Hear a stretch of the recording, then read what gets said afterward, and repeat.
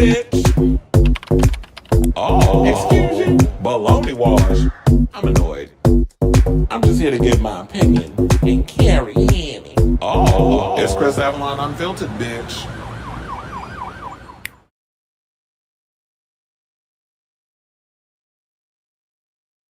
Hey, y'all, welcome and happy Tuesday. You know, the day before New Year's Eve, we're about to go into 2026. It's your boy, Chris Avalon, and welcome to a brand new episode of Chris Avalon Unfiltered. Excuse me. A show we basically talk about all things going on in pop culture, hot topics, and all that good stuff. So that's a show for you. Definitely stick around because we have a lot of tea to spill today, including we got to talk about the box office, all that good stuff, because we weren't on yesterday, so we got to talk about the box office. Looks like Timothée Chalamet is having a good old time claiming December as his month because, you know, a lot of his movies have been big hits around that time. Plus, we got to get into this third teaser because they just released the second teaser for Doomsday regarding Thor. So now we have the one regarding X-Men that I told you about the other day. Details are spilled out about it. I got some pictures, all that good stuff. So definitely stick around for that story and who Cyclops could be battling in the upcoming Doomsday situation. Plus, we got to talk about Ryan Coogler revealing his original plans for Chadwick Boseman's T'Challa in Wakanda Forever before he had found out that he was sick and the cancer and all that other stuff. And what he's got in store for Denzel Washington for Black Panther 3, because Ryan just did an interview on the Happy Sad Confused podcast, so I got all the details regarding that. Jordan Peele revealed that he is about to direct a Marvel movie.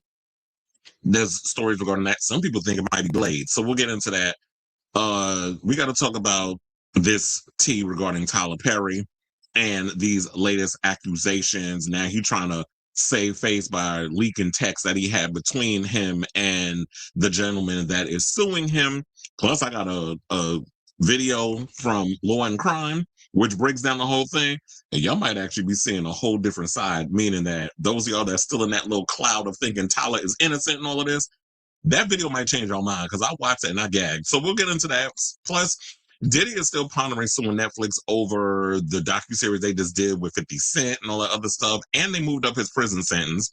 Cardi B is going in on her fans for throwing shade at her over her relationship with Stefon Diggs. We'll get into that. Plus, Britney, apparently, you know, her situation with her son. So Jaden came over for Christmas, but apparently I was like, what's going on with Sean? Why wasn't Sean there? So we got some details on that. Plus, I'm thinking Page Six might not be entirely truthful with this whole tea because Rob Shooter spilled some tea, and we're going to get into what he had to say on that too. So we got that. Plus, we got to talk about this Stranger Things season 5 episode with Will coming out. Apparently, it got review bombed and a whole bunch of stuff surrounding that whole situation. And we got to talk about Chappell Roan getting dragged on social media for giving a tribute to bigot Bardot over her recent, you know, people didn't know a lot about what was going on with her and her past and stuff until a lot of people started talking about it on social media. And so she took down her apology and she apologized and a whole bunch of other stuff. So we'll get into that story. Plus, we got to talk about this Ginger Minj tea. I was like, what the hell is going on? Because I've been noticing like all the girls was coming at her from Aja on down. Even Cynthia Lee Fontaine jumped into the chat. So I'm sitting there like, what is going on with Ginger Minj? So I got all the tea. We're going to unpack it. We got the receipts and a whole lot more clips and everything. This is going to be a receipt heavy show. So buckle up, Buttercup, because this show about to be messy per usual. So before we get into those messy topics, if you could please do me a solid, hit that like button. If you are new to the channel, hit that subscribe button. Also, be sure to smash the notification bell so that way you know when we go live with a brand new episode of Chris Avalon Unfiltered. And also, before we get started, I want to thank all the new people that came in and discovered this channel based off that Nicki Minaj, and the gays and stuff boycotting her and all that stuff. I want to thank all of y'all that subscribed, that commented, good, bad, or indifferent. Some of y'all was saying some shady shit, and I had to block y'all bitches. I'm like, no, you don't deserve to have access to this channel. So, but everybody else who came in and the numbers I've noticed have the channel is blowing up, the video blew up. And so I appreciate all of you newbies that have come in and discovered the show. And if you're watching it live for the first time, welcome. Be sure to leave your comments in the chat. We are a family over here and all that good stuff. You know, I got all my sisters with me. But anyway, let me hit the thing because I see like people's up in here. Sailor Mermaid. How you doing? Happy early New Year's. Early New Year to you too, because this is going to be the last show before 2026. I ain't gonna be able to do one tomorrow because I gotta work the final fish show at MSG. So that's gonna be a long long night. But the only thing that's gonna keep me going with all of that is the fact that my check gonna be looking good after working that situation. Plus, it goes towards my bonus, so that's why I'm not really all that upset about it. A lot of people in my job be complaining about fish. I'm not bothered by it. A lot of the fans are cool. A lot of them are hippies. Yesterday, one of the guys at the show, I'm like, okay, you're a little weird.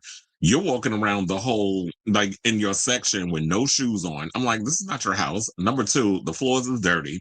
Even though, yes, it does get clean and stuff in there. I'm not putting my bare feet on no damn floor of no place that's not my house. So, but clear people be clear people in. And you said, hey, sailing everybody. Hello, everyone. Cleveland's in the building.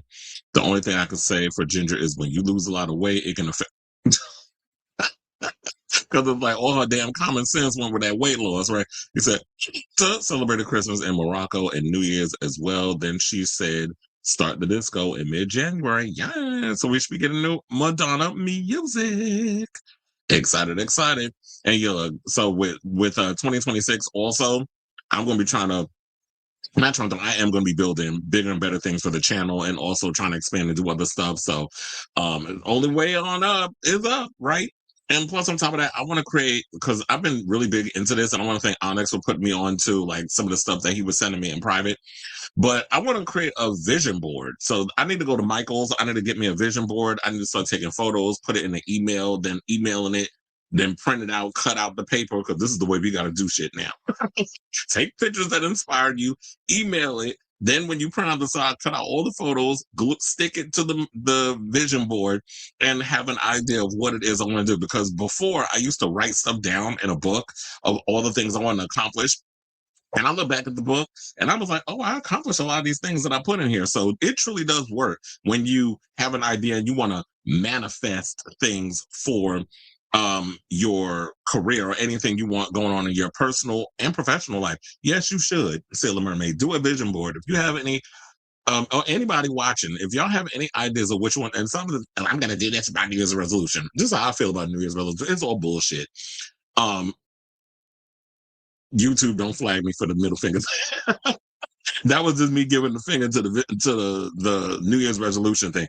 But I think everybody should do a vision board and have an idea of what it is you want to do, because when you say it out loud or when you look at it and remind yourself, I feel like when you put that energy out there, it will definitely make things happen for you. So, I'm not the type of person that's going to be selfish and try to keep things to myself. If something is working for me and I feel like it's going to work for other people, I definitely want to pass that information on. There's too many damn selfish people around here that want to hoard things, hoard things for themselves.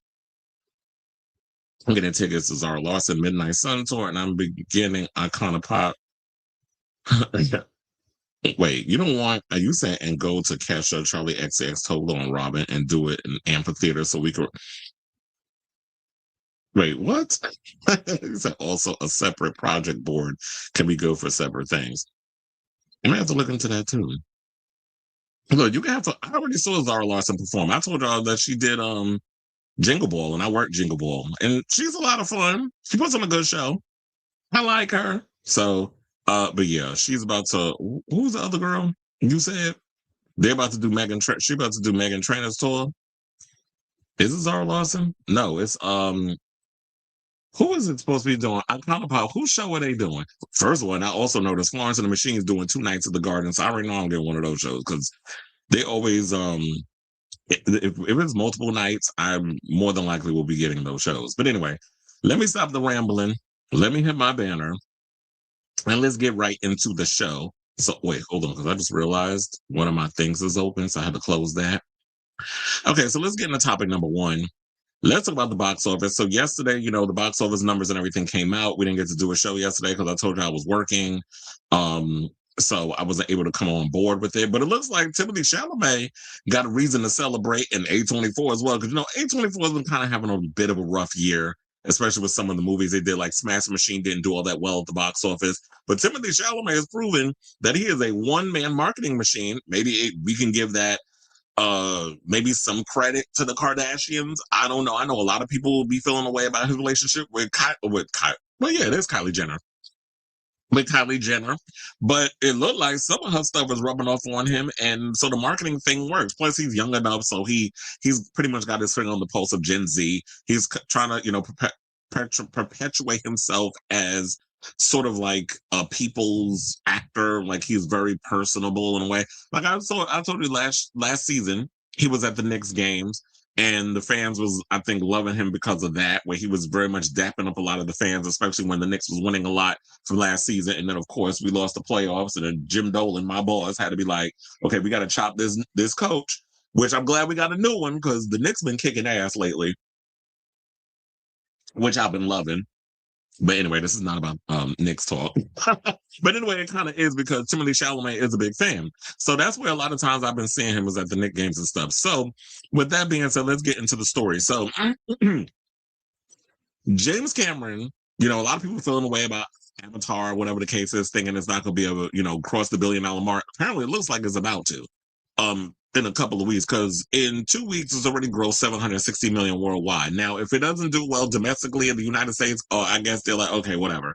But that international coin is something else. So this says James Cameron's sci-fi threequel, Avatar: Fire and Ash, remained comfortably atop the domestic box office over the Christmas stretch. Meanwhile, a trio of new comedy releases, A24's sports dramedy Marty Supreme, and Focus features musical tearjerkers Song Sung Blue, which is another movie I'm hearing is really good, and I want to see that. But then they also released Anaconda, which they're trying to call an action comedy. First of all, fuck Anaconda and fuck Sony, and I'm going to tell you why. Because Sony trying to be funny with this situation to my because there was somebody that posted and was calling it a horror film.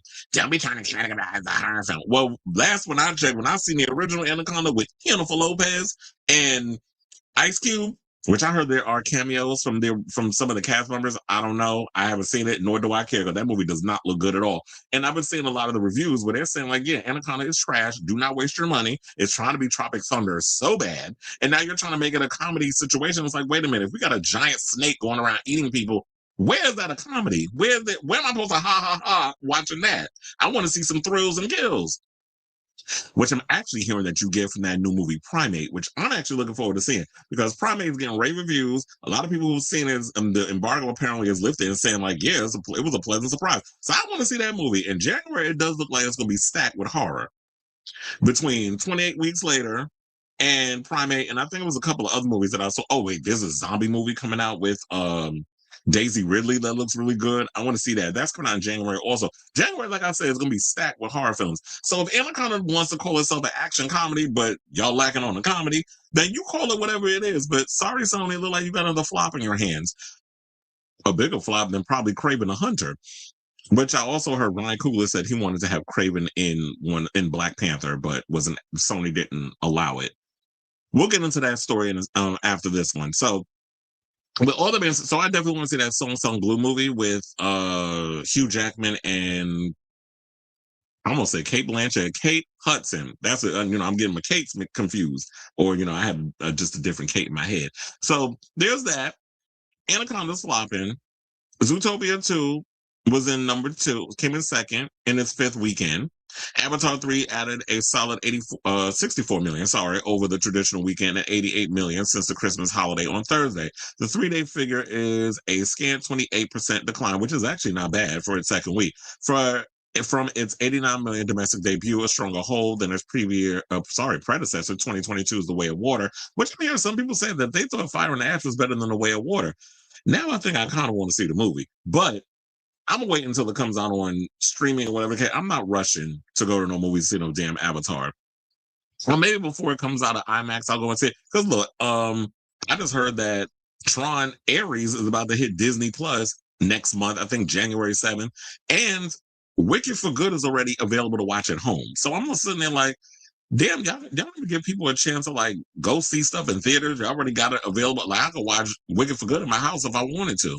I am contemplating renting it though. So They said the first two Avatar films were number one for 7 consecutive weekends, eventually earning well over $2 billion each.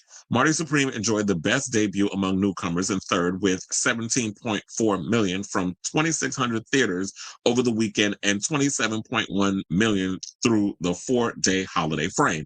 Domestic ticket sales stand at 28.3 million after a weekend and limited release. The 3-day figure marks the second biggest opening weekend to date for A24, the beloved indie behind Everything Everywhere All at Once, Hereditary, and Lady Bird. Alex Garland's Civil War remains the studio's best debut with 25 million over the traditional 3-day weekend. First of all, I saw Civil War in the movies. That movie freaked me out because I was watching it and I saw it in IMAX. And I'm like, oh my God, this movie is really good.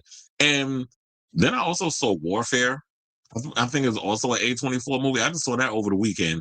It was good, but felt like it was missing something. But overall, I enjoyed it. I wonder what the actual budget was for Marty Supreme, because you know with A24 they don't really spend a whole lot of money except on the Smash Machine, which I thought was ridiculous. Y'all spent $50 million on that damn movie.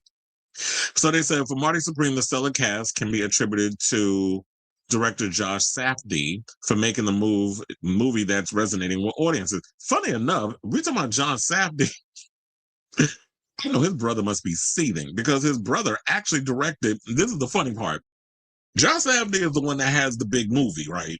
His brother directed Smashing Machine and it flopped. So that's the funny part between that. So it's like you have these two that come together. They made movies in the past. They went off and kind of did their own thing. One brother had a flop. They both was at A24. One movie flopped earlier this year, and then we get to the end of the year, and the other brother has a successful hit on his hands.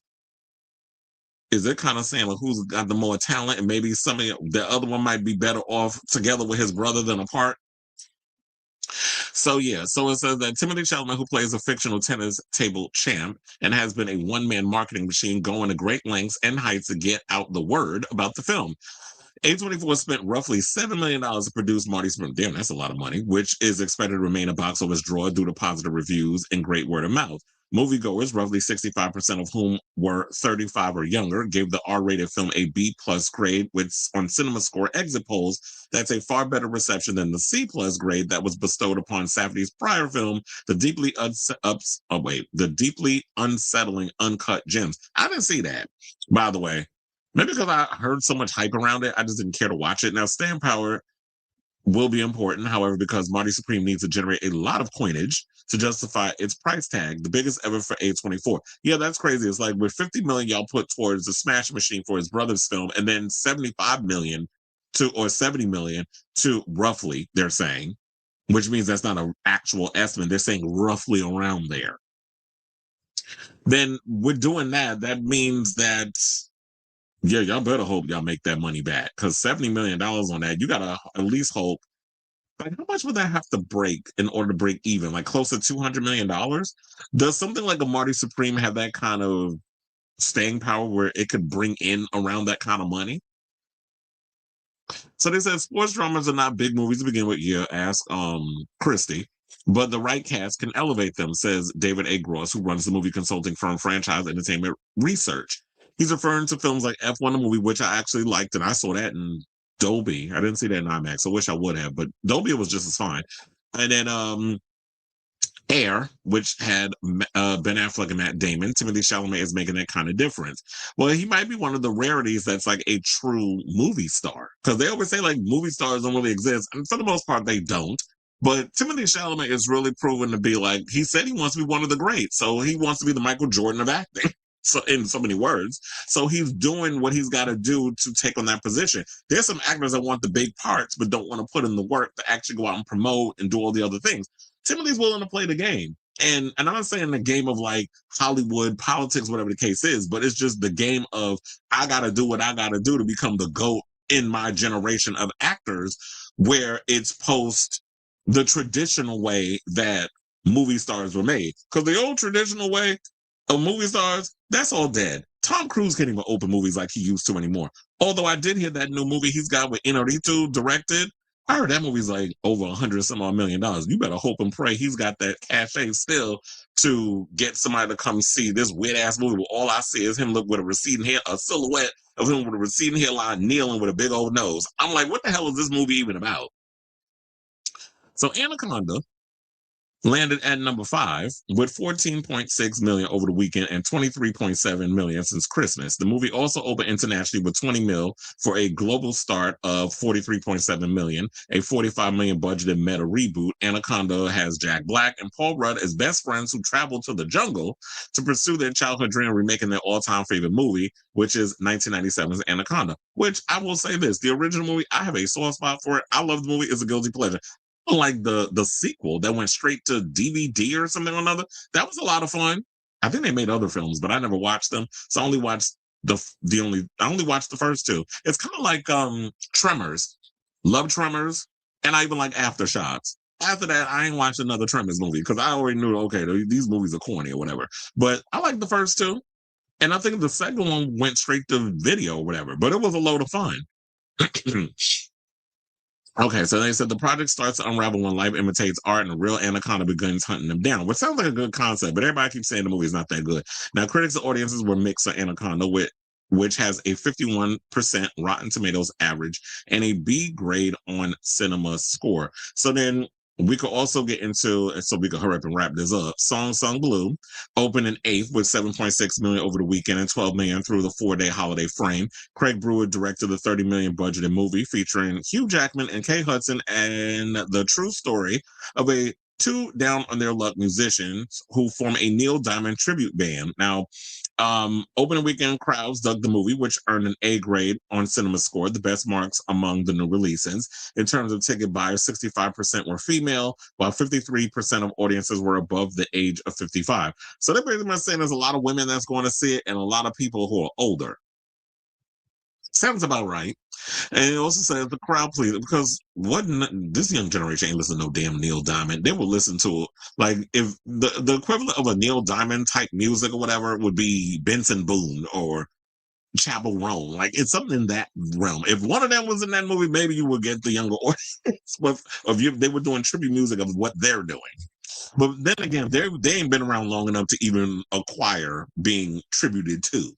So, but you understand what I'm saying. So, meanwhile, they also said Zootopia 2 outpacing newcomers with 20 million over the weekend, blah blah blah, so on and so forth. So, at the end of the day, I know a lot of people looking at Timothée Chalamet a certain way, whatever, but he's a box office draw. He's bringing people out, and I don't know what other movie he has coming out next year except Dune 3. That's the only movie I know.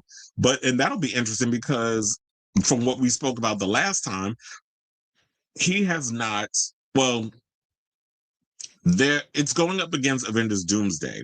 So with those two movies going up against each other, I don't know if Timothée Chalamet's got what it takes to dethrone Avengers, especially with all the history that MCU has. So somebody's got to move in that thing because, like I said, I'm clearly the demographic for both films. I want to see Avengers Doomsday and I want to see Doom 3. And I want to see them both in IMAX or Dolby. So somebody's going to have to fight over those theaters. They got to figure out how they're going to work out who's going to alternate what. Like, if you're going to put Doom at 12 o'clock and then at 4 o'clock showing, they'll put, Avengers. So y'all going to have to share the theaters. Like, how's that going to work?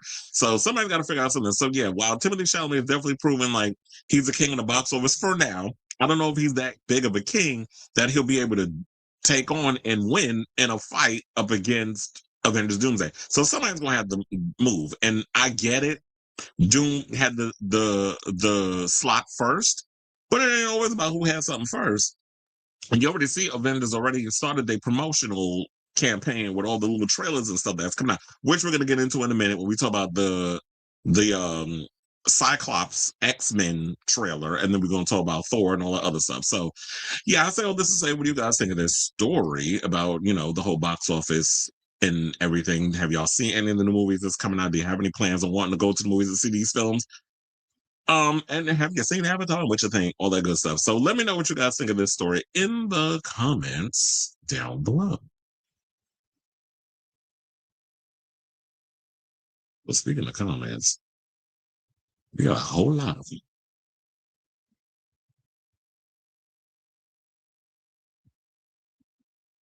But these are icon poppers. Oh yeah, they're supposed to be coming to. They're supposed to be doing. Yeah, Megan Trainor's supposed to be doing a night at the Garden. But yeah, I would love to see. I would love to see them by themselves. I'm also kind of upset because I would really love to see Robin, who's going to be performing in Brooklyn tomorrow. But I have to work, so I'm not going to be able to go. So I saw TV Nix was still touring at the. Look, if I say do it as long as you can. I mean, look how long Tony Bennett was performing until he was damn near on his deathbed. Same thing with Billy Joel. Billy Joel has been performing, well, he hasn't been lately because he's been sick. And I got to work his residency and all this stuff that he had at the Garden. So seeing him and performing all the stuff, it was good.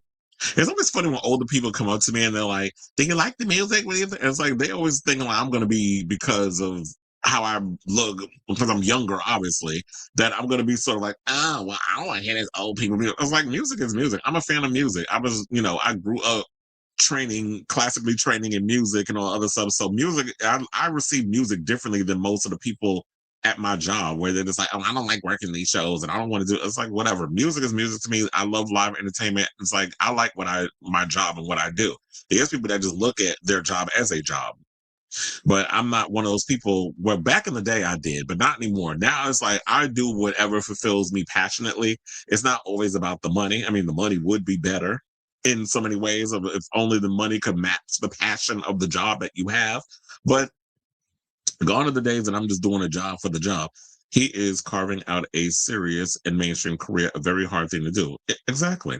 It is very hard to try to create you know, carve out a mainstream career and taking it seriously. Ellen McKay was not a good movie. Me and my mom, it looked boring. Because I'm saying, like, who the hell is Ellen McKay? I have to constantly be reminded. It's that movie with Jamie Lee Curtis. I was like, when I saw it, I'm like, I don't care about this shit. Like, who actually thought it was a good idea to make that? And who is that movie for? It's a, but they think, oh, they spent these boring movies or whatever, and it'll get Oscar talk. I'm like, not if everybody keep falling asleep on it. Because I can't be mad at them trying to peel off a Tropic Thunder. I need to watch that. I do like Tropic Thunder. I know it's on one of the streaming services. I can't remember which one it is. I don't know if it's Peacock or Prime Video, one of them. But I did see it was on one of the streaming services. But I have access to so many streaming services. I can't remember what has what. But and then I started rewatching because I was mad because I didn't even finish Supernatural because it's a lot of seasons. It's 15. So they already took it off Netflix, but luckily I have Prime Video, so I just picked up where I left off from Netflix, and now I'm watching the show on Prime. I heard it's also on Peacock, but my Peacock has ads, so I'm going to watch it on. He said I did like The Housemaid. Yeah, I heard it was good. I want to see it. I heard that Amanda Seyfried was good. What's the other girl? Sydney Sweeney shows her tits because she's now legit. And Brandon Sklenar, I heard, was good in it too. That is a fine ass man. But look, I've been telling you, I want Brandon Sklenar to be Batman so bad. I see Fire and Ass tomorrow. How you think? I think I'm gonna go see. Okay, well, y'all let me know how it is. But I think, and they also said the numbers went up slightly versus last year when the second week sales of the movie, and I think probably it went up because of yeah, I think it probably went up because the first week they're always assuming, oh, it's gonna be sold out. I'm not gonna be able to go see the film. Of course, the holiday weekend, a lot of people have time off, so they're able to secure a ticket around that time. And a lot of times, if I want to see a certain movie, I'll try to find a way to see it opening weekend. But if I can't, I just avoid the social medias, and then I'll just see it the second week because I already know like all the people that went to go see it the first weekend, they ain't coming back unless you're one of those repeat offenders. And then I'll just go see it. But normally for me, the way I get around having to deal with big crowds, I go see movies early in the morning because I already know a lot of y'all are at work and a lot of y'all are in school and all this stuff. And my schedule is different. So I can get up and go and watch a movie at 9, 10 o'clock in the morning. And then right after that, go to the gym and then go to work. And people be looking at me like, you be doing all that? Yes, I do. It's like 4, 5, 6 hours a day. Mostly 4 to 5 hours I sleep. And then I'm up working. It's like I watched a movie called Magpie with Daisy Ridley. That movie sounds familiar. She did another straight to DVD or streaming movie, or maybe it did go in the movie for like 5 minutes, but it was called The Cleaner. I saw that Interesting. Her trying to be an action star. I hated 2025 for a number of reasons, but I guess it could have been okay. They said not that gay to watch Wicked in theaters, but shut up. I was like, look, and it took me a lot to watch the first Wicked. I waited until that came out on Peacock. I was like, let me just finally get around to watching it because everybody was talking about it. So the Wicked box office hasn't been a. Oh, that's probably why they were, because I remember wasn't it a long time before they released Wicked? Like Wicked was in theaters before it came out. Because I think you're right, because there really hasn't been a lot of talk about Wicked for good. I know it was very divisive in regards of like when people was watching it and all that stuff. Oh yeah, it's not a sequel though. It's like it's the second half of the first film. You know what? I'm thinking maybe we could look at Wicked for two, kind of like how we looked at It Chapter 2. Where it's like we loved the first half, but then we got around to the second half. We was like, eh.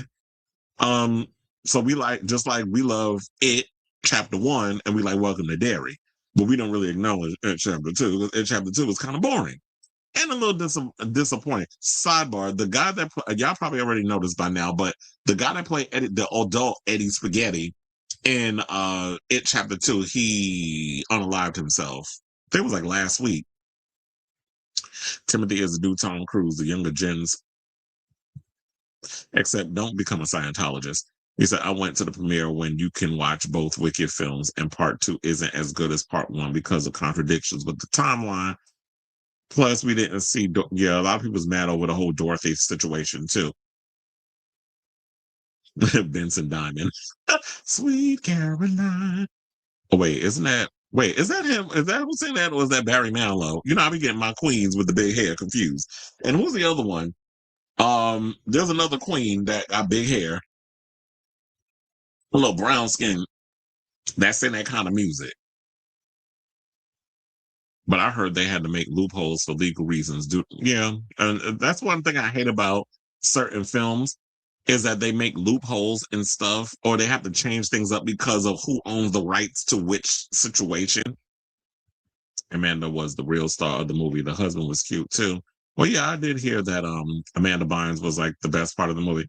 I watched it not too long ago. It's on Paramount Plus. It's also heard Oscar buzz for Amanda for Testament. Really? Because I heard that movie got bad reviews.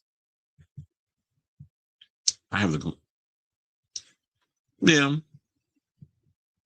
I don't know if I would want to buy all those. That's a lot of box sets. Does what? Because with Stranger Things, a lot of people saying, and me included, a lot of people saying that the first season of Welcome to Derry basically wipes the floor with the final season of Stranger Things.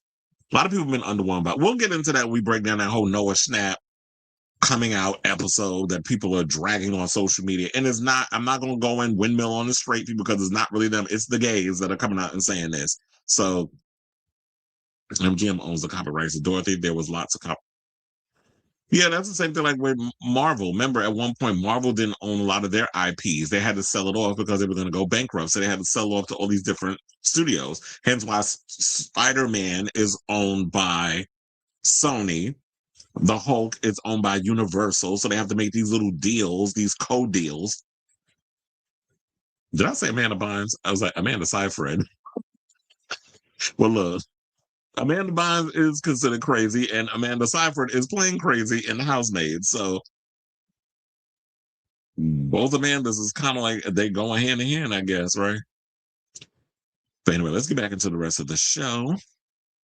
And let's talk about Avengers Doomsday. So after, the other day, the last time we did a show, we talked about the Avengers Doomsday trailer. We talked a bit about that. Well, the first one with Captain America came out. Oh, sorry, Steve Rogers, because he's not Captain America yet. Remember, he gave up the shield to Sam Wilson. Sidebar. I'm also hearing stories that came out today.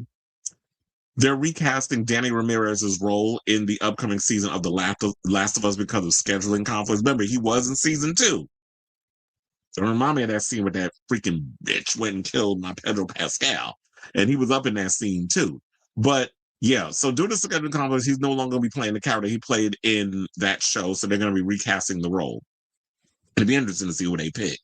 But yeah, so they already showed that. Then we talked about the teaser with Thor, where he was praying to Odin about, you know, this new responsibility that he has with this kid, love, and you know, all the other things that's been going on with that. And then it, you know, we see all the pictures and everything, well, him kissing her in the bed, and him the prayer and all the other stuff. And then it says that Thor will be back in Avengers Doomsday, you know, the same thing.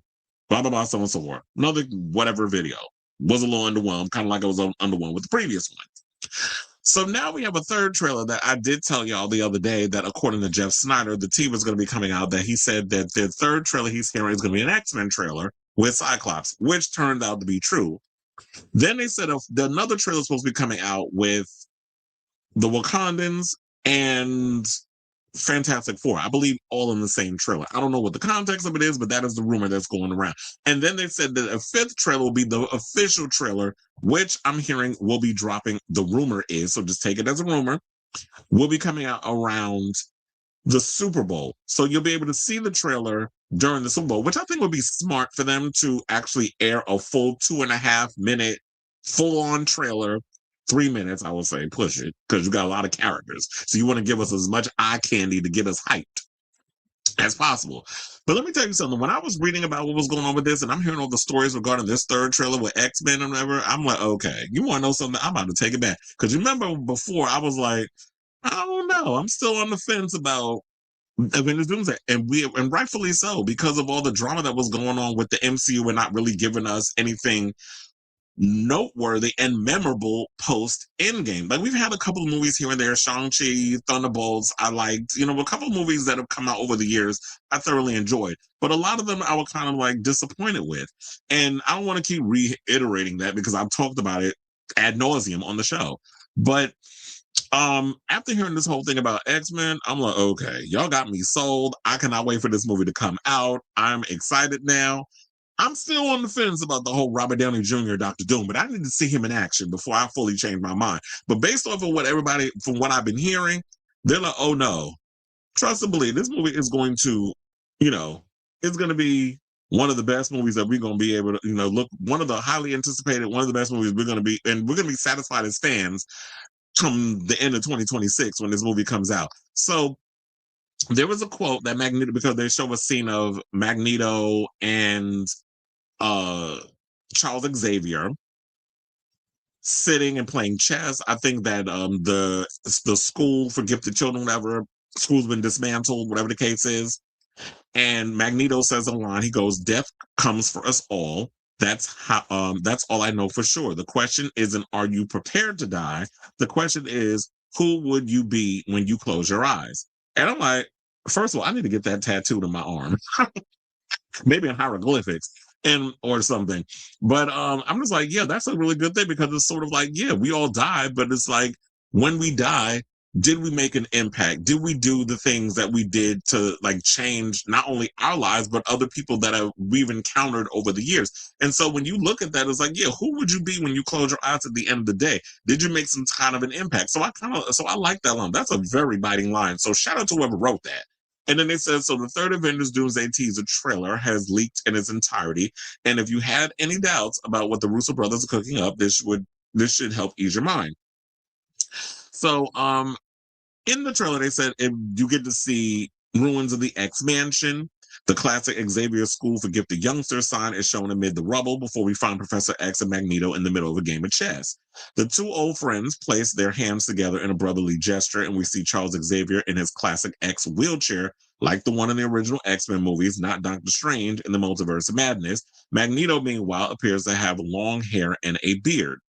Now we're taken to a battlefield where a bloody Cyclops removes his visor and allows his optic glass to shoot into the sky. A sentinel can be seen walking in the background, hinting that Scott Summers is the last mutant left standing. Now, didn't we have sentinels in Days of Future Past, which, sidebar, is my all-time favorite X-Men movie? I like all the X-Men. Well, I have a love-hate relationship with all the other X-Men movies. X2, way better than X1, in my opinion. But Days of Future Past, oh my God, that opening sequence still gives me goosebumps. So I love that freaking movie. And I believe there were Sentinels in that film, right? But if we really getting to see like a full showdown of Sentinels and all this other stuff, that's gonna be awesome. And from based over this, where they're saying like, yeah, Cyclops is going to battle with a bunch of Sentinels. We'll probably see some mutants get unalived, and it'll be interesting to see who those are. But I'm also hearing that yeah, they're finally gonna make use of Cyclops because Scott's been wasted. If you look at a lot of the other movies that have come out from well, we don't even talk about Brett Ratner is problematic. Ex abuser ass, and Bryan Singer. They really love giving problematic people jobs. So all the X-Men movies, but excluding Matthew Vaughn, Bryan Singer and Brett Ratner trash, alleged abusers, and I didn't like the fact that both of them wasted Scott Summers as a character. But I guess if he looked like he was 12 years old and was willing to go to a pool party thrown by, Bryan Singer, he probably would have had a fatter role in the X-Men universe. But I guess because he's a married heterosexual male, that wasn't going to happen. But anyway, so I like the fact that we got the Russos, according to the reports, that are actually going to put his character to use. And we'll actually get to see him really showcase power. Because when you look at Scott, if you read the X-Men comics, he is like one of the most powerful mutants. And the fact that him and Storm just wasted them in the franchise, that just pissed me off about Bryan Singer and the whole X-Men situation. So I'm really hoping, because they ain't say, that Halle Berry is in this movie so we can see her character get some kind of justice too. Because I hate the fact that y'all have wasted my girl Storm. Basically having her, like, how is it Jean Grey doing more than her? Especially when it's like holding back water. It's like, hello, Storm is somebody who weathers the storm. She weathers all kinds of things. She is the queen of nature. How you just got her in a goddamn plane trying to fly everybody out of safety at the end of X2, and then you got Jean Grey in the water holding back the water and then let it go and drown her so she becomes the Phoenix. And fuck out of here with that. Do I sound like I'm upset? Anyway, that's me getting in my whole comic book nerd type situation. But anyway, so let's get back into the thing. So then they said they're taken to the battlefield, as I said before, with a bloody Cyclops removes his visor and allows his optic blast to shoot into the sky. A Sentinel could be seen walking in the background, hinting that Scott Summers is the last mutant left standing. Now, hold on, because I want to show y'all the pictures that I had acquired from Twitter. I had to leave it open in case somebody got rid of them. So yeah, that's one of the pictures. As you can see, that Scott Summers in the classic X-Men suit. You see like the blue and the yellow and all other stuff, and the blast is going up in the sky. It's not a really good shot, but at least we get to see something. So, and then we have this picture of Professor Xavier at the table. This is based on the description. He's playing chess with Magneto. And then we have another picture of Scott where he's like dirty, the hair is a little muffled. I like James Marsden. I almost said Marsders. And that's for Buffy the Vampire Slayer. James Marsden, I like him. He was in I just saw him I told you I saw him a couple of weeks ago at the Knicks game. So no, I think it was a Rangers game actually. I'm confused. It was at one of the games at the Garden. Saw him there. It might have been a Knicks game. The same one where they had the two actors from, I think, the Semi Turned Pretty kissed on camera. He was at that game where everybody was making a big deal out of that. So yeah. So now, and then the teaser also ends with the X-Men will return in Avengers Doomsday and another countdown to the movie's release next December. Now, between the nostalgia of Cyclops' comic-accurate costume and the presence of Sentinels, all signs point that to the Russo brothers giving fans exactly what they want from this movie. As for where these scenes fit into Avengers Doomsday, that's up for debate, but all does not appear well in X-Men's reality. It'll be interesting to see how they do this. Like, do we destroy a lot of the old X-Men and then this is like the start of let's bring in the newer, like much younger cast where they're trying to do like a soft, like they'll use Avengers Doomsday as a soft reboot for the X-Men? Because maybe you don't know this, but X-Men is one of Kevin Feige's favorite comic book characters. He loves that franchise. So Kevin Feige is not going to let this, go by the wayside and not do these characters justice. So I think he wants to and clearly it's nostalgia bait. So it's a lot of us who grew up on the first three phases of the MCU. Also, X-Men and all the stuff that came out like 20 some, damn near 30 years ago. So you're trying to draw us in, a lot of the younger kids whose parents raised them up on those movies that I grew up on. We're all going to be in the theater. Yes, it's nostalgia bait, but I always say I don't mind nostalgia bait as long as it's done correctly. And if you're going to sit up in here and tug at my strings and get me in there just so that way I can feel nostalgic about characters I grew up on, but also have the story go in a direction that's really cool and entertaining, then I'm here for it. I'm not going to sit up here and be like, oh, he's doing nostalgia, it's corny, whatever. It's like, as long as you find something interesting to do with the characters, then I'm here for it. And I'm looking forward to it. Now that I'm hearing all this, I'm actually looking forward to this movie. We don't need to go into who's going to be starring in Avengers Doomsday, because we talked about that till we've been blue in the face. It's like 150 damn characters in this movie. And how they figure out how they all going to fit up in here, that just remains to be seen. I just hope, like, if this movie is 3 hours plus, that is worth the 3 hours. Like, if you're gonna make it about as long as an Avatar movie, just make use of the characters y'all got and make them all fit in where y'all need to fit it in, and not just have them making bona fide cameos. Because I'm gonna be tight if that's what y'all do with that. But anyway, I say all this to say, what do you guys think of this story? Based on this tea that's coming out from the photo still, into the saying that, yeah, there's a sequence where, Cyclops, who was the last mutant standing, because I'm sure that when we see the movie, we'll see who's in the middle of this battle in this X-Men universe. Him fighting Sentinels and all other stuff, and where this story could be going in regards of how Doctor Doom fits in all of this. And I'm really hoping that y'all will include Doctor Doom in the major trailer. If you're not going to do these little teasers, make sure you center him in the trailer if it turns out to be true that you're going to be releasing it around the Super Bowl. Because if you don't put him out there, then that would be a mistake on your part, Disney. Like, you can edge us up, you can edge us a little bit, but if we get to the point of climax and it don't deliver, if we don't have that orgasmic, euphoric situation that happens with all of these little teasers you're purposely leaking to get us buzzing and excited for 2026 December, then it's going to be hell to pay on y'all part, and y'all can't afford that right now. Not with all the drama and the way that the fans have been pretty much disappointed with a lot of y'all rollouts as of late. So this is a do or die type situation on your part. But anyway, so with all that being said, let me know what your overall thoughts on this story are in the comments down below.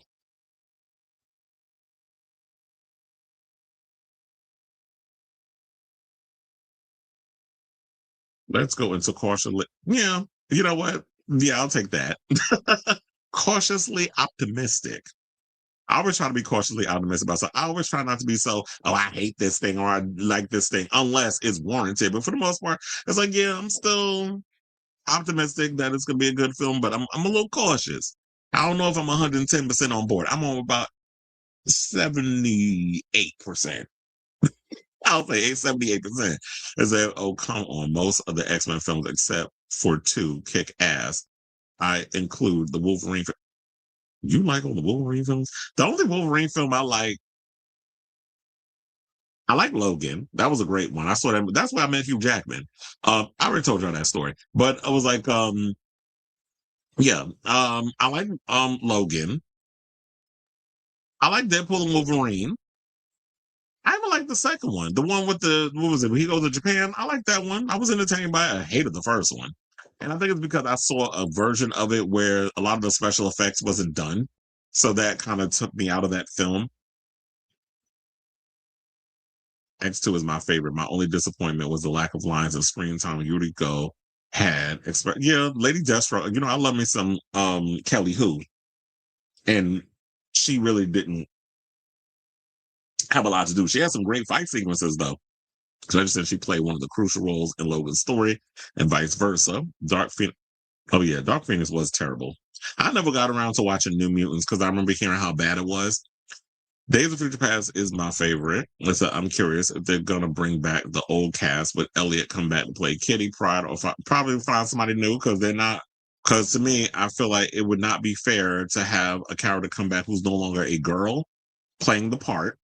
Because is she going to put on a wig and like get all the testosterone? I mean, it's not me being shady, but my thing is like, they were cute enough and they were nice enough to change the gender of her character for that show that was on Netflix. And I stopped watching after the second season because I just thought the show just got stupid.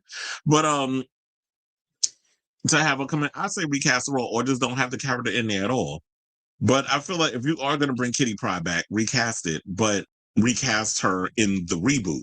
Don't even bring back, if you're not going to bring back, I don't feel like they need to bring back all the other characters from the previous films. Everybody don't need to be up in there. Just make sure you have like the most prominent. We already know that Mystique is in it. We know Magneto's in it. We know Xavier's in it. We know Cyclops is in it. I don't know if Wolverine is back. He might be. Was X-Men part of the Avengers? This seems to be just tacked on. Well, I think a lot of people that's in this, no. I think all of this because, if I'm not mistaken, I think all this is leading up to Secret Wars because Secret Wars is after Doomsday. So I think when you bringing up Secret Wars in this whole story, a lot of these characters do come together. Where like Sailor Mermaid is saying there was an X-Men versus the Avengers type story that they did do. So I think this is all leading up to, this is like Doomsday is first and then we have Secret Wars. And so I think that all of this is leading up to the events of what's gonna happen in Secret Wars. Now, as far as like what story they're planning on going with that remains to be seen. Because one thing you have to realize about these superhero films, they don't completely follow everything down to the T when they make the movies. Sometimes everything that works in a comic book don't necessarily work for the film. So they'll take little things and then they'll expand on it. Same thing like I was saying about Batman, where we have Scarlett Johansson come in. They're saying she's playing Harvey Dent's girl. But she's not just going to be playing some doting girlfriend. There's things of her. She appears in Long Halloween. She appears in other little things, so they can just take little pieces of here, there, and everywhere and put it in a gumbo and make it work for the cinema. So I'm thinking that's probably what will happen with this movie. For Storm, I'm conflicted. I would like Halle Berry to return, but I'm tired of them casting light skin well, she ain't that damn light. To play a dark skinned female character, especially Storm. Well, look, if we're going by bringing back the old cast to pass the torch down to a new cast, however they're going to plan on doing that, because they're not going to have this original cast playing them down the road. I'm sure Kevin Feige does. Well, he does. I'm not going to say I'm sure. He does want to reboot X-Men. I believe he's going to go younger because he wants a new generation to be able to play these characters for about as long as they played these characters. It was almost 30 years. So I think what they're trying to do is a multiverse type of situation where they're going to have the old cast come back in some sort of way, and then who knows how they'll work that out. But I just think if they do have Halle come back, this will be one last ride. But as far as like who they're going to get to play Storm, I've always been saying I want Jodie Turner-Smith to play her. I was even thinking Io Edeberry, but I don't know if they would want to go with her. I seriously don't. Ellen Page replies, no, not the old dead name. I'm just saying she busy being way out in left field. Look, Ellen is now Elliot. They have transitioned to male, and that is where that stays. But I do not think that they'll be even thinking about bringing that character back. And with the original, I mean, they will bring the character back, but I don't think with Elliot playing that character. All right, now speaking of MCU, let's get into more MCU news. And let's talk about Black Panther. So Ryan Coogler just did an interview with the Happy Sad Confused podcast. Josh Hartwitz, I was watching some of the clips. I didn't watch the full thing, but I did watch some of the clips. And he was talking about a lot of stuff. He talked about Sinners, which I'm hoping does get a Best Picture nominee, among other things. And he was talking about like how he shot Creed and how he had a monitor. He was up under the boxing ring and all that. Like he was talking a whole bunch of stuff in regards to that. I also didn't realize Ryan Coogler has a stutter. Because when he was talking a lot, I was like, it was hard for me to follow along with certain things he said because he was stuttering a lot. But I think like that's not me nitpicking. It was just a notice and something I noticed. So in the interview or whatever, he was talking about like working on Wakanda Forever, which I think a lot of people missed the point with that film. I know a lot of people was like, I like the movie. You should just recast the role and you shouldn't have had to just break. I was like, no, this is not how Black people deal with these type of films. Not a lot of Black superhero movies to begin with. But when we do things, what people need to realize is that Ryan Coogler cannot just go and just be like, So Chadwick Boseman died. Let's just recast the role and let's make just a regular superhero movie with a new actor in it. That would not have flown within the community. They would have been like, that's disrespectful. You need to pay homage or whatever the case is. So the movie turned into this whole thing about grief and dealing with that and how Black women step up to the plate when when you're in the throes of something happening and there's grief and all the other stuff going through there. You have to find that way of being resilient within all that. So that's what that story was telling. If it didn't work for some people, I understand that. But when we're talking about culture, specifically Black culture, this is a piece of that world that he had to bring into that film. And those of us who understood it. If white people wasn't liking it because of that whole situation, that's a you problem. It ain't us. So shout out to Comic Book Movie for this story. So they said Chadwick Boseman's star was already on the rise in Hollywood before his standout performance in movies like Captain America, Civil War, and Black Panther.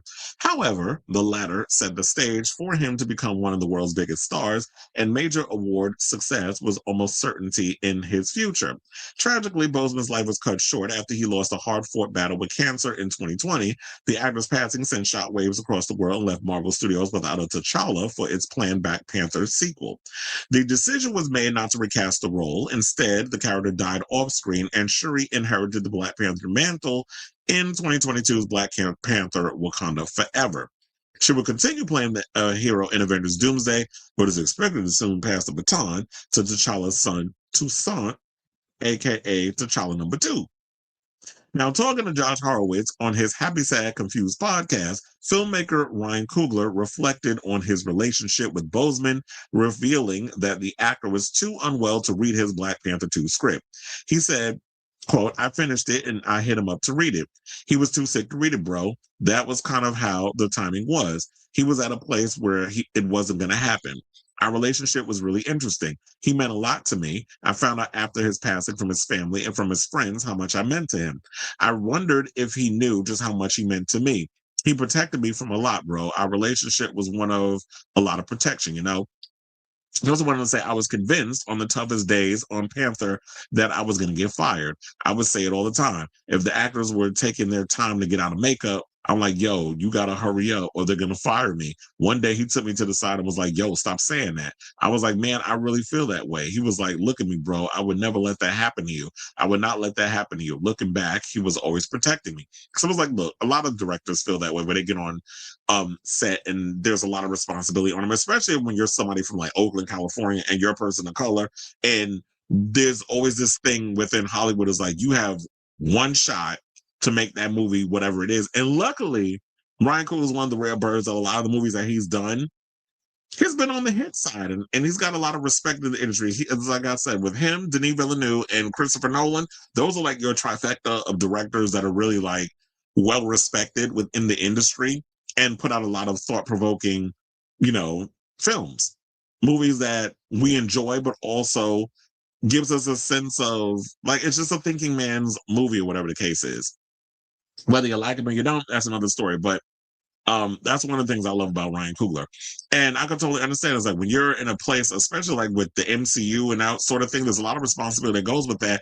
And a lot of people of color aren't afforded opportunities that so many others are afforded if they misstep and have a flop on their hands. So when you've got a lot of this responsibility, especially on a character that a lot of people aren't really familiar with, unless you're a hardcore comic book head, I can totally understand why he's just like, oh yeah, they're gonna fire me, and I don't know how this whole thing is gonna go. Luckily, they haven't, and luckily he's about to make a third one, which he did talk about that, and we'll get to that in a second. But I just want to say that. Now he says, one of the strongest people was having his strength and taking. One of the strongest people was having his strength taken from him by this disease. It damaged me, bro, probably irreparably, to be honest with you. But I love that script. I put so much into that version of the movie. I felt like I had gotten to know Chadwick as a performer. I threw a lot of Chad in the first Panther, but I realized I was just scratching the surface. Now I know what he can do. I'm going to push him to the limit. And unfortunately, when he finished writing the script, he wasn't able to get to have that moment again because he was sick. Now, Horowitz asked Coogler if there were any scenes in particular that he'd been excited to shoot in the original version of the sequel. With that, he went on to reveal the movie's scrap plot and what he had planned for T'Challa and his son as they attempted to fend off an invading Namor. He said it was like a 180-page draft chock full of them. The big thing about the script was this thing called the Ritual 8, where when a prince is 8 years old, he has to go spend 8 days in the bush with his father, and amongst those 8 days, they have to go into the bush without any tools. The prince has to listen to everything that is asked of him by his father. But the rule is that for those 8 days, the prince can ask the father any question, and the father has to answer.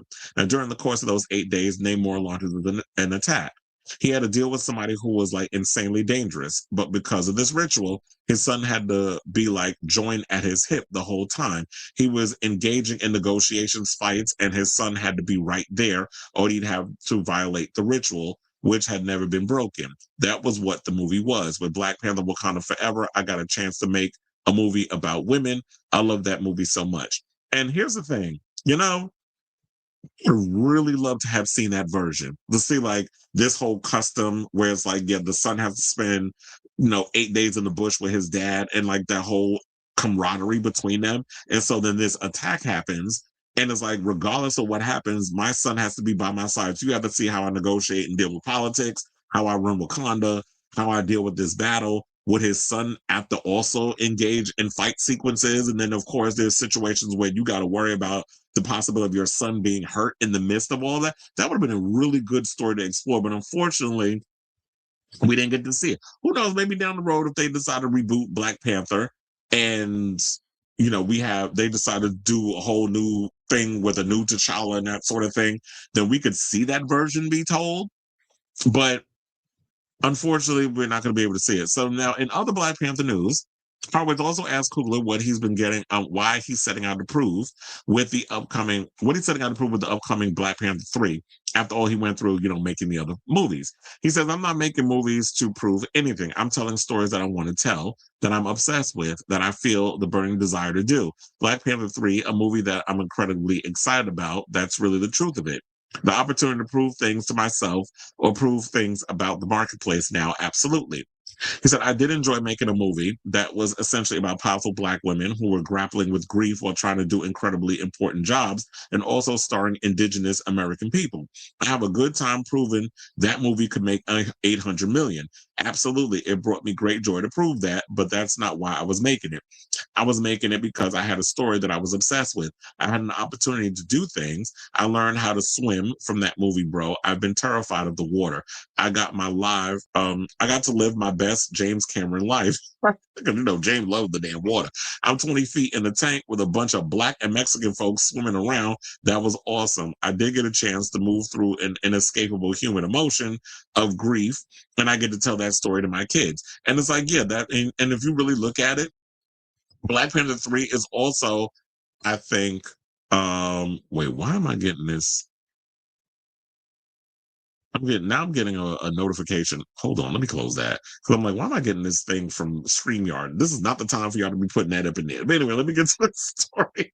So I feel like, when they were talking about like everybody was dealing with grief and that sort of thing, I feel like this movie was also Ryan Coogler's way of dealing with losing someone who he connected with on such a deep level, someone like Chadwick Boseman. So this movie was a love letter of him cathartically dealing with that grief that he was dealing with. So seeing him be able to do that in cinematic form, and Marvel letting that, like, being like, yeah, go ahead, do what you got to do. I applaud them for that, for letting him make the movie. And the movie did well anyway. It made close to $1 billion. That's awesome. So we'll see where they go with the third one. So he also went on to say, I got Black Panther 3 on my heart. From the outside looking in, you might say, man, why is this dude making another one of those? Excuse me, that's totally fine. That's totally a question that makes sense. I don't deny that. It's my job as a filmmaker to show why. It's my job to answer that question. Because I think Josh started to apologize at that point. He was like, no, it's like, it's a valid question. You can answer, but it's like, yeah. I don't have to prove anything to anybody, because I just make movies because the passion is there and I love making them. But I'm making it because I have a story to tell, and I have to prove, when I make stuff, it's like my job is to show you why, I'm making these movies. It's not about trying to prove something to people. I know I can make a good film. You've seen it numerous times, from Fruitville Station to Sinners. Now, Oscar winner Denzel Washington, who already confirmed that he will star in Black Panther 3, but Coogler continued to play coy when it came to his plans for the actor in the MCU, saying, out of all the 10 billion people on the planet, however many billion we are, I'm going to be the happiest one. He said of how it would feel to direct Washington. I'm going to try to write him a good part. So we don't know what's going on with Black Panther 3, what the story is. I definitely trust that Ryan Coogler is going to deliver something awesome. We'll see if there's also a what's the word? That with Black Panther 3, well, not Black Panther, with Avengers Doomsday, some of the, Wakandas are going to appear in the film. So maybe there's something within there that is going to be a precursor to what we could expect in Black Panther 3. So I'm sure, like, the way I'm looking at it now, I really feel like Avengers Doomsday and possibly Secret Wars are the breadcrumbs, the seeds that they're going to be planting to let us know. I don't even know what phase we're in at this point. What's the next phase in the MCU? So, yeah, so we don't know what's going on with Black Panther 3, but I'm curious to find out what that is. I'm looking forward to Doomsday. I'm looking forward to Secret Wars. Still cautiously optimistic about it, but I am excited to see these films because I'm a superhero fan. And so, yeah, so like I said before, it's most likely that there will be a, the torch will be passed, and they will go and we'll see an adult version of Toussaint, Toussaint, little T'Challa will be the new Black Panther. Because no shade, I understand that Shuri becomes Black Panther in the comics. I'm just not buying Letitia Wright as Black Panther. And I'm just saying, because it literally looks like just some flat, skinny, emaciated child in a damn costume trying to convince us they're a damn superhero. So no, it ain't working for me. So I say all this to say, what do you guys think of this story regarding what Ryan Coogler had to say about Black Panther, and also writing a part for Denzel, because Denzel let us spill that he's going to be in the movie. He's spilled that a while ago. So yeah, I definitely want to hear from y'all regarding all of this. So let me know what your overall thoughts are in the comments down below.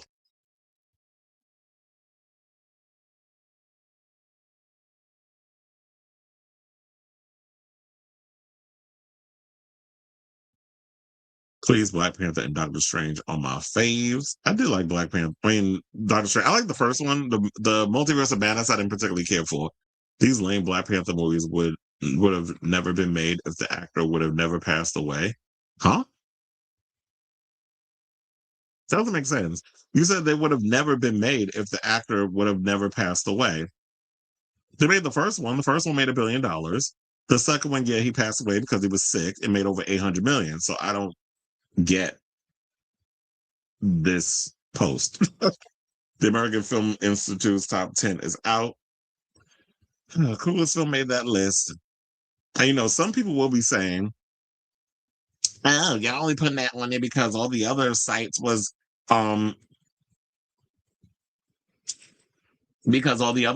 ignoring Black Panther and they didn't want to get that smoke. So it's like, damn if you do it, damn if you don't. If you like the film and put Sinners in your top 10, you're only doing it because you don't want backlash. But then if you don't put it in your list, you're a racist. So which one is it?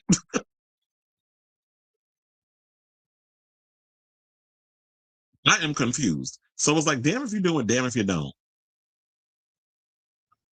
Okay, so now let's get into our final MCU conversation or post or video, or whatever story. I don't even know what the hell I'm talking about. Our final MCU story. Let's get into that. And let's talk about Jordan Peele. So there's a story floating around because apparently Jordan Peele came out and said that he is having talks with the MCU to make a superhero or direct a superhero film. Well, quiet as he could probably use a hit at this point, because the only movie I like that has come from Jordan Peele is Get Out. I didn't particularly care for Us. Us was all right. The Peter Nyong'o, I liked her in it, but it was just like the movie in M'Baku, I liked him, but the movie just didn't do it for me. And nope, I had moments of the movie that I liked. I just didn't like the film as a whole. I'm still confused with what the hell that film. What was that? A jellyfish that was eating people? Like, I'm confused. So Jordan Peele, I understand you be trying to do all the. I feel like you're trying to. He's in his whole M. Night Shyamalan bag, where it's like, oh, you had that one movie that put you on the map, and you were able to come up with this really cool concept, and then we lived for the twists and turns and everything that was going on up in it. And so now, because that movie was successful, you felt like, let's try to duplicate that success and keep making movies similar to that. Only your other films post that film didn't live up to the hype of that big hit that you had. So that's kind of like what I was feeling about the whole situation. But now the rumors are swirling that they think that Jordan Peele could be directing this long overdue Blade movie. So over the weekend, Daniel Rickman, aka Daniel RPK, reported that Marvel Studios is eager to have Get Out, Us, and Nope director Jordan Peele helm a future Marvel Studio movie. It was a familiar rumor, as was previously heard, that the filmmaker had been on the studio's radar for his X-Men reboot.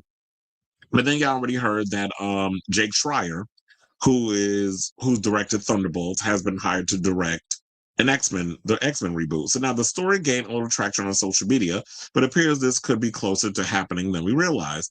Peele's production company, Monkey Paw Productions, has shared the rumor along with a eye emoji that certainly seems to suggest there's something to this.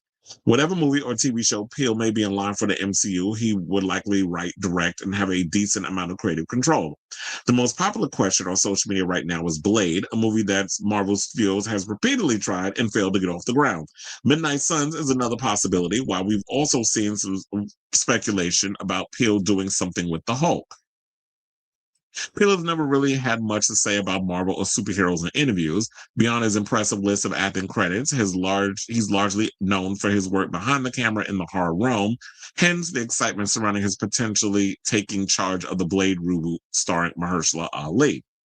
At the San Diego Comic-Con in 2019, Marvel Studios president Kevin Feige brought out Ali and announced a new Blade movie, and of course, we're still waiting since 2019 for this Blade movie to go off the ground. They can't figure out what the hell they're doing over here, which is why I think was the overall issue that caused the distrust in people with the MCU, because here y'all are announcing things, looking like y'all got a whole slate of things coming, and then you're either moving things down the line, you're coming up with release dates and then moving them, which they did with Doomsday and Secret Wars, because there's no way in hell you're gonna be able to shoot two movies in a short amount of time and have them out within a 6-month radius. Like that was not going to work. Not in no 2026. So they had to move the goalposts in regards to that. And plus there was movies y'all were releasing that weren't really doing all that well. So you burned the trust of a lot of the fans that were highly invested in y'all since the beginning. And now this whole thing with Blade, they haven't figured out what to do with this film. And even the cast, like even Mia Goth, so many others have said, like, we don't know what's going on with this franchise. We haven't heard anything. So the movie was supposed to, and then they moved the date so many times for Blade. Remember, it was supposed to come out November 3rd, 2023. Then they moved it to September 6th, 2024. And then it was supposed to come out February 14th, 2025. And then it was supposed to come out last month, November 7th. Didn't happen. And so now it was removed altogether. They've been going back to the drawing board. Even Dave Goyer, who wrote all 3 movies, directed the 3rd one. I ain't even gonna go there. But he did those movies and he even volunteered. He was like, I'll come on and I'll help y'all out if y'all struggling. And they haven't called. So apparently they know what they're doing over there. As I side-eyed that last comment I just made. They know what they're doing over there. But I don't know what's going on at this point. Now, the thing is this. Would someone like a Jordan Peele be a perfect fit for a Blade movie? Is he good at shooting action? Like, can you do can you shoot fight choreography with okay? Maybe he'll bring in a team of people that knows how to shoot all that stuff, and they'll figure it out in editing. It's kind of like with Guillermo del Toro when he told about Blade 2. I think he told on a Happy Sad Confused podcast, if I'm not mistaken. And he basically told me, he was like, yeah, I know how to write horror. I know how to direct action, all this stuff. But as far as like the cool stuff and the music and all this stuff, I had to bring people in that knew how to do that. So it could be a collaborative effort. If people know, you bring them the best people that know how to shoot and stuff.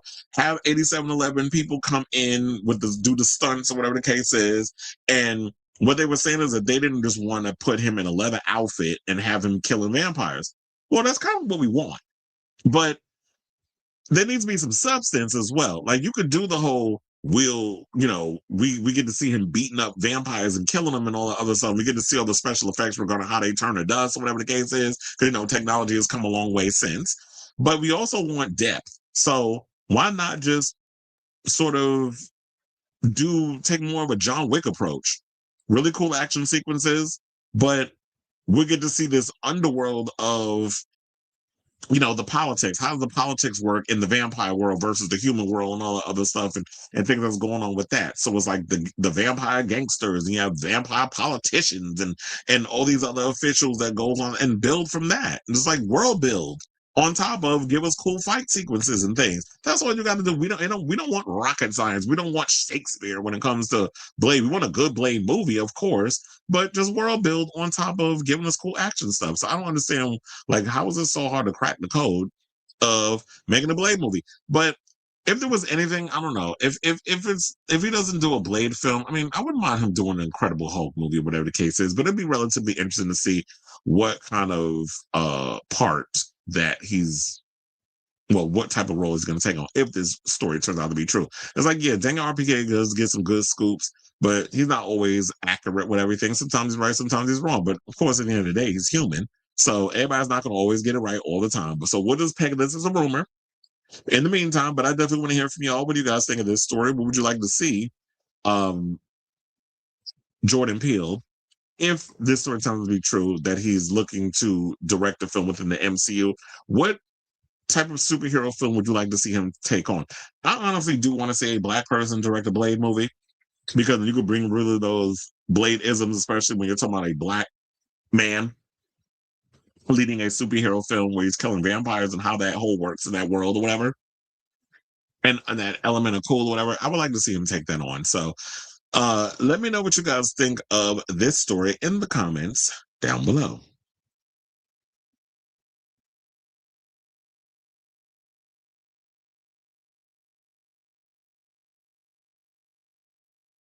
Not a capable director. He said if he has a passion for the material. That's what we want, is somebody who has passion for the material. You said gross, they suck. Monkey paw would ruin Blade. Well, a lot of people out here don't particularly like Jordan Peele stuff. And you know what? I want to give him the benefit of the doubt, but so far the only movie I've liked from him is Get Out. And we've seen that Monkey Paw has produced some things. He produced Him. Him was not a good movie. Him sound like I'm not even speaking proper English. Him was not a good movie, but the name of the movie was Him. It's on Peacock if y'all want to watch it, if you haven't seen it yet. I mean, I like looking at Tyreek, but that's about it. But if I really want to look at him, I could just watch him, and I know what you did last summer. Anyway, okay, so now that we got all the drama conflama out the way in regards to the movie stuff, let's get into some gossip. Let's talk about Madea. And the fact that Madea being messy. I think Madea tired of hiding in the closet, and now she want to let her freak flag fly. And all these lawsuits is the end result of the freakiness. So the other day we did break the news on the show, because I was on a live when this story broke about Tyler Perry getting hit by a second person for SA, inappropriate conduct, whatever. Tyler Perry shitting where he eating, and which is at the job, where Derek Dixon hit him with over a $200 million lawsuit. This young man, Mario, is hitting him with a what do you call it? He's hitting him with a $77 million lawsuit. So let's get into that story, and then I got clips and things that we're gonna get to with this whole situation. So Mario Rodriguez, who had an acting role in Boo, a Madea Halloween movie I haven't seen, by the way, because I don't particularly care for them Chitlin Circuit movies, allegedly contacted Perry in August to say he was struggling financially amid unspecified health issues. Because here's the thing, now everybody was, oh yeah, I go trying to take another black man down. It was like, well, wait a minute, if said black man with said money wasn't out here doing inappropriate stuff, there would be no reason to try to take a black man down. And there's a lot of black wealthy people that haven't been taken down. But anytime y'all want to come up in here with that narrative, y'all get on my root canal nerve with that narrative. And then, y'all trying to take a black man down. Well, if said black man wasn't being messy, what would we need to take him down for? So yeah, Oh, speaking of which, I got receipts. So I do got the text messages. Hold on, as I pull those up. Because, y'all be acting like people just be pulling stuff out their ass. But I was like, nope. I come with a receipt. So yeah, so there's one of the texts. He said, "Brother, where art thou?"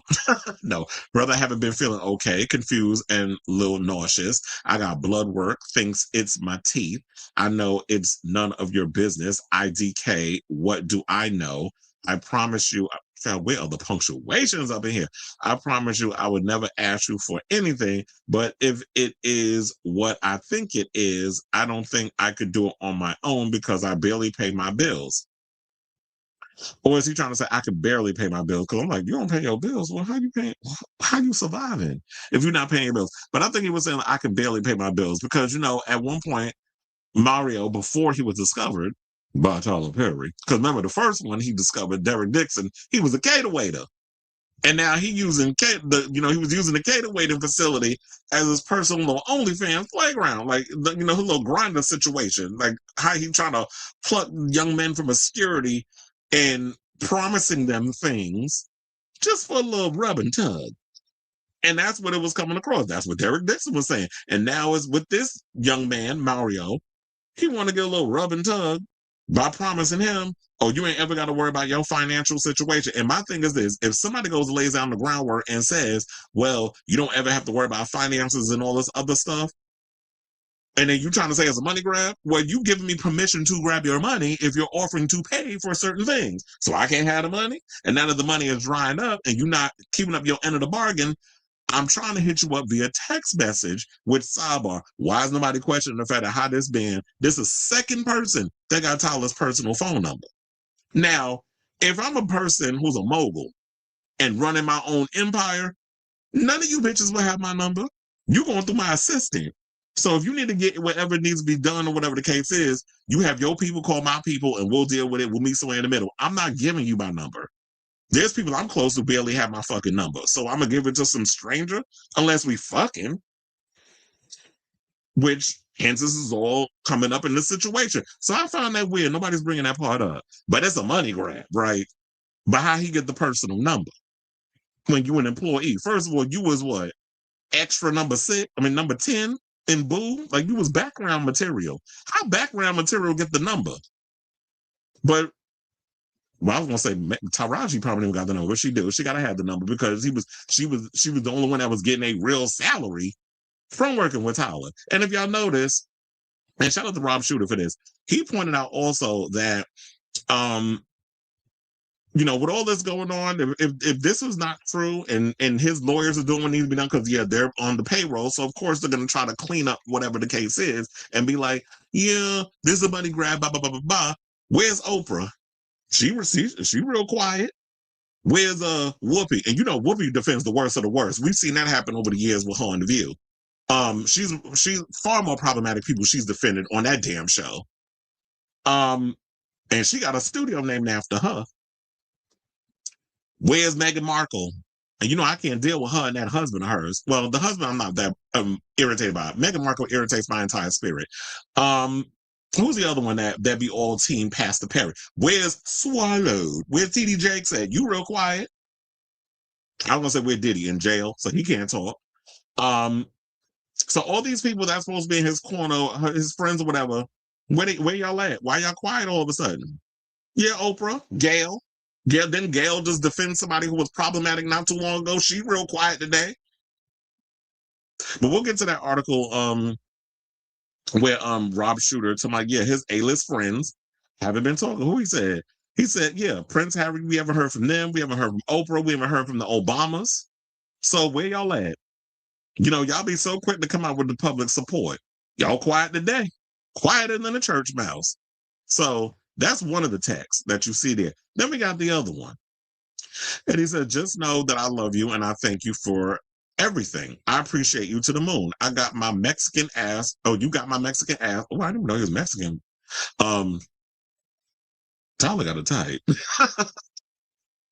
You got my Mexican ass out of a lot of bad places, and I just want to tell you thank you. I can't buy you anything, but I just want to tell you, well, yeah, because when you're a billionaire and you got everything, especially when you don't be paying people for nothing, writers, people that work behind the scenes, you got people wearing them old $2 wigs from Sheen, and they was dragging your ass over that. When you don't want to pay nobody because you want to hoard all the coins for yourself, what do you get the man that has it all? The only thing you can give him is your pussy or a little rub and tug, which he was trying to get. And two things can be true at the same time. People need to realize this. It's like, yeah, maybe it is a money grab. And there are a lot of men out here who are gay for pay, where it's like, yeah, they work as personal trainers, whatever the case is, but a lot of them have OFs on the side, or a lot of them are into sex work, or whatever the case is, and are willing to go along and do whatever so that way they can be taken care of, because a lot of these men who are not comfortable within their sexuality live their truth and live their life, and people like, they'll take advantage of whoever, however they want to get it. And I know that some people are like, but Tyler can get anybody he wants in the world. That's not what gets some men off.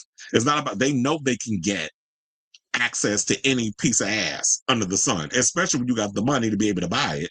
Because quiet as it's kept, Tyler ain't getting that shit if he was Joe Schmo from down the street. You got to pay for the pussy in order to get some. Since you was out here claiming you was a top when you was having that conversation, well, it's not even alleged. We read it with Derek Dixon. So yeah, it's not enough when you could. It's like, yeah, I have access to all the most beautiful men in the world, but it's more fun for me if I could go after the type of dudes that ain't gonna give me the time of day, that I could use this power to get, of control or power or whatever case. And we don't get into the thing about the whole Goodwill Hunting type of read, or how he would use his sexual abuse trauma in order to go after certain men. So this is a sign of an abused man abusing other men. And yeah, I'm sure there's been a lot of men that he's done this with that are probably scared to come out and say something. How many times we talked about on the show Christian Keys with that whole situation with him and the talk around that, and Christian Keys alluding to somebody who's a very powerful person doing whatever, and then threatened to go live with the team, talking sideways the whole situation. We all put two and two together, and whose name that all popped in our heads and out of our mouths? We say allegedly Tyler Perry. And then right after that story went viral, and some of the people that knew the tea was talking about it, but not mentioning the name, but we all kind of knew who it was. Y'all ain't heard from Christian Keys since, right? Because so-and-so got on that phone and hit that Venmo up or that Zelle and gave him that coin. So let's not act obtuse because your favorite is being dragged on the docket. It's being brought before the court, and we see the tea for what it is. Because if y'all out here thinking that Tyler Perry is straight, then I got quite a few mansions in Boca to sell your ass, and I don't work in real estate. So, yeah, he said all of that, and I think that's all we got on that for now. But there is this one thing I want to show y'all. So, yeah, and then, of course, then we had Perry's attorney basically trying to say, I said it before, and I will say it again, this is nothing but a $77 million money grab scam. Everything is a damn money grab scam because your client out here being sloppy. And now Rodriguez's attorney, Jonathan Delshad, did not immediately respond to our request for comment. Rodriguez filed his lawsuit against Perry, as y'all know, in LA Superior Court, accusing him of multiple instances of SA. Where was I? Oh, so according to the suit, Rodriguez was approached by a trainer at the Equinox Gym in 2015 about meeting with Perry to discuss a possible acting role as a very good-looking college student in a movie that later became Boo, Madea Halloween. And also, didn't the Boondocks bring this up about Tyler Perry, where he had all the muscle queens standing by, the muscle dudes standing behind him, and he was doing the casting, and you saw this old man with his gut all out, and he was auditioning for him, but he was surrounded by all these half-naked men. Boondocks been telling it. Boondocks as well as South Park. Those are the two animated shows that always be telling the tea. And y'all always thought like, oh, it was just jokes. No, trust and believe, Hollywood is this big. And the words be wording in the circle. And y'all just now hearing about it. But there's always been word around Tyler Perry in this industry, allegedly, for years. I love that word allegedly. for obvious reasons. So now, after auditioning for and accepting a part, and you already know, like, it's some of them actors, when y'all look at them, they be fine as hell, right? But couldn't act their way out of a paper bag. I wonder why. And if you're really thinking about it, it's like money grab for what? Like Tyler Perry, you ain't making people dreams come true. Yeah, you making dreams come true in your little circle. But my thing is this. I'm measuring my career. Can I go from a Tyler Perry movie and actually go and do a Jordan Peele movie or a Ryan Coogler movie or star in a movie directed by, Denis Villeneuve or Christopher Nolan? Can I go from him to them? Because that's when you know you made it. Not when you're doing some damn Chitlin Circuit film that cost $12 million to make and it was only shot in 2 days. And you could tell by the choppy ass editing, the bad writing, and the shitty acting how much energy and work went into the old Chitlin Circuit movies that y'all like. So now, auditioning for and accepting the part, Rodriguez was allegedly invited to Perry's LA home to have drinks and watch a movie in his theater. Perry allegedly put his hands on Mr. Rodriguez's legs and began rubbing his inner thigh next to his finger, Rodriguez alleged, claiming that after he rejected the advances, Perry said to him, "Man, if you would just come." I don't know if he meant C-O-M-E or C-U-M, but they said come. "I would take care of you for the rest of your life and you wouldn't have to worry about anything. I know you'll come around." So you're basically using this whole situation. Creating a casting couch in your house. You're promising this guy that if you just let me do things, if you let me play with your dick, if you let me, do all kinds of whatever, because I can't come to terms with being a whole rhymes with maggot because of the type of empire that I built on the backs of the church community who don't see it for the gays, number one. And so now I gotta play up this whole situation because I can't piss them off. But Tyler, you need to learn this. They already know. Just like everybody knows Will's a whole rhymes with maggot. just how everybody's like, we already know. You don't have to come out. Child, they know.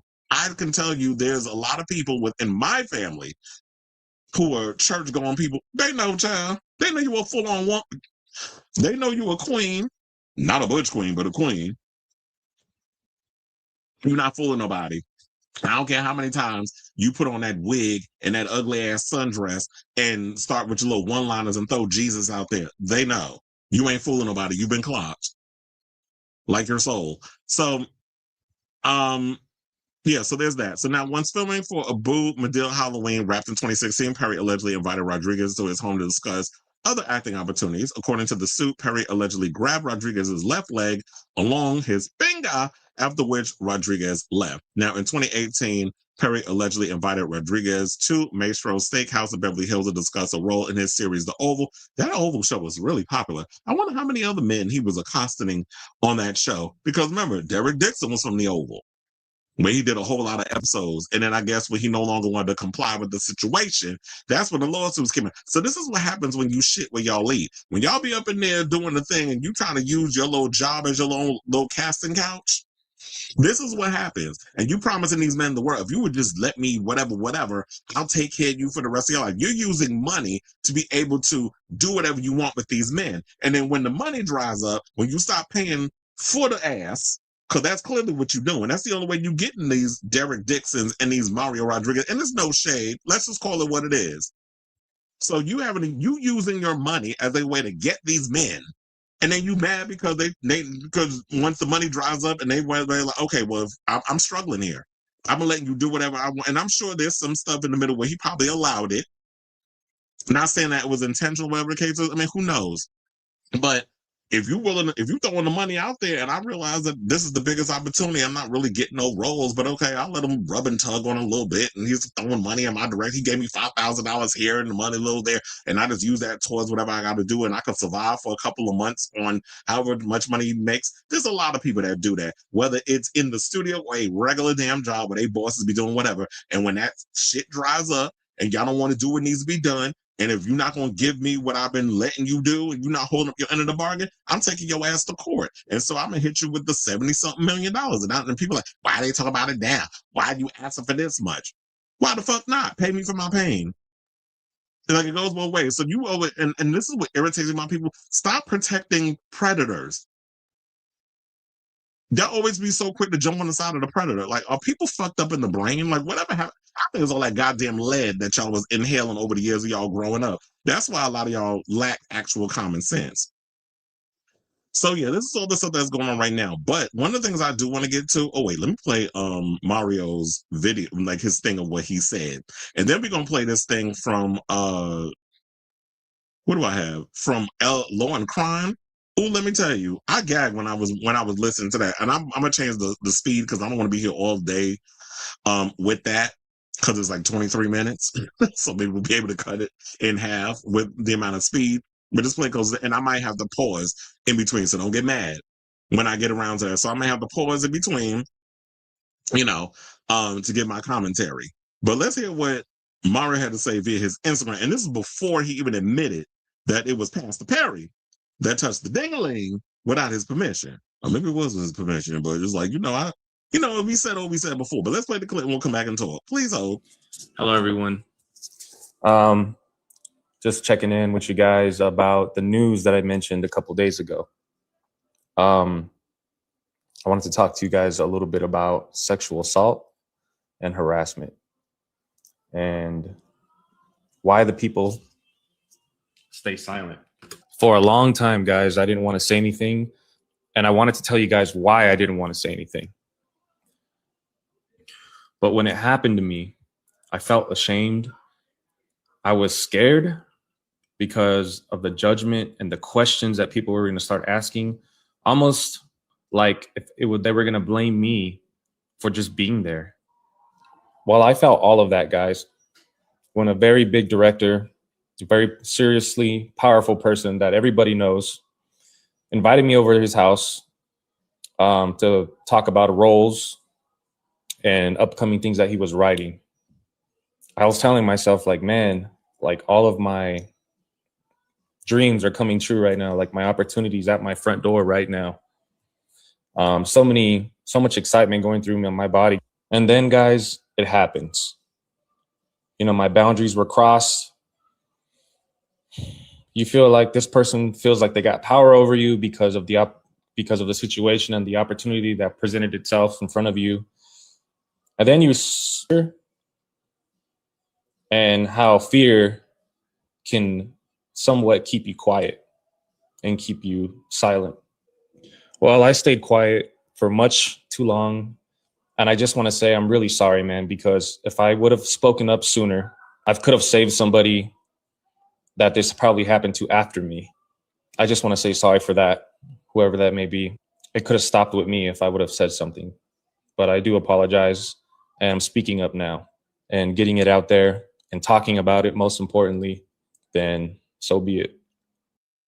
Well, look, Derek Dixon came out and said what he had to say first, and maybe that was the courage that you had to be able to say what you need to say. And you said it on December 13th, and then maybe a week or two later is when your story came out. But of course, you had people jumping in the timeline, well, why did you accept 2 payments of $5,000 after being essayed? And then somebody goes and says, in 2014, after you got the part for Boo, you went to his house and he groped you in his theater room. Then in 2016, you again went to his house, touched you again, and you left. Then again, you went to it. So you basically, it sounds like you're victim blaming.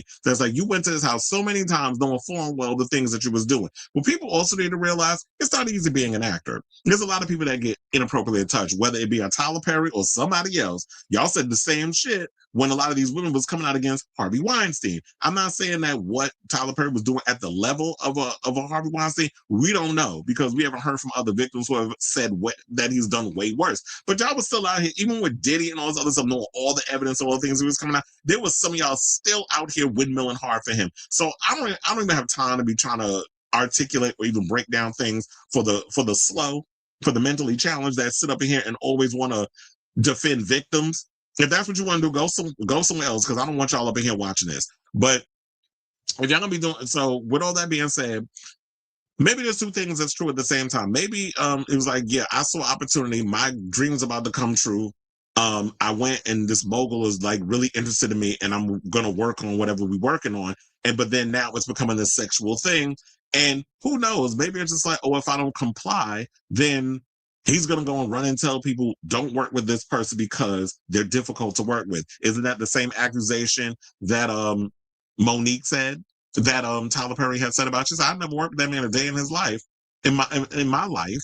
And he went around telling people all this other stuff about how I'm difficult to work with because I wouldn't do what needed to be done for Precious. And it's like, I'm not going around doing no shit for free. I got a whole family that I got to feed. And I'm the breadwinner. So my husband is my manager. I got to pay him. I got kids I got to support. But you want me to run around here tap dancing for these motherfuckers for no check?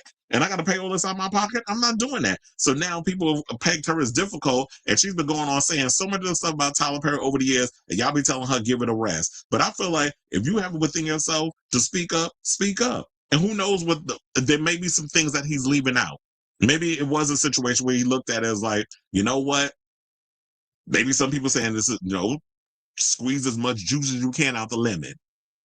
Yeah, you're not interested in him sexually, but let him touch upon you a little bit, and he'll throw a little money your way, and that'll take care of you for a while. Just go along with it.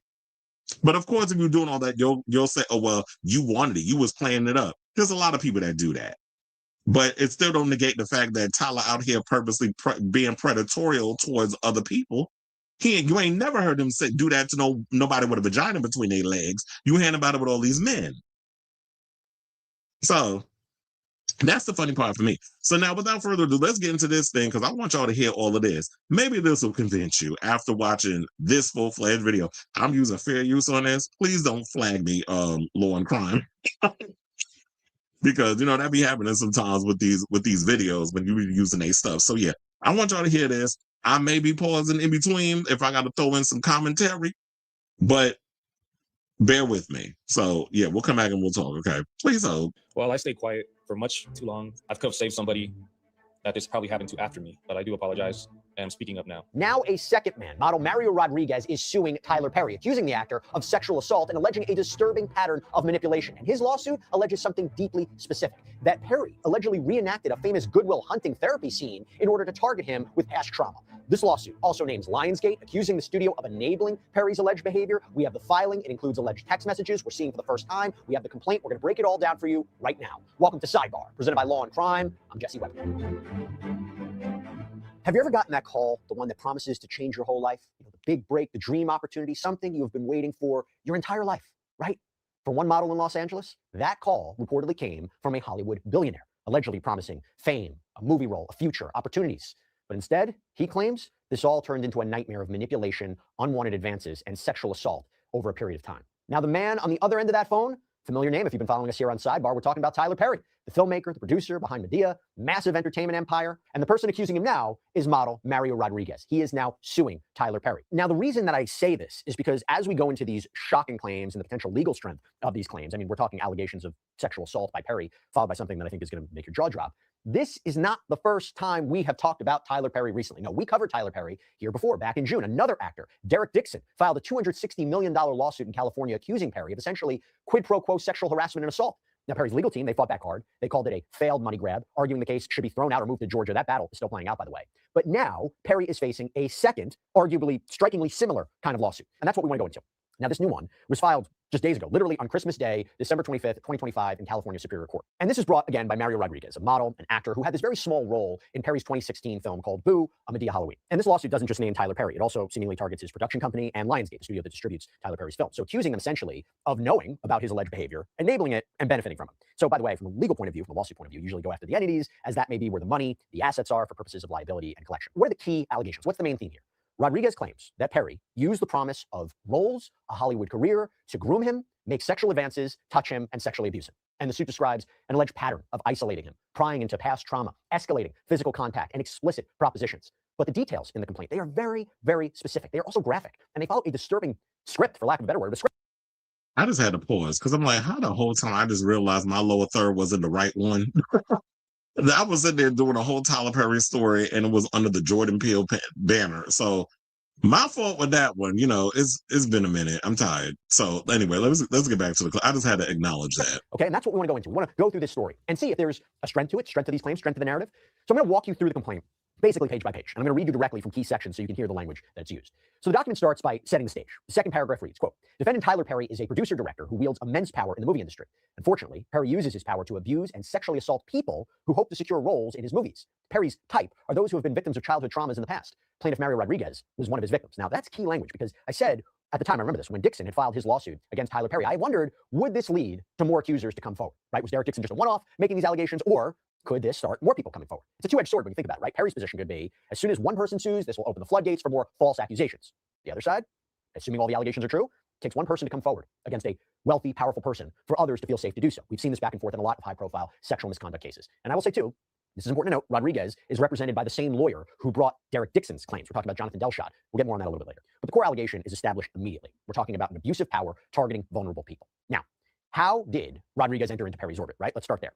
So the complaint says that in 2015, a trainer at an Equinox gym out in Los Angeles approached Rodriguez and told him, quote, that defendant Tyler Perry wanted to meet Mr. Rodriguez and to talk about offering him an acting role. And the complaint alleges that Perry called him that same day. The filing allegedly quotes Perry from that call, saying about the potential role, quote, you know, Mario, I'm not a bad person to know and have in your corner. And the suit states that Rodriguez auditions, quickly gets the part. It reads, clearly the audition was only a formality given Mr. Perry's position of power and his personal desire to have Mr. Rodriguez work for him. Okay, let's stop right there. So first, if Rodriguez can establish that Perry called him and that this person approached him at Equinox, you wonder if that person would testify if they're available. That would be key. It does become a question, how does Rodriguez remember, essentially verbatim, what Perry had said? Did he document it in some way? This call is probably not recorded. But an argument could be, you know, it's unusual for Tyler Perry to set all this up, have a communication with a minor player in a film. Usually a casting director or a producer would handle that. But I don't know, maybe there's an argument that this is Perry's style. He has ownership on all aspects. He wants to speak to everybody that's involved in the cast. The other way to look at it is this is unusual. And Perry targeted Rodriguez and only got him the part for his own personal reasons. Now, how can they establish the phone call other than through the testimony of Rodriguez? Maybe there's phone records, but obviously it wouldn't be a printout of their conversation. It would rather be just this call took place at that time. But again, we're talking about, 10 years ago. So then the complaint describes things escalating during this solo visit that Rodriguez made to Perry's Los Angeles home. This is key. Now, Rodriguez makes clear that while all of this is going on, he's just really excited for this acting opportunity and to be working with Tyler Perry. So anyway, he allegedly goes over. They have drinks. They go to Tyler Perry's theater room. Now, first, the complaint details this instruction from Perry. He allegedly told Mr. Rodriguez to keep his cell phone in the kitchen because, quote, there are cameras everywhere and they're always listening. By the way, if there really are cameras in his house, is that something that could be obtained through discovery and you can have him on camera saying that? I don't know. In the theater, this is important. The suit alleges that Perry began asking deeply personal questions about Rodriguez's childhood and traumas, and Rodriguez became emotional. The suit alleges, quote, Mr. Perry told him, you have a lot of trauma in you, and believe it or not, we have a lot in common. Mr. Perry told Mr. Rodriguez to stand up and said, come here, man, let me hug you. Mr. Perry hugged Mr. Rodriguez and said, it's not your fault. Now listen to this, quote, in the moment, Mr. Rodriguez could not help but feel that Mr. Perry was trying to reenact the famous scene between Matt Damon and Robin Williams from the acclaimed 1997 movie Good Will Hunting. Now, if you haven't seen Good Will Hunting, first of all, you should. It's a great movie. But if you haven't, it's a very famous therapy scene where Robin Williams' character repeatedly tells Matt Damon's character, who had been abused in the past, that it's not your fault, pulling him into a hug. There's a really big emotional breakdown. And it's meant to be this moment of deep vulnerability and release, which is why you're having this alleged comparison. It stands out. And I will say that level of unique specificity, that can arguably help with credibility if this goes to trial and Rodriguez takes the stand. It's like so strange and so specific. Could he really make this up? Maybe, maybe not. But you go from there. The complaint describes this encounter taking a turn. This is when, according to Rodriguez, it turns physically invasive, with Perry then allegedly rubbing Rodriguez's shoulders and his chest and making comments. And when Rodriguez sits back down, he claims that Perry sat next to him and began rubbing his inner thigh. Now, Rodriguez claims that he then got up and excused himself, but the suit quotes, or allegedly quotes, Perry as being persistent, saying, just relax. I promise I'm a good guy to know and have in your corner. You just need to relax and stop being so tense. Man, if you just come, I would take care of you for the rest of your life and you wouldn't have to worry about anything. And I know you'll come around. Now, he claims that he ultimately left Perry's house, went home, but what happens next? So he says he goes to Atlanta to film in January 2016. And he says that Perry never sexually assaulted him or attacked him on set, which, by the way, also potentially goes to an issue of credibility, right? For someone who may be questioning Rodriguez and questioning if this is true, you could argue, well, if he's claiming that he was assaulted by Tyler Perry, wouldn't he want to embellish every detail he can? But to say that it started only at this house with his leg being touched, nothing further happening, that nothing happened on set, does it help with credibility, right? Maybe. Now, after the film wrapped, this is when Rodriguez accuses Perry of allegedly continuing to invite Rodriguez over, saying how he might be a good fit for future roles that he's writing. Now, Rodriguez claims that during these visits, they would talk about work, but then also personal things. And from here, he claims that Perry allegedly made sexual comments to him and even asked if he had sex with another man. And then, when Rodriguez apparently said that he was having a baby with his girlfriend, and that Perry allegedly sensed how stressed out Rodriguez was about his financial situation, Perry allegedly said, quote, if you would just give in to me, I would take care of you. You would never have to worry about anything again. So there you have it with that. Now I'm going to play the rest of it, but he's saying like, well, you understood he was in a financial bind. He was struggling. He was confiding in Tyler because of what was going on in his personal life, whatever. And he's like, oh yeah. So now this is how predators work. When they hear like people are down on their situation or there's stuff going on in their personal life, it's like, well, yeah, you got the money and the wherewithal to be able to buy whatever it is you need to buy. And so now you're looking at this situation. It's like, oh yeah, well, if you just give it and let me, or do a little rub and tug, y'all know I have to get a little creative with you too. Do a little yum yum bouncy bouncy, or a little slurpy slurpy, or whatever the case is. If a sloppy toppy, whatever the hell you want to call it. If you just give it and let me do whatever I need to do, just so I can get my rocks off, and then of course kneel on some rice and pray to Jesus for forgiveness, because it's so wrong being a homosexual. I can't be a full-on homosexual, so I gotta pray the gay away. Which, quiet as it's kept, we all know that's impossible. Gay is what it is. If people got a problem accepting the fact because they said the Bible said, child by. First of all, homosexuality existed long before speech replaced sign language and before that book was written by man. So, yeah, definitely a baloney wash. Other than my theme song.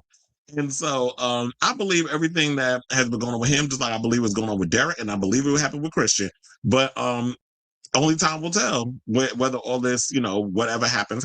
But yeah, I just want to play. I wanted to say that before I get back to the clip or the video, because it is a long one. We got about, how long is it? Oh, we 12 minutes in. So we got about another 10, 11 minutes before it's done. So, but yeah, so you were trying to use somebody's hardship as a way to get something for you out of a situation, and the man is not interested. But now, him taking the money, that's where he's gonna have to explain that when he gets before a judge. They're gonna have to defend that if it goes to court, which I don't think it will. I'm having a strange feeling Tyler gonna end up settling, and it is what it is, kind of like he said it with Christian, allegedly. But let's get back to the clip and then we'll come back. Side note, we don't know if this actually happened. The counter argument to this would be, Tyler Perry really said that in that specific language that could help your legal claims? Maybe, maybe not. Again, it's all going to come down to credibility and how can they back it up. But Perry also allegedly shared, and this is important, that he himself, quote, was sexually molested as a kid. And the complaint argues that he was using that shared trauma as a tactic to build trust before making more sexual advances. And then he claims that Tyler Perry sexually assaulted him, like allegedly grabbing his leg right by his private area and allegedly saying, it's all right. Now, there is no way to truly corroborate that unless there are cameras in the home or it's just the testimony of Rodriguez. This is not like a rape case, right, where you're talking about maybe DNA or forensics, even though that might be difficult from such a long time ago. But this is really, again, a question of credibility. Now, this is the next part. When Rodriguez claims that he refused these alleged sexual advances, he claims all the acting roles dried up. The suit states plainly, quote, because Mr. Rodriguez continually rejected Mr. Perry's sexual advances and assaults, Mr. Perry never hired him for Medea's Halloween 2, despite all their conversations for new roles for Rodriguez. Then we... Which goes to explain why he probably went along in a situation why a lot of actors go along with assaults and stuff that happens on set, because if they say no, like I said before, you can be blacklisted. He could be like, oh, I don't want to work with this guy ever again. I'm not going to give you no parts. If you go out and try to audition for other people, Hollywood is, like I said, this big. So he can go around and make phone calls and say, oh, so-and-so is difficult to work with. Now, knowing full on well, you was the perpetrator in the beginning. My career's dried up. I can't get a job nowhere. And now I got to go and get a job at Whole Foods or whatever the case is to make ends meet. And I'm still struggling. So my dream, I wanted to come true. And I'm out here trying to pursue a career and a passion. But now it's been destroyed because some pervert can't come to terms that they like dick. And so because I'm not giving you what you want, now you want to ruin my damn career because you an asshole. And they like throwing the whole Jesus and God and all. You know what? There's a special place if this is true, there's a special place in hell for people like him. And they be the main ones, the ones that run up in them Christian circles. They be the biggest goddamn hypocrite. First of all, I didn't even know there was a part 2. Was there ever a part 2? Child, he ain't coming out. He's banked too much on that empire for him to ever come back. Although, like I said, a lot of people he think that don't know. So you just wasting your damn time. But I just want to say that. So yeah, the roles drop. So when people say, why did you do it? Why?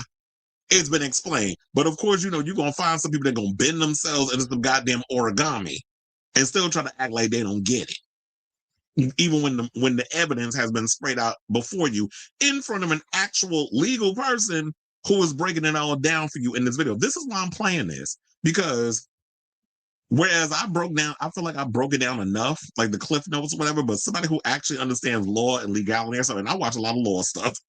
That's how I'll be making sense of like trying to articulate it. But I wanted an actual attorney to be able to come up here and from this video be able to break it on down for y'all to understand the legality behind all of it. But anyway, let's get back to the video. Go to this key moment, this key incident that allegedly happened. It's talked about in the complaint that allegedly happened in November of 2018. So after a dinner where Perry allegedly discussed a role for Rodriguez in the Oval show, the Oval series. By the way, Rodriguez said that he was reluctant to go to this dinner in the first place, but thought, you know what, this is a restaurant, it's a public place. He was thinking of his career. And that's important because if Rodriguez takes this to trial and is cross-examined by Perry's attorney about, you claim you're sexually harassed, sexually assaulted, why did you keep coming back if this were true? Well, now he would try to explain it. It's career advancement. I was trying to help my career. I was maybe hoping that this wouldn't happen again, that I'd have a safe place. You know, I'm trying to think of my career. I'm trying to think of my family. Anyway, going back to this. After the dinner, Rodriguez claims that Perry invited him, again, over to his house. And by the way, there is a text exchange that's embedded in this complaint that arguably confirms this meetup at the house. There, the suit describes Perry allegedly making explicit sexual propositions. When Rodriguez goes to the kitchen, the suit alleges, quote, Mr. Perry followed Mr. Rodriguez to the kitchen. Then, Mr. Perry tightly hugged Mr. Rodriguez and repeatedly told him to, quote, hold on, while Mr. Perry tried to unbuckle Mr. Rodriguez's pants. And the complaint then states, it alleges, that Perry then grabbed Rodriguez in the genital area. And Rodriguez allegedly said no, he was able to struggle free, and then he apparently calls Uber to go home, and as he waits for his ride, the suit describes this alleged sequence, quote, Mr. Perry tried to apologize for his sexual assault, telling Mr. Rodriguez, hey, my bad, my bad. Mr. Perry, afraid of consequences for his sexual assaults, then stepped away for a minute, returned, and stuffed $5,000 into Mr. Rodriguez's pocket. So, from there. So, for those of you who are slow, that was asking in the comments, not in these comments, because we got some rational people up in here, but in them other comments when I was reading on Mr. Rodriguez's Instagram, for those, well, why did you take $5,000? Tyler Perry shoved the money in his pocket to shut him up. That was hush money. So for those who are a little slow, and a little up too, because you ain't never seen $5,000 either in your account or ever in life, that's why he was able to, that's why he took the money, because that was supposed to be hush money. Pay me for my pain, I guess, and my silence. So that's why he did that. Let's get back to the video. The complaint claims that the next month, Perry invited Rodriguez over again to his house, and there was another embedded conversation, text exchange, seemingly suggesting that. Now, I'm going to read you this next part verbatim from the complaint. I think it's important, quote, Mr. Rodriguez agreed to go over because Perry had made him believe that Perry was sorry for assaulting him. The $5,000 and reaching out back to him about the situation and making light of it was a sign of Perry's understanding of his guilt and of the mistake Perry made. Even though a lucid Rodriguez would be concerned about a worse assault, Rodriguez could not get past the potential of living in a dream of being a movie star and the fame and fortune that accompany him and being dangled in front of him. Again, very, very important if he's cross-examined about why he kept going back. Now, Rodriguez claims, though, that while at Perry's house, Perry allegedly massaged his shoulders, gave him long hugs, talked about sexual things, and then sprinkled in some stuff about work. And he claims that he would leave the house before things escalated. From there, the suit claims, after another unwanted advance, namely allegedly forcing his hand on Perry's private area in 2018 or 2019, so this is a separate incident. Again, Rodriguez claims he went over to the house because this was his only way to break into the industry, and that Perry allegedly said they were going to talk about potential roles. It says, the complaint says, quote, Perry once again apologized and stuffed another $5,000 in cash in Mr. Rodriguez's pocket and sent him away.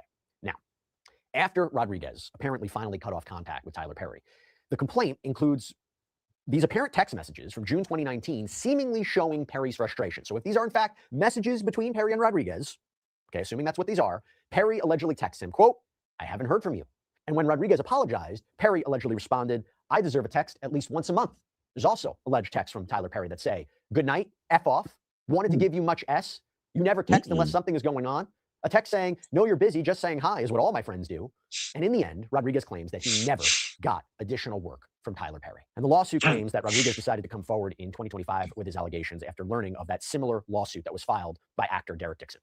In fact, and this is in the complaint, a friend allegedly texted Rodriguez about Dixon's lawsuit, and Rodriguez replied, quote, OS, he's at it again, when's he gonna learn? Where the friend responded, when he ends up like Diddy, referring to Sean Diddy Combs.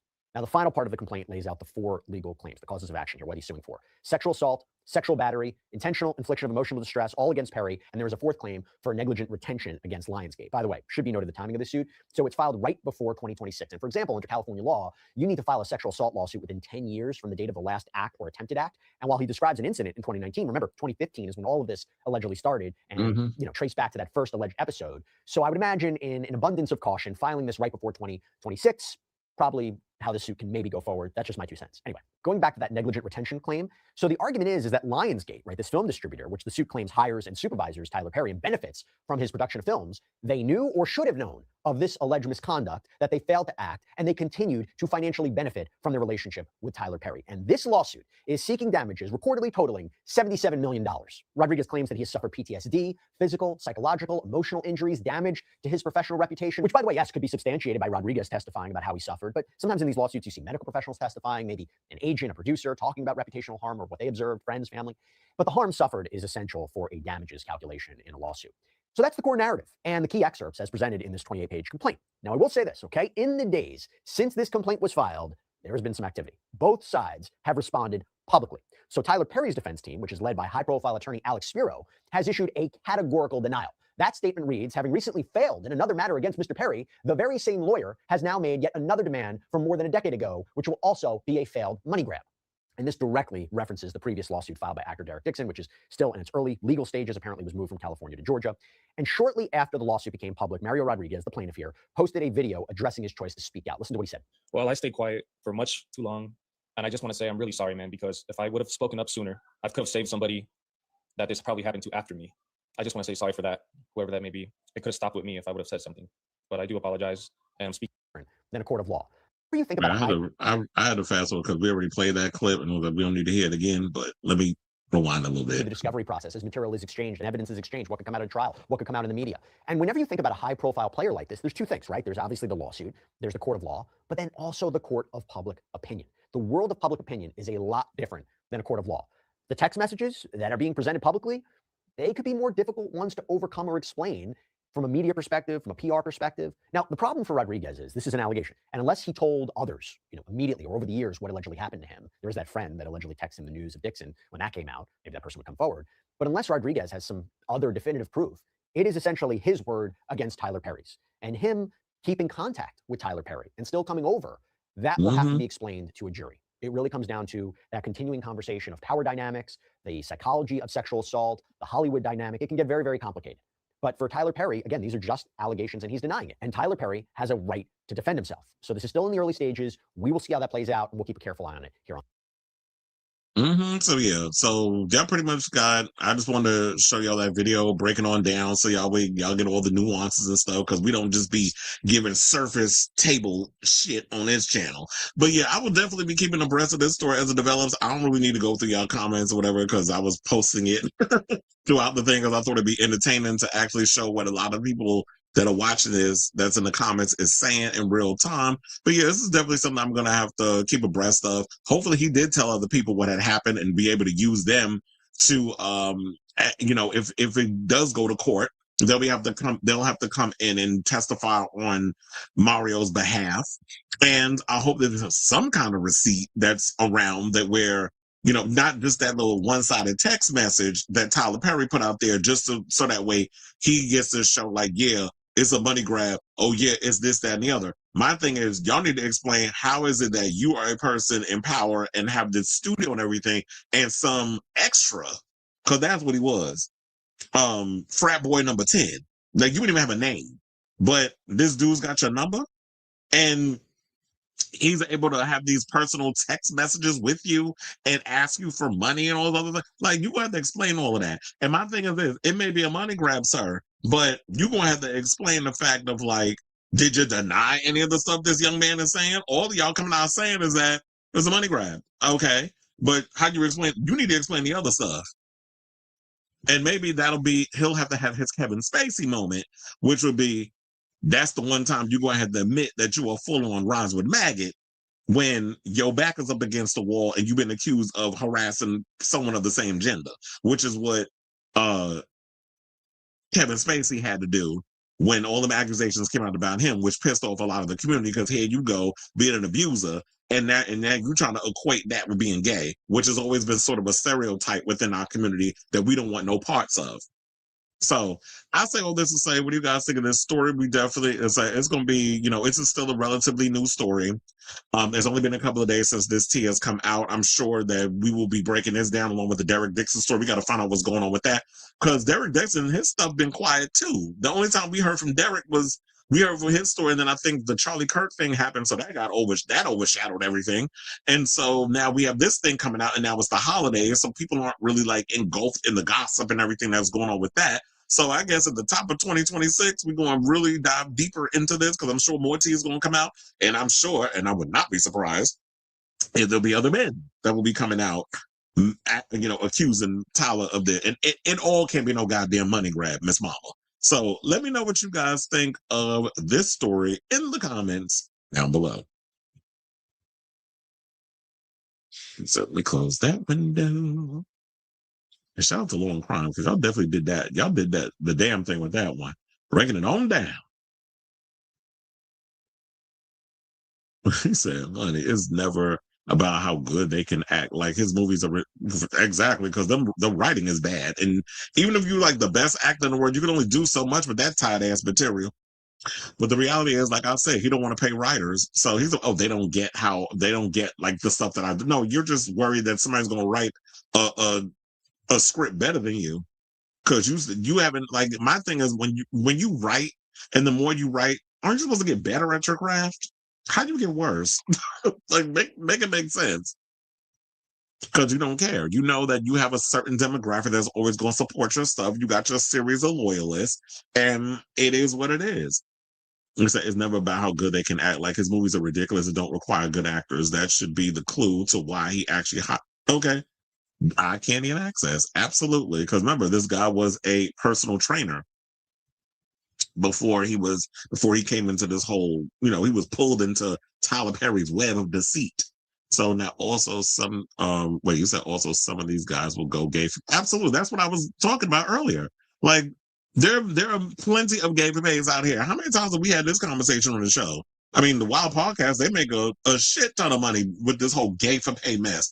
Which, if y'all like it, I love it. I don't support the whole gay for pay. Like, don't come in here and try to pander to our community because y'all giving trade. And there's a lot of woulda, coulda, shouldas that be wanting something they can't have, which is kind of like the same category what we put in Tyler Perry in. Tyler Perry can have any man in the world that he wants. But when you're someone who's never been told no by anybody and you're in a place of power, you always want what you can't have. So you go after the have. The haves and the have-nots. Didn't he have a show called that? So, and then there's men who will go around and they'll play up the whole gay for pay thing, because I'm sure like he was struggling, and I'm sure there's probably some truth to the whole money grab situation. But if you out here purposely putting yourself in a situation where it's like, oh, this man is interested in me, I'm not interested in him, but he got money, and I don't have to struggle if I just go along to get along. So there could be a little bit of truth to that. I just bit my lip. Hope it's not bleeding. So it was like, there could be a little bit of truth to that, but if the courts bring that part up, then they'll just have to explain it. But that's still but at the end of the day, even if it was like I did a whole gay for pay type situation, does that still excuse Tyler Perry for what he did? Is he innocent in all of this?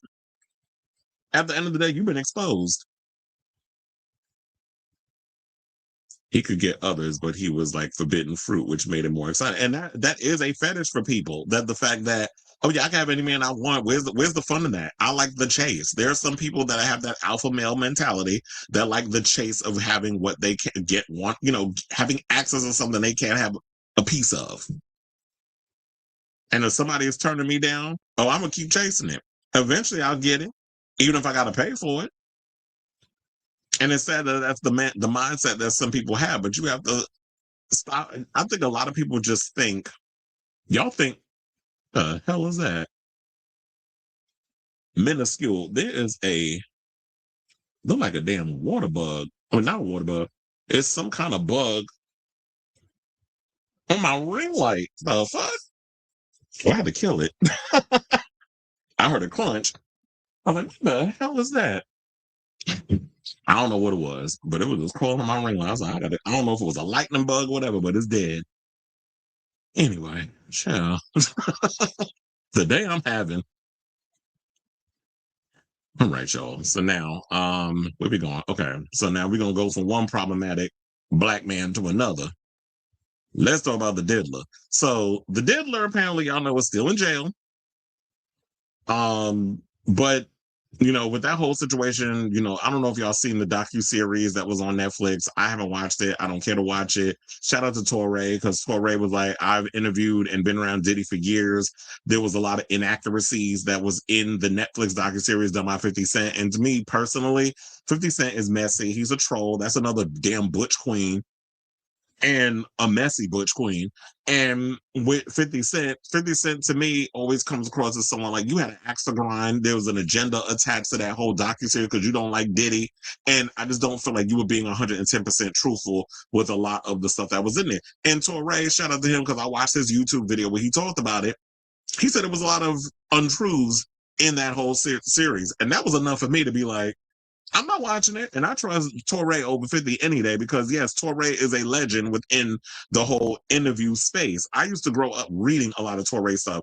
If I'm not mistaken, didn't he write for Rolling Stone? Like I used to read a lot of Torre's articles when he would interview a lot of musicians in the industry. So, with that being said, now comes word that with this whole situation surrounding that Sean Combs, The Reckoning, allegedly, according to the trades, Diddy might be taking Netflix and the 50 Cent, loose change, as I like to call him sometimes when he get on my damn nerves, to court over them lies that was spread of that damn show.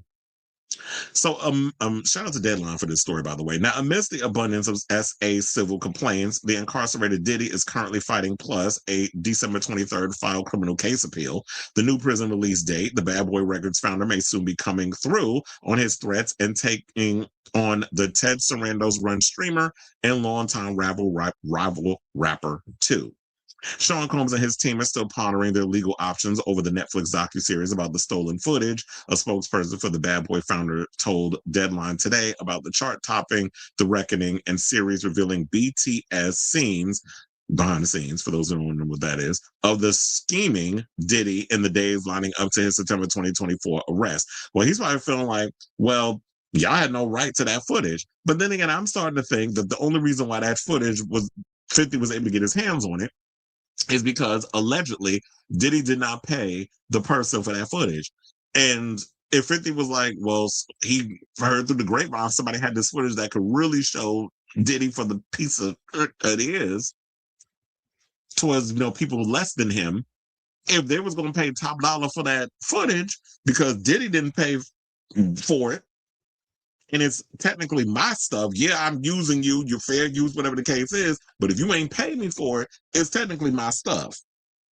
So 50 Cent had the money. Netflix had the money. I took the money from them.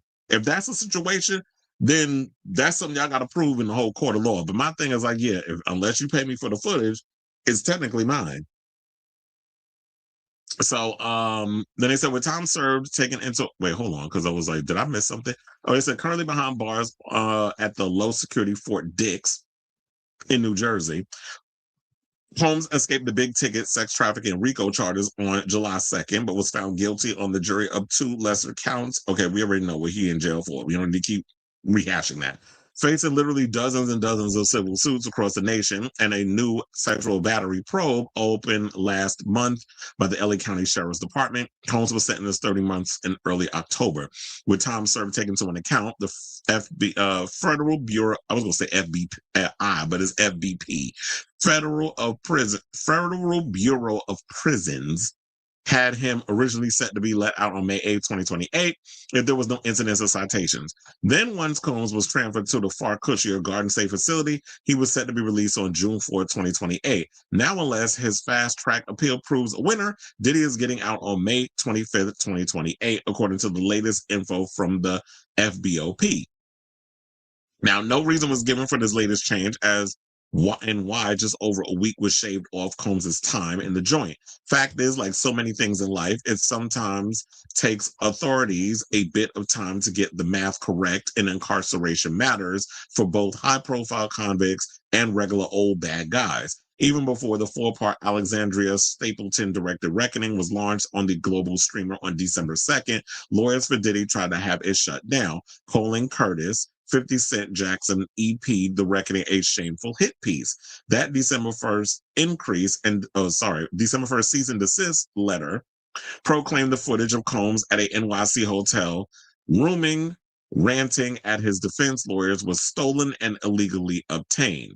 Accuser CEO Sarandos of corporate retribution from allegedly being rebuffed by Combs on a 2023 docu-project. The letter went on to say, as you are undoubtedly aware, Mr. Combs has not hesitated to take legal action against media entities and others who violate his rights, and he will not hesitate to do so against Netflix. Well, good luck, sir, because Netflix and Warner Brothers Discovery about to be merged. So good luck trying to get them in the court. And funny enough, I was even thinking that before we did the Tyler Perry story, because Tyler Perry does a lot of Netflix stuff. Well, stuff in Netflix. I'm glad he suing Lionsgate and not Netflix, because I think when Boo came out, that was around the time when he was in bed with Lionsgate. I don't think he does stuff with them anymore. Now he's more or less with Netflix, and I know he's also done stuff. Has he done stuff with Prime Video, I believe, also? I know he's been with multiple streamers where he's been doing movies, because it's been years since Tyler Perry movie has been in the theater. But I think now he does mostly work with Netflix. But anyway, so earlier this month, the streamer offered its own version of events to what the often hyperbolic Combs claims was really going on. The project has no ties to any past conversations between Sean Combs and Netflix, a spokesperson for the streamer said of Sarandos and Diddy's professional relationship and any other docu-project. The footage of Combs leading up to his indictment and arrest were legally obtained. This is not a hit piece or an act of retribution. Curtis Jackson is an EP, but does not have creative control. No one was paid to participate. So how you're an executive producer, but you don't have creative control of what's going on? Is that just because you gave the funds and you put your name on it and that was it? Because that's how sometimes some people get an executive producer credit. It's like, oh, I'll just throw my name on it, but I didn't do nothing with the thing. So I would like to know what, and I guess if it does go to court, they're gonna have to prove like how much work did 50 put into this doc. Like what was his role exactly? Because executive producer is a complex title. Some people just be executive producer in name only, and then there's some that actually, they go out, they seek out the money, and they look for this and this and that. Like they're really hands on with the thing. So we just got to know what level of how much work did he put into it. So they also said that perhaps unintentionally providing some degree of legal coverage to Netflix, so-called Sean Combs documentarian Michael Oberlees on December 10th offered up how the hotel footage ended up on The Reckoning. The footage in question was not related to released by me or anyone authorized to handle Sean Combs materials. It was by a third party who covered for me for 3 days while I was out of state. It should be noted that Netflix has been in a similar situation before over what was called stolen footage, and the streamer came up a winner in court. Attempts in 2022 by members of Orgasmic by members of Orgasmic Meditation Organization, One Taste, to shut down the docu Orgasm Inc. over misappropriated footage failed. First of all, where have I been? I've never heard of Orgasm Inc. If y'all have heard about it, let me know in the comments. The streamer successfully argued in LA's Superior Court that they had come across the video of training session legally, and that a lot of what Orgasm Inc. showed, with faces blurred, was out in public already. Undoubtedly, with the One Taste case in mind, Combs, the Reckoning lawyers must be weighing the odds of court victory with that precedent. Certainly, the stakes that are so much lower now. The well-watched docuseries has been online almost a month. Yeah, at this point, it's like people saw what they saw. You could take them to court and you could do all the legal whatever that you need to, but the court, as it was stated in the last video that we did with Tyler Perry, there's the court, the legal system, that court situation, and then there's the court of public opinion. So whether or not you take this to court and all the legalities play out the way that they're going to play out, the people have already seen the docuseries and have already made up their mind about Diddy. And even if it wasn't the Netflix situation, there's been multiple docu-series and shows and movies and things. I think HBO Max did one. I saw that one I saw that one. And then there's one on Peacock. So there's been so many other streaming services that done documentaries and docu-series on Diddy. There's so many out there. People already made up their mind about who he is, and you're doing time in jail, so people already are aware of who and what you are. So I just feel like this is a waste of damn time, in my opinion. So now, on a parallel track, Diddy's attorneys is in this much hype and already expedited appeal finally got around to putting an official document in the court docket just before Christmas, trashing trial judge Aaron Summeranian for supposedly acting like the 13th juror.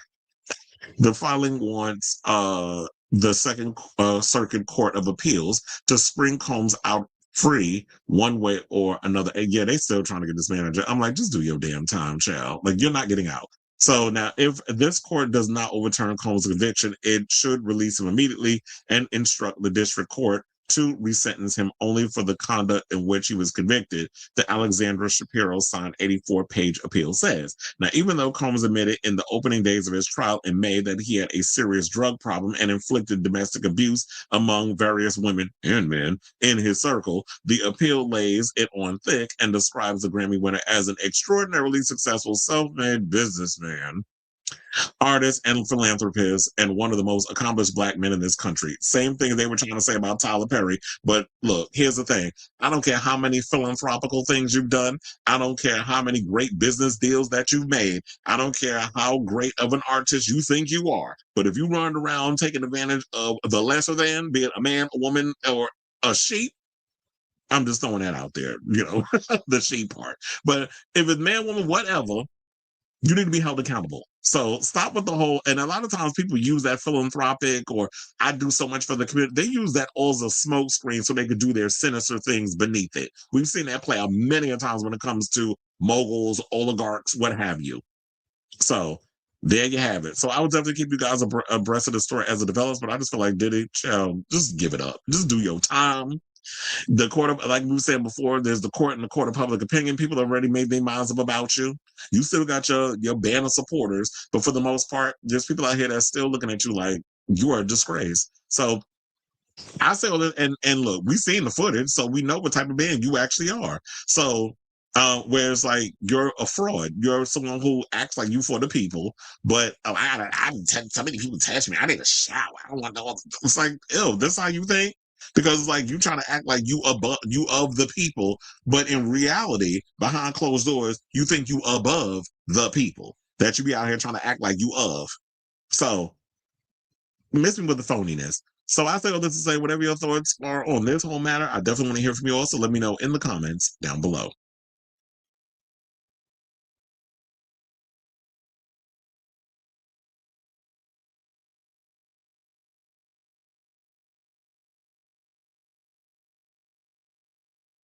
It probably was. I was like, what the hell is that crawling in my ring like? And you said the FBBC, because I was struggling with calling it what I was going to call it. That would be like R. Kelly's child. Can you imagine? People made up their mind about him years ago, but the Netflix series exposed a lot more of his, and the multiple shows exposed him for the man that he is. Okay? Ain't shit pit bullish about some damn Diddy. That's what his legal team, I guess, is there, for. All right, y'all. So now let's talk about, let's move on to our next topic. And let's talk about Cardi B. So apparently she's being dragged by her the Barty gang over her relationship with Stefon Diggs because they're like, girl, why'd you get pregnant by that man? He out here allegedly done had multiple babies on you. And you out here riding for some, which is why I always say stop dating these athletes and stop dating these damn musicians because they all a bunch of goddamn cheaters. I said what I said. And not all. Now, you can prove me wrong, but I'm like all of them. Cardi B bluntly addressed all the hate she's been getting lately from fans about her relationship with Stefon. And now, of course, she got to get vulgar with that damn mouth. That's why I said you could take the girl out the hood, ... The rapper says some of her fans have been a little too mean and that they've been dragging her for the past 3 or 4 days, detailing it all in a video she posted Monday on X.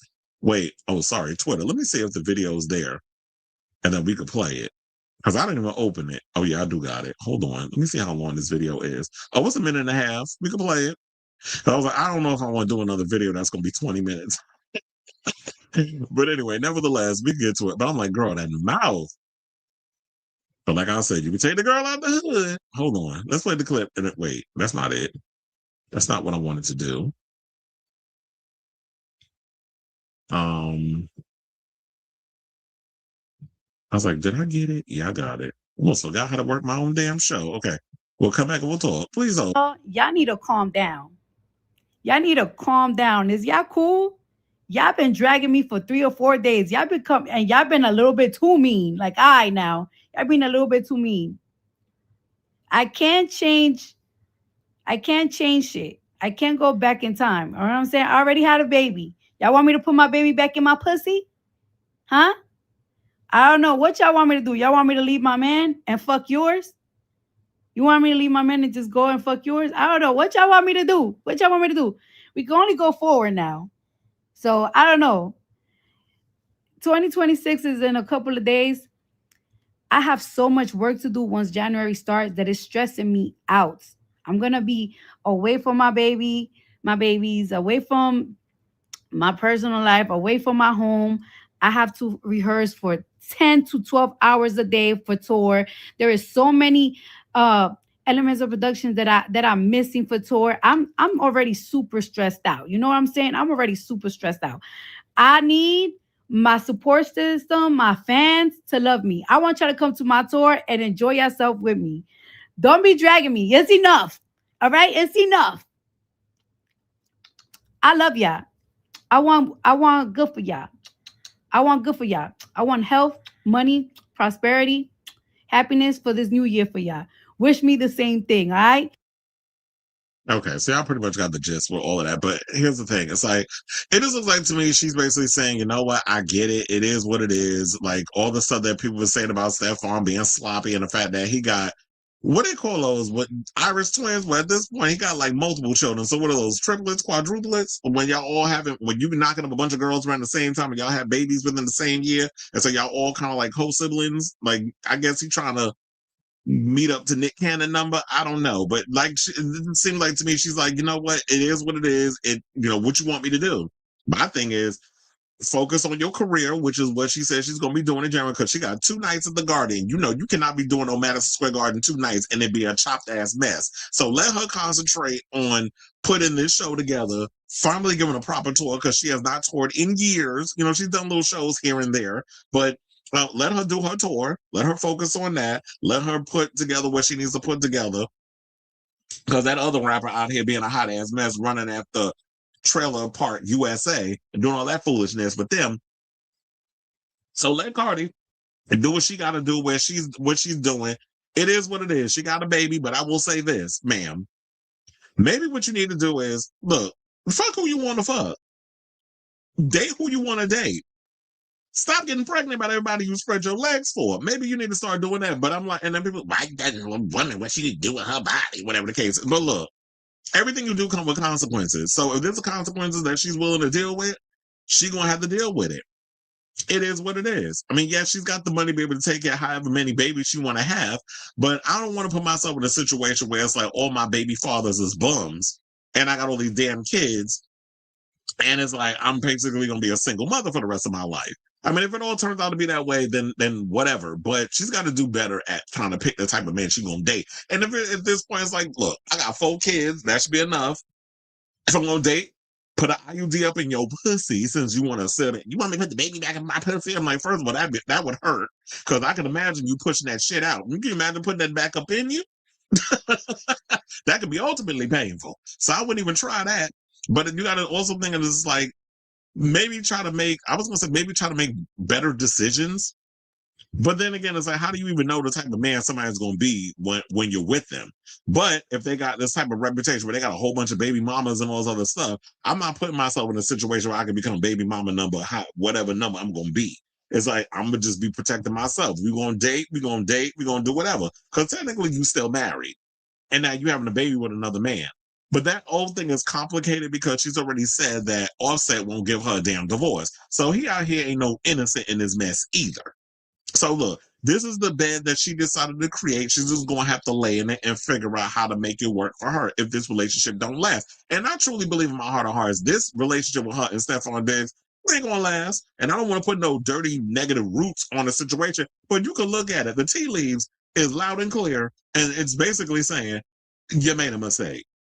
Yeah, I mean, the good thing, I guess, is you got a baby out of it. and you'll be forever connected. But I wouldn't want to be forever connected with no bum ass man, just because I got a kid with them.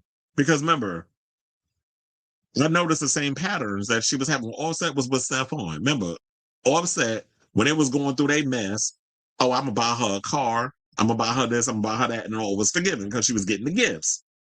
Stefon, they're dating and everything, the honeymoon phase, everything is going great. He's renting out castles for her, so he's upstaging Offset in a lot of ways. But the pattern remains the same, and how the type of man they act. So just because your money a little longer, don't necessarily mean you're not gonna attract the same type of no good man, Savannah, that that last person you gravitated towards. Because then again, I was have to say at the end of the day, you gotta look at yourself and realize, why am I attracting these type of men? What is it about me that I'm attracting allegedly, like the Offsets and the Stefons and anybody that comes out there? You got to be able to change your pattern, sis. And hopefully, a little distance between y'all, because I don't know if they're necessarily broken up.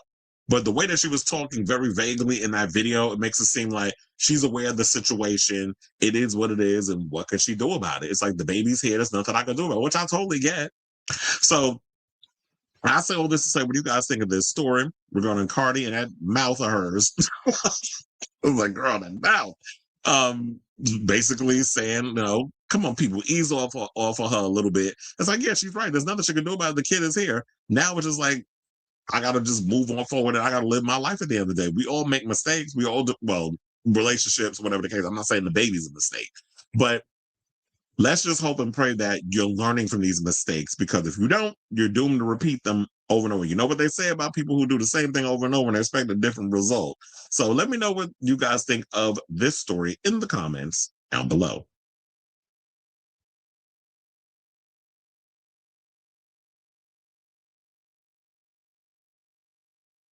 All right. Cherokee says, I thought the documentary was pretty good. I'm tired of stuff being presented from biased angles. Like, just tell the whole truth. I wish, because yeah, the whole agenda bias thing, that does get on my nerves. Because like, just tell a full-fledged nuance. Like, try to hit both sides. That's what I try to do with this show. Is that, and I'm hoping I'm succeeding at it. Is that I try to always bring out both sides of the situation, because I'm not somebody that's going to be quick to take sides. I guess that's my Virgo thing, that I always got to find the balance between each situation and come to that analysis and conclusion. I don't like the whole idea of like, oh yeah, I got a personal vendetta or an agenda against this person, so I'm a personally only tell this side. How does that serve me? And so I saw you can already watch the first 10 minutes. Oh yeah, I saw that too. And I was gonna mention that, but here's the thing: there's parts of it that I already saw, because they showed it at the Drag Race premiere that I did earlier in the month, which was basically the queen showing up in a dark room and their introductions. They were showing those clips. So I already saw that part. And then they were using that as a juxtaposition for Mark. Oh my God, what's his name? The guy that works at Variety. I forgot his name. But if he was co-hosting with T.S. Madison, and they were introducing the queens to the stage by using that footage of their entrance looks and all that. So that's basically what I saw when I was at the Drag Race premiere. I didn't see the full thing, and I was like, and even when I was talking to my friend David, who was doing the photography, David Lav, who was doing the photography and stuff there, he was basically saying like, I kind of wish they wouldn't even show like the first 10 minutes. Just have people wait until literally 2 days from now, because that's when the first episode premieres. Is it? No, 3 days. Because tomorrow. No, yeah, because tomorrow is Wednesday. I don't know why I keep thinking like Friday is New Year's Day or something or another. I keep thinking today is like Wednesday or something. I don't know. But I don't know, because maybe the days are just off for me. The days have been blurring. So yeah, it's like we have New Year's Eve, which of course the Stranger Things thing, and then we have New Year's Day, and then Friday. So it comes out this Friday. So we got 3 days before Drag Race. So I'm not gonna, I was like, I don't care. I'm gonna just wait for the episode to drop. They say, you like me. Oh yeah, I dead named X. I ain't calling that crap no damn. Well, I said it now, but y'all get the. So I be calling it Twitter. No damn X, stupid. Why would she say y'all want me to put? I know, that's why I said, I was like, I'm gonna just let her say it. Because I was not, you want me to put that baby back in my pussy? I'm like, girl, why you gotta be so graphic? It's like, why you gotta say it like that? Now, look at me trying to sound all conservative, especially with the shit that comes out of this damn mouth. But I'm like, ma'am, you ain't have to go that far with it. Cuddler, clearly. And you said you do that well. That's why I watch. I mean, you're biased from a mentally well perspective. And you call me mentally well. That's a compliment.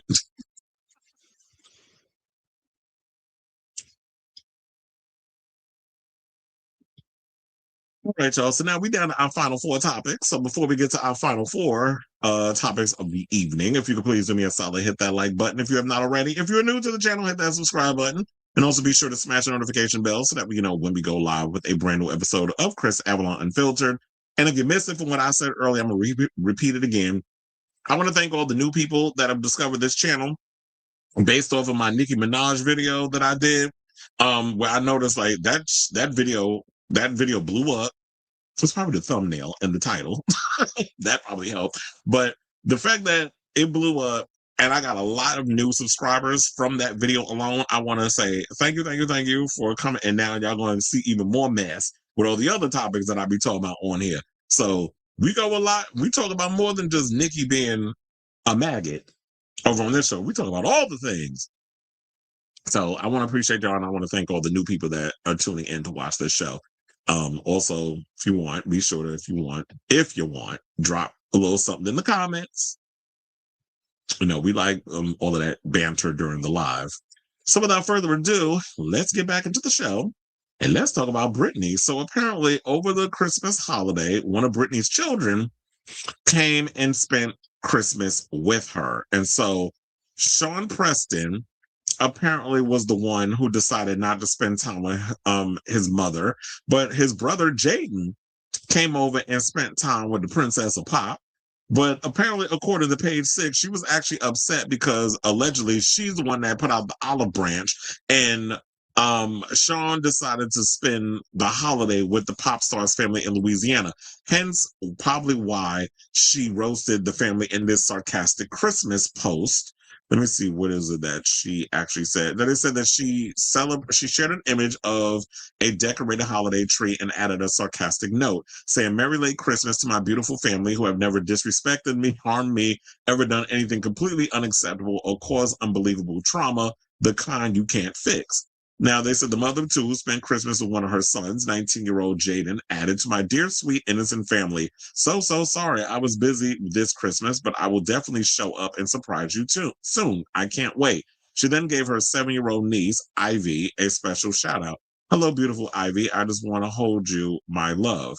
Whose child is that? Is this 7-year-old niece, is that her brother's child, or is that Jamie Lynn's kid? Because I know she don't like Jamie Lynn, but they be going back and forth on that. But then they said on Christmas Day, Jamie Lynn, who's 34, posted, damn, that's a hard 34 chair when I was looking at her picture, posted a carousel from her family's Christmas celebration. Now, in addition to her nephew, she was joined by her husband Jamie Watson, daughters, okay, so Ivy is her kid, daughters Ivy and Maddie. Maddie is 17, and mom Lynn, who's 70. Shout out to my mother, because she's about to turn 70 in January 9th. So damn, I'm like, well, I was gonna say and Jamie, Brittany's mother's around the same age, but it's like, no, they're not. My mother's January. She's a Capricorn. So, but now, according to Page 6, they said that they can confirm that Britney tried to convince Sean Preston to spend the holidays with her and his brother Jaden in California. If I've noticed, Sean Preston really has not been connecting with his mother in a lot of ways. We've been noticing post the whole, what do you call it? The child support situation, when that all dried up, and then all of a sudden Kevin Federline decided to write that horrible ass book that nobody read, except the media, so that way they could spill all his tea, so that way we could save our money instead of, wasting it on a book that should have been a damn pamphlet or an article in Page 6 or TMZ. He I guess Jaden was the one that's always kind of been pursuing an olive branch with his mother. We were seeing him hanging out with her quite a few times. We've seen where it was like he would play the piano and Britney would record him and they would be spending a lot of quality time. But Sean's always kind of been missing in action. So they said, yeah. However, source told Us Weekly on Tuesday that the 20-year-old chose not to because he wasn't ready to meet her halfway, which left the Princess of Pop feeling really hurt. Spears' eldest child instead spent the holidays in Louisiana with Grandma Lynn Spears, Aunt Jamie Lynn, and more loved ones. The toxic crooner, who's 44, subsequently roasted her strange family in a sarcastic Instagram post, which I already read. I don't need to read that again. As for his brother, the 19-year-old had an amazing and beautiful Christmas with his mom in LA on Thursday. They laughed a lot and bonded more than they have in a while, according to the outlet.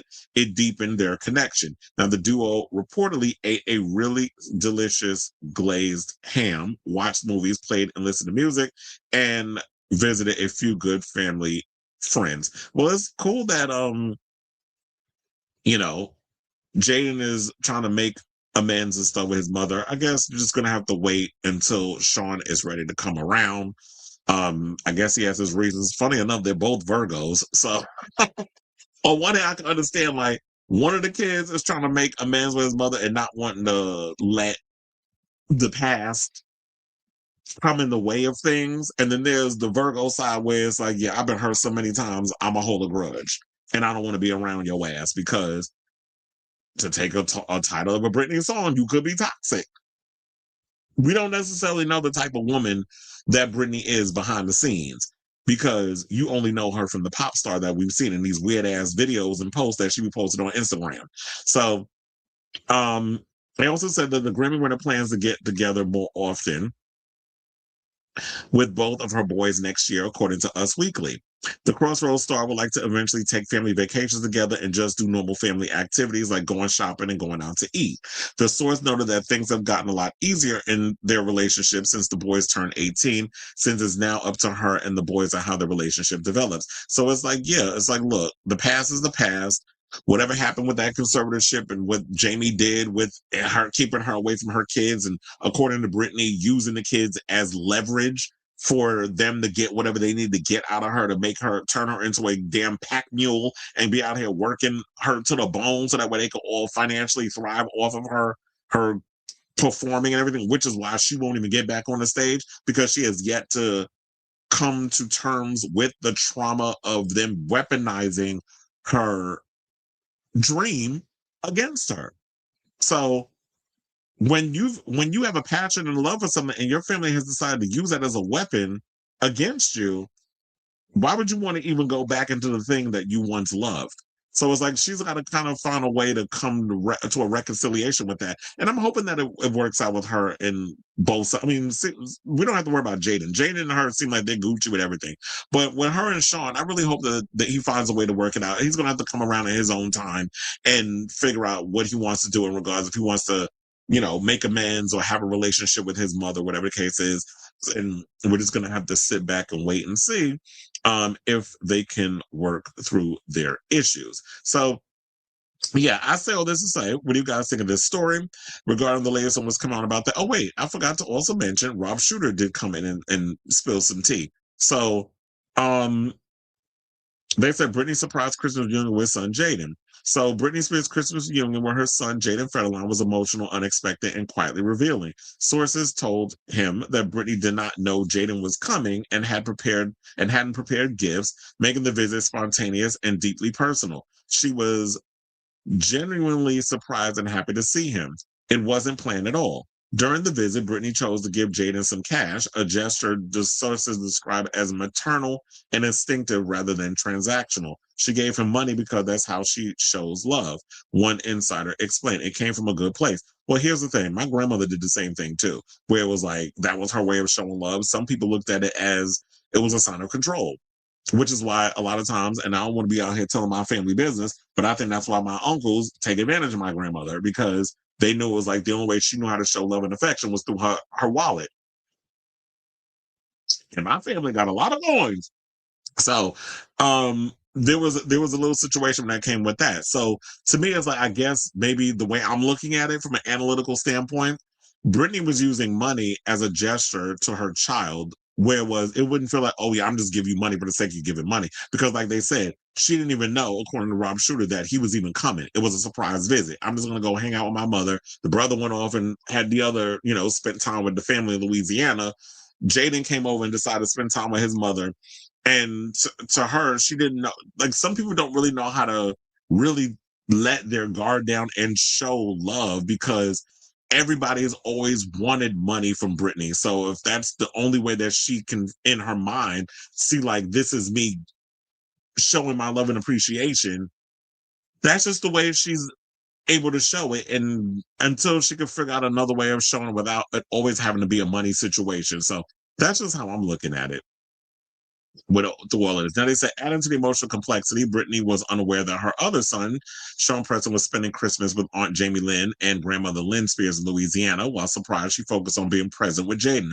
Despite the unexpected nature of the reunion, the two shared calm, meaningful moments together, talking, laughing, and reconnecting without pressure or drama, saying there was no tension. According to the insider, Britney kept it loving and low-key, which is why they was like, well, Jaden came over and spent time with me and surprised me. How come Sean didn't? And they make it seem like that she was hurt by it. So I don't know. It just feels a little. Am I wrong for feeling like this is like I'm hearing two conflicted stories? Like Page Six is out here talking about like, yeah, Jaden came over, spent time with his mother. Sean decided to go spend time with his aunt and grandmother in a whole nother state, and then Britney throwing shade on social media. So is it a case of maybe there's a bit of truth in all of this? That it was like Jaden did surprise his mother and went to go wanted to hang out with her for Christmas. She didn't know. So, they had like a low key somber, well, not somber, because somber is like depressing. It's like low key, like just a little laid back, whatever, regular situation. It wasn't nothing crazy. We just like spent a lot of Christmas together and all other stuff, and was like, well, where's your brother? Oh, he wanted to go spend time with the family. That could have been a trigger, because Britney doesn't really get along with her family members, especially with all the trauma that comes with that, with her sister being the see you next Tuesday that she is, from all the things that have come out in the past, including in that book where Kevin threw her under the bus with some stuff, which pissed her off. And then all of a sudden she had her come to Jesus moment that Kevin ain't nothing but, But I'm like, sis, we've been told you that. But we already know you're a spoiled little brat who only became famous on the back of your damn sister. So what else were you going to do? So it's like, we side on your wide back ass too. So there's that. So I think within all of this, me trying to break it on down, there might be truth in all of these stories. So, and I like the fact that they said like Christmas wasn't about perfection. It was about showing up, staying open, and choosing love. And that's what it's got to be. It's got to be a day-by-day thing. And one thing about Virgos, we may plan things before we make a decision in our mind or whatever the case is, but it has to come from an organic place. It has to come from a place of like, it needs to feel not forced, not created, and that sort of thing. It needs to feel organic in our own way. So it was like, yeah, we planning to do this, but it needs to feel authentic is the word I was looking for. It needs to have a sense of authenticity. So I say all this to say, what do you guys think of this story regarding Britney and her kid? Like I said, I just hope that they're able to work it out as a family, because especially when with a mother and the children, and them trying to unpack all the trauma of the past and just move forward with that. So yeah, I'll definitely be keeping abreast of this story. But in the meantime, I definitely want to hear from y'all. Let me know what your thoughts on this story in the comments down below. Where am I?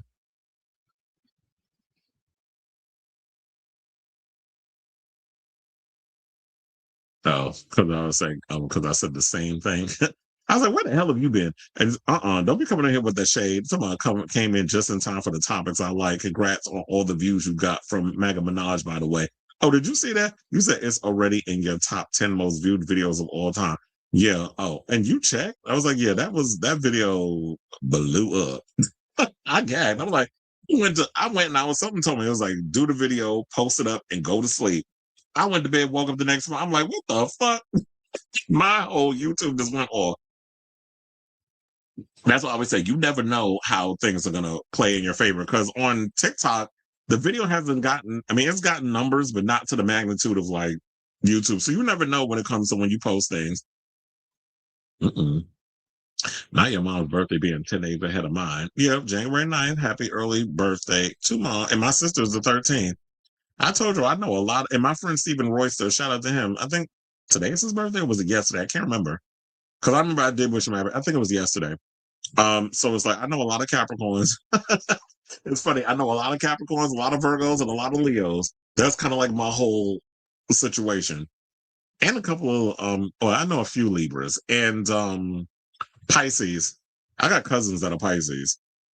And my roommate was a Pisces. Is a Pisces. He said this is the same son that went on Instagram Live and said, "I'll tell y'all what's going on." That's another thing too. I do in the back of my head. I was trying not to go negative and be there. You know, I'm trying to turn over a new leaf, if you believe that, for 2026, but being less messy. But since you put it out there, let's go along with it. It does feel very opportunistic to me, especially since that whole well has dried up over the child support. So now this is the new grift. I would not be surprised. You know, everybody's trying to get their grift on, you know, in this, you know, Trump economy. So I don't put nothing past nobody. All the Britney posts about her sons lately is Jaden spending time with her, but not. Yeah, that's why I said, like, I've been noticing that. The more you speak about your family, the more they sound like, yeah, very that. That's probably why I like that movie, because my family is a mess. That family is a mess. Justice for Terry. Oh, don't even remind me of that tea. Remember that bomb I dropped on y'all regarding Supreme, the notorious drug dealer who pow-powed 50 Cent and Kenneth Petty? I thought I was going to go to the grave with that tea.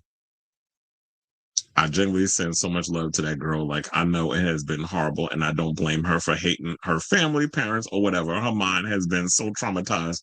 Exactly. She's been through a lot. Not you comparing my family to soul food. And you said, yeah, sound like the green-eyed, light-skinned auntie, the successful one who was expected to play. Oh, you talking about Terry? Shout out to Vanessa Williams. I'm just saying, but yes, that one. My most listened to remix on my channel was my last remix, 2019 from Madonna's. Oh, look, I'm looking forward to the new Madonna album. So 2026 can get here fast enough. I'm rusty, but yeah, that was Terry, and because yeah, you know years since Soul Food has been released, everybody was like, Terry was right. A lot of people was hating on Terry back in the day, but we ain't know no better. It was the 90s, and I saw that in the movies. Say fuck my husband. Yeah, and now everybody looks at it was like Terry was right. Everybody's team Terry now. Because Terry was the more sane way. Everybody else was a piece of shit. The grandmother was a piece of shit. Irma P. Hall. I love me some Irma P. Hall. Didn't she pass? What's her name? Mekhi Phifer and his wife was a bird. She was a bird for real. What was the character that Vivica played? Oh, she was a mess too. Always looking at her sister like she was a bank. But anyway, let's move back into the show and get into more mess. Let's talk about Stranger Things. So we are literally about 24 hours, I would say. No, less than 24 hours, because I think that's going to drop around 6, 7 o'clock tomorrow. The final season of Stranger Things is about to hit Netflix, as well as it's already sold out a lot of movie theater showings. I heard they added 3,000 more, if I'm not mistaken. It might be more than that. But I heard they added more shows in theaters because of the demand. So people are actually looking forward to this finale of Stranger Things. But if you ask me, I have been relatively disappointed with this 5th season. It is giving very much the same thing that I feared, that I felt when I watched the final season of Game of Thrones. It felt rushed.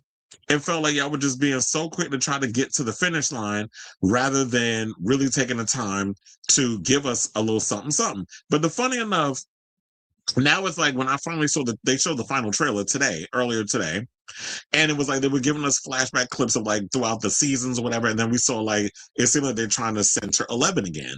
as being like the girl who's gonna, take down the Upside Down, which I was relatively confused with all of the stuff going. It's like the Upside Down, and now it's a black hole, and there's a booty hole, and all kinds of different holes they've been throwing up in there. And it's like, what is happening? And then you got Max and Mike's sister doing a whole damn podcast in the Upside Down with a long ass 20-minute monologue instead of y'all jumping into y'all separate little holes to get back to your bodies.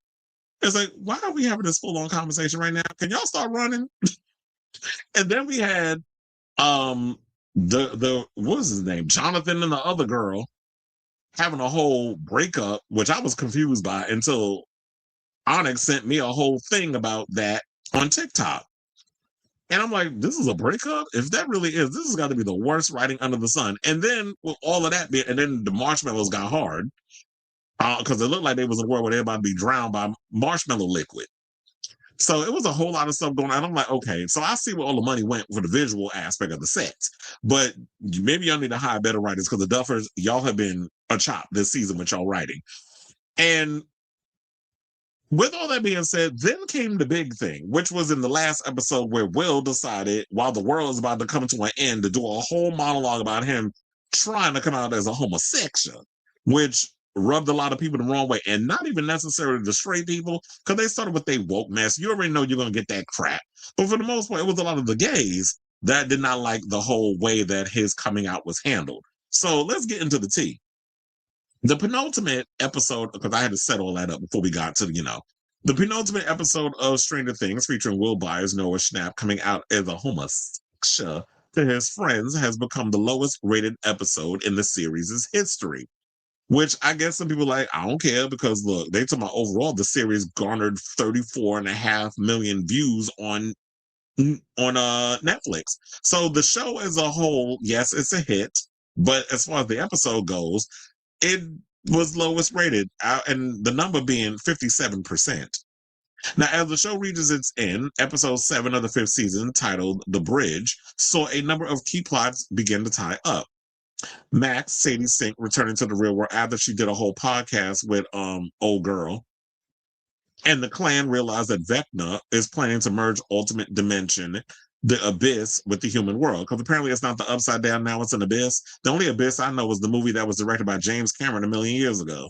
Now, arguably, the biggest moment of the episode came when Will Byers nervously and was very long on the tooth with it, told his mother, Joyce, Winona Ryder, and then his friends, including his best pal and crush, Mike Wheeler, played by Finn Wolfhard, that he is a homosexual in order to fight Vecna from using his insecurities against him. Where some people were saying, like, well, we already know he's gay. Why I gotta come out as gay? But it's saying, like, people, I think it was the metaphor of the fact that people look at gay as a weakness. People look at gay as something that is wrong, as immoral, as an abomination. All the things that tight-ass book of fables tells y'all, from that Sky Daddy y'all worship. With all that other stuff coming up in there and people using their bullshit as a weapon against you, that's why he decided to use that moment to be like, I'm okay with who I am. However, I'm going to say this. Didn't that show take place in the 80s? Back when the AIDS epidemic was doing what it was doing? And Reagan couldn't even, formulate the words to even say gay and equate AIDS and all this stuff back in the day. And so my issue with the whole coming out episode, even though it was a little convoluted and clunky, the way they did it, y'all were trying, and this has always been my bitch, stop trying to incorporate 2025 situations in a situation that how it was back in the day. Because you couldn't even get two men to kiss on TV in the 90s. Let alone in the 80s, somebody sitting down, their group of friends and their mother in the Midwest in the 80s, talking about you a whole full-fledged rounds with maggot. That's not happening. So just the unrealisticness of it all is what rubbed me the wrong way with his coming out. So that's what kind of bothered me with that. But anyway, let's get into the story. So now listing all of the similarities he shares with his friends, including Dungeons and Dragons, bike races, and a shared love for Steve Martin. Will then tearfully added, I just don't like girls. I had this crush on someone, even though I know they're not like me. He continued looking straight at Mike, setting the hearts of Byler shippers of what they said, alight. The 5-minute scene ended. Was it 5 minutes? Felt like it was longer than that. The 5-minute scene ended with Joyce and her friends promising they will love and support him regardless of his sexuality.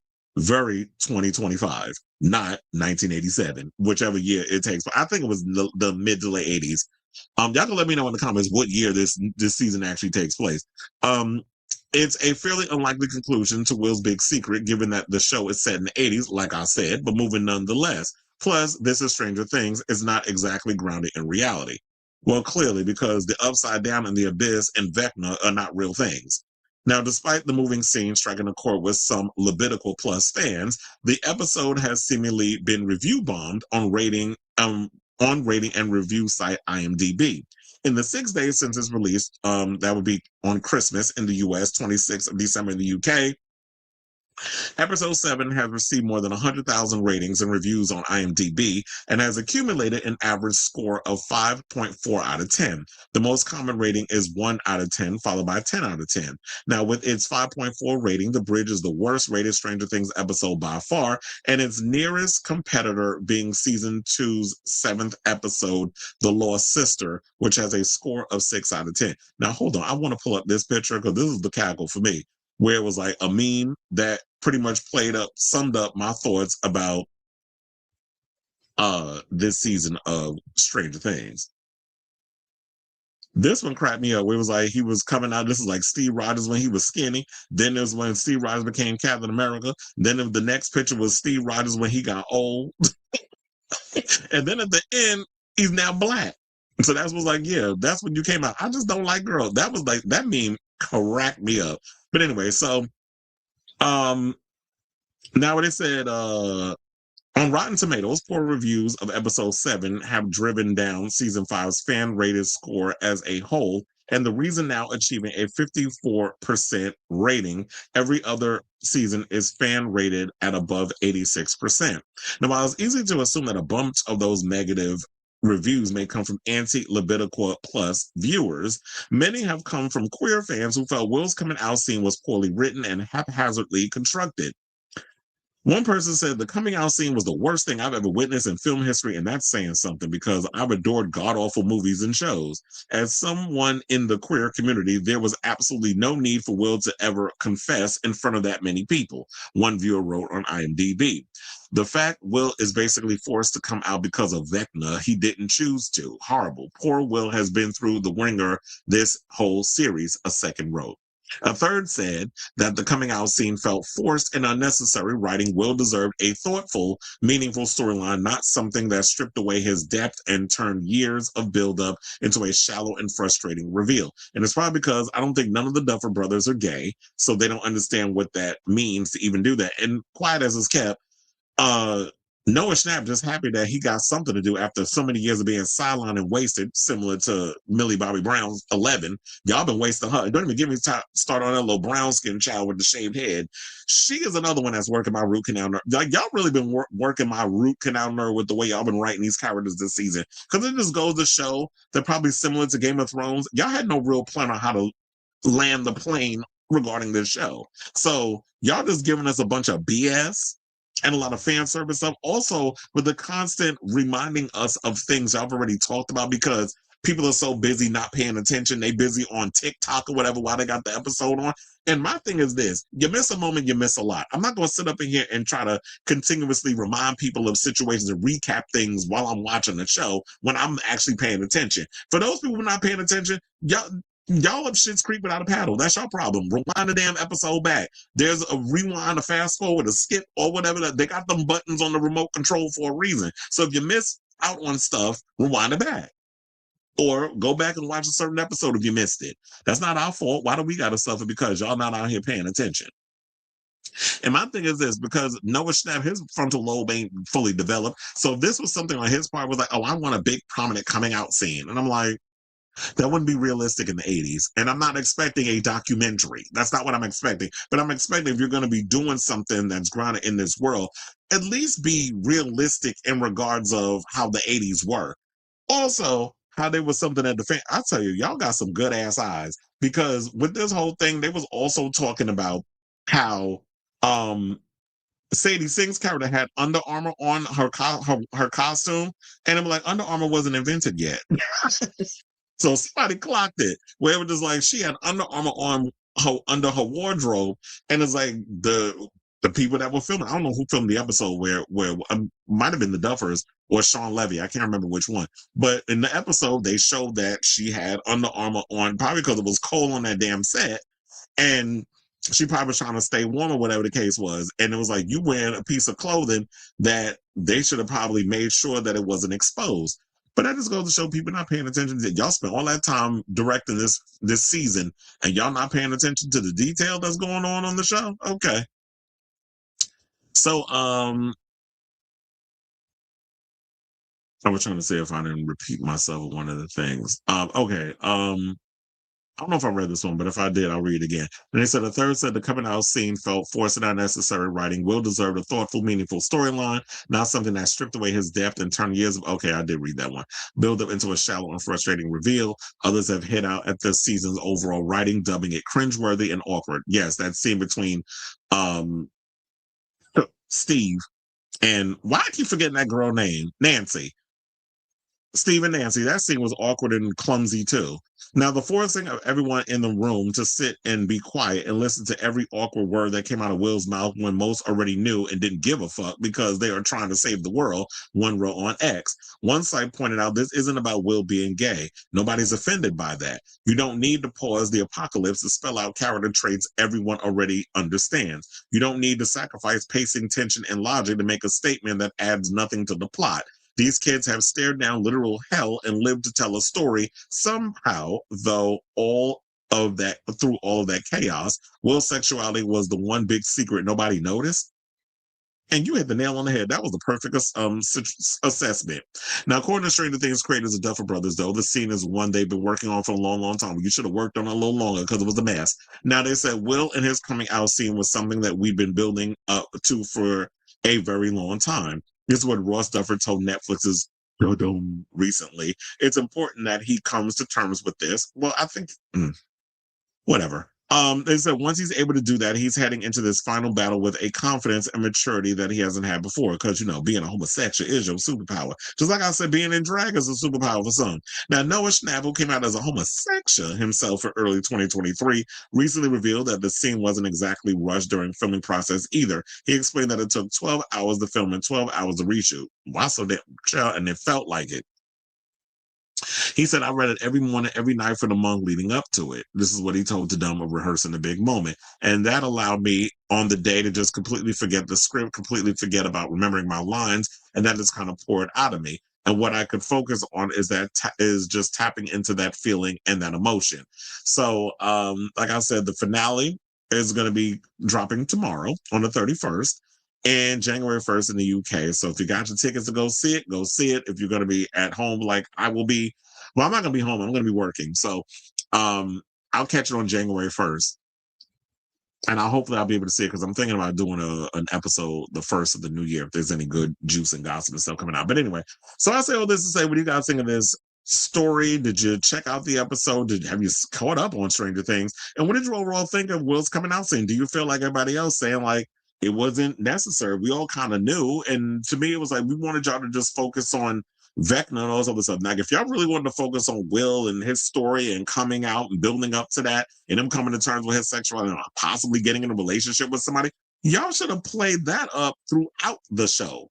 I'm not talking about just in this season. I'm talking about y'all had 5 seasons to develop Will's homosexuality and him coming to terms with that as a kid growing up in the Midwest in the 80s and that playing into that whole fellowship, along with them trying to fight the what's going on the upside down and Vecna and all this other stuff. Y'all could have played all that up, but y'all decided to just dump all of this in 8 episodes of a final season. So it's, in a way, I just feel like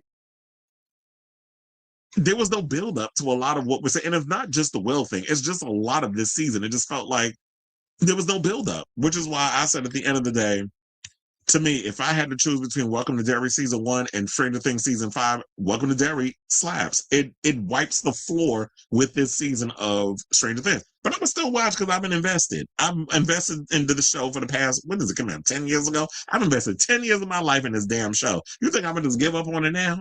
I ain't no stopping me. I gotta find out how it all ends. If we're gonna be disappointed like that finale of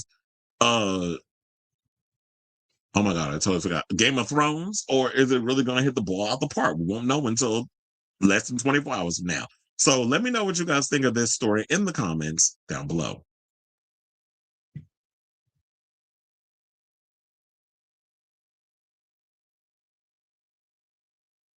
All right. Oh, wait, hold on.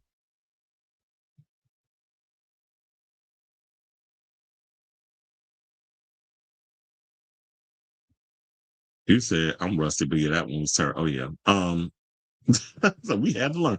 Terry Jones, not that Terry. Terry Jones signed a 12-movie deal with Tubi and a 6-season TV show, 52 episodes each season with $250 million. She said, I no longer need to. Well, no, she's a big enough superstar, and hopefully it works out for you over on TikTok. This is exactly, he said, this is what it took a whole calendar year to film. It said one of the best finale episodes was for 6 Feet Under, especially the last scene where you see what happened with all the characters. Yeah, that was a good season. And you said, or series too. Yeah, maggots are trigger over Will's child plays. I mean, we already know a lot of y'all in the closet, including Nick Fuentes, who told me he gonna vote for Gavin Newsom because he cute. But meanwhile, he a whole virgin, ain't never been around coochie. He said, I know you don't like her, but Grace Randolph brought up some good points. In the 1987, there's no way everyone in that room would have been perfectly okay with it. The AIDS, hello, and I literally said that. And I don't know how old the Duffer brothers are. They're probably too young to even, or maybe they might be in my same age range, but whatever. Y'all really asking us to suspend a lot of belief in that whole situation. I said it was. A lot of people was not being out of the closet because there was such a stigma around the gay community. Especially because a lot of men from the South and the Midwest were moving to places like New York and San Francisco and a lot of those places where the AIDS epidemic was prominent. Yeah, monsters aside, the setting took place in a period where coming out wasn't acceptable, especially with the AIDS epidemic being huge at the time. Context matters, and that's literally exactly the point, especially if you're going to base it off different time periods. Important to note that there's also a small minority of Byler shippers who took part in the review bombing because they're bitter a ship never became whatever. It's like, first of all, just because y'all want it to happen doesn't necessarily mean the people who created the show are going to give the fans what they want. It's not about y'all. That's, at the end of the day, that's the Duffer Brothers creation. They created the show. Mike is not a gay character. Not to mention the faux progressive movement in Hollywood makes these kind of movements feel authentic. Well, I think you meant inauthentic, and wants diversity points as seem woke when they're actually not. Yeah, because a lot of times, well, I said, like, there's a lot of people in Hollywood that are conservative, but try to pretend like they're like these progressive, liberal Democrat types. But a lot of them work in these circles, like they want you to stay in the closet because they feel like it's going to ruin their money, their bottom line, your career. They tell you all the things. Because there's a lot of closeted homosexuals in Hollywood that are famous that y'all like. And I'm not going to be messy and start outing them. So I had a similar issue with Fate, the Wink saga, where the Terror came out as a lesbian, but not only it came out of nowhere, they're fairies and live in a magical dimension. Why not make being LGBTQ plus the norm there? He said there are so many plot holes this season. The family of the missing kids and yeah, whatever happened to Derek's? Where's Derek's parents? Where's also Mike and oh my God, what's her name? Where's the father? Because remember, we saw the mother came and killed the Demogorgons in the hospital. Where's the father? Didn't he get hurt too? So where's he? And it's about Max has no reaction to Hopper still being alive. Nancy, Jonathan, and Holly surviving an explosion. Yeah, that was just. This season's giving me a migraine. So there's so many plot holes this season. Like you said, oh yeah, you put that twice. Let's hope this app. I don't have high hopes, but I'm gonna just go along with it. You said Todd Roderick. Why did I thought it was? I was like, wait a minute, is that Todd Nicole? He said Todd Roderick. Sorry about all the loud farting. I had a lot of onion rings earlier. Okay, well, we can't smell you through a computer. Important to note that a small minority of review bombers have been Bila shippers. We're not happy with fandom. Are we going? Is this deja vu? It's a damn 10 years too damn long. I don't know, but I don't think because Billy Bobby Brown was like, wait, no. Noah Schnapp was like 12 when he did Stranger Things. Now he's like 21, 22 or something. I don't know, but I don't think I've ever seen Max's mom. No, we haven't seen Max's mom. We've seen Nancy's mother. But where's her father? And so let's not forget that the last episode has 40-minute. Jesus Christ. It also starts with a crawl, which would probably take.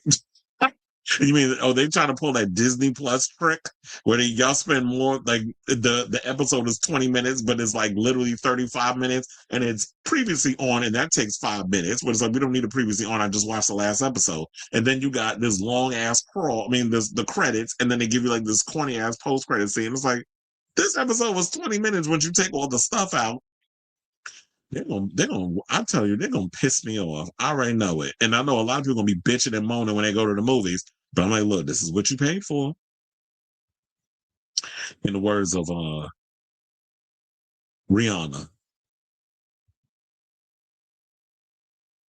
Also found it weird that he came out to the whole group. Will has never had a conversation with Steve, Robin's girlfriend, or the boy. First of all, it's 20 goddamn people in that episode. Why they got 17 characters? Then they start killing people off.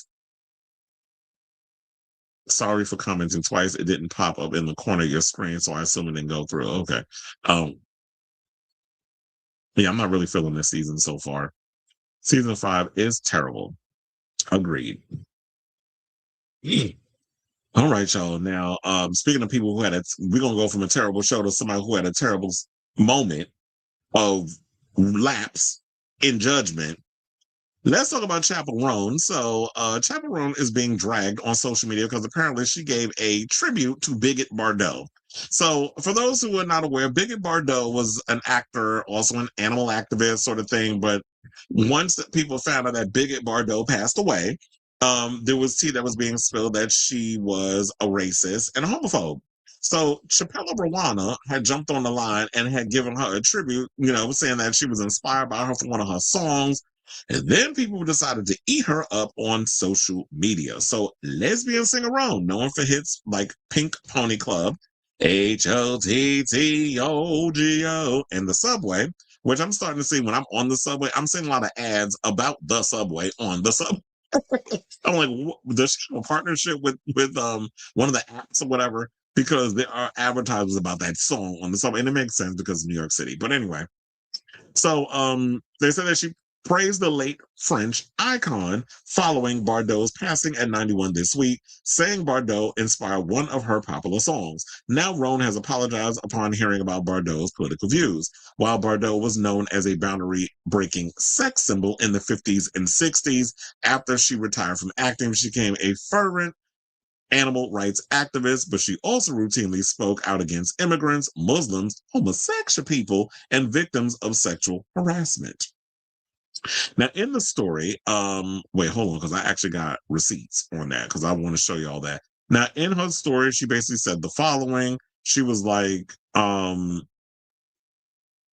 she was my inspiration for Red Wine Supernova. Rest in peace, Miss Bardot. Well, she does mention Brigitte Bardot in the song.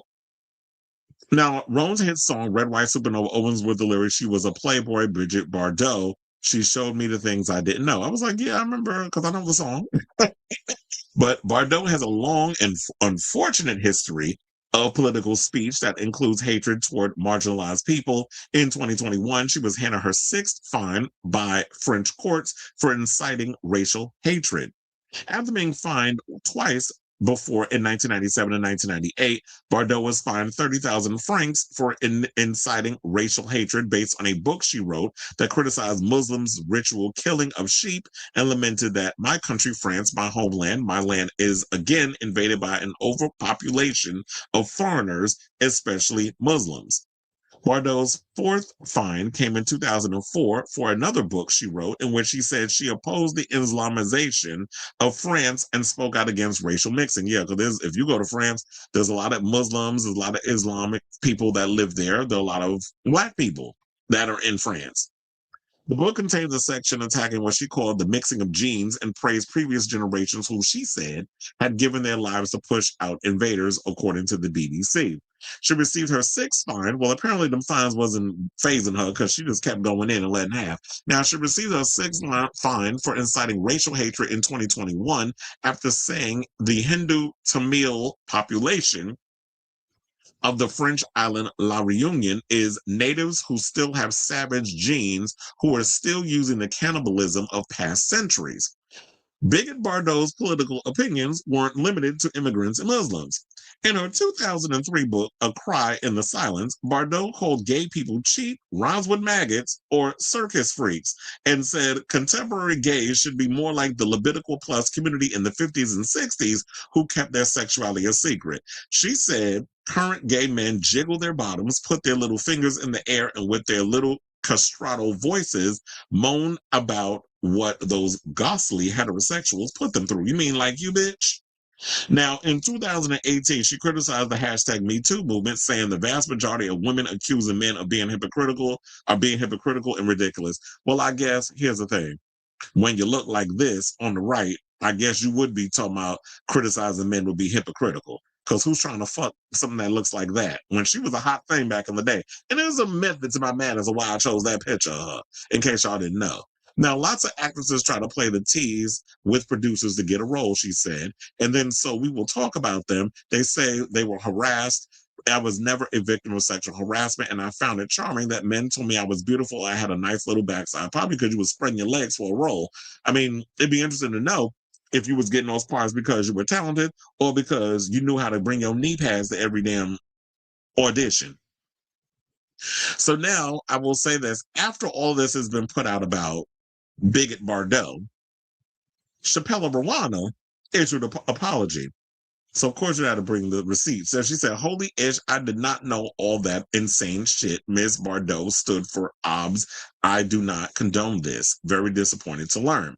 So, of course, you know, there was two minds regarding the situation. Some people were like, yeah, a lot of people didn't know about it. And that's the truth. A lot of people were not aware of a lot of the stuff that Bigot Bardot had said until the announcing of her passing. And then I saw like my timeline was flooded where I started seeing stuff like people were pointing out a lot of the problematic things that she has said over the years, the Islamophobic rhetoric, the anti-queer rhetoric, being very, very much victim blaming people who came out during the Me Too movement and were speaking about the harassment they received on sets and that sort of thing. And you have this woman just saying all kinds of ignorant stuff for attention. And then I remember somebody telling me that she had said something about, wasn't about one of her kids or something or another, or like she was a horrible mother. I don't remember what the thing was. If y'all remember what it was, definitely. Oh yeah. I think Robert might have put it in here. Let me see if it was mentioned.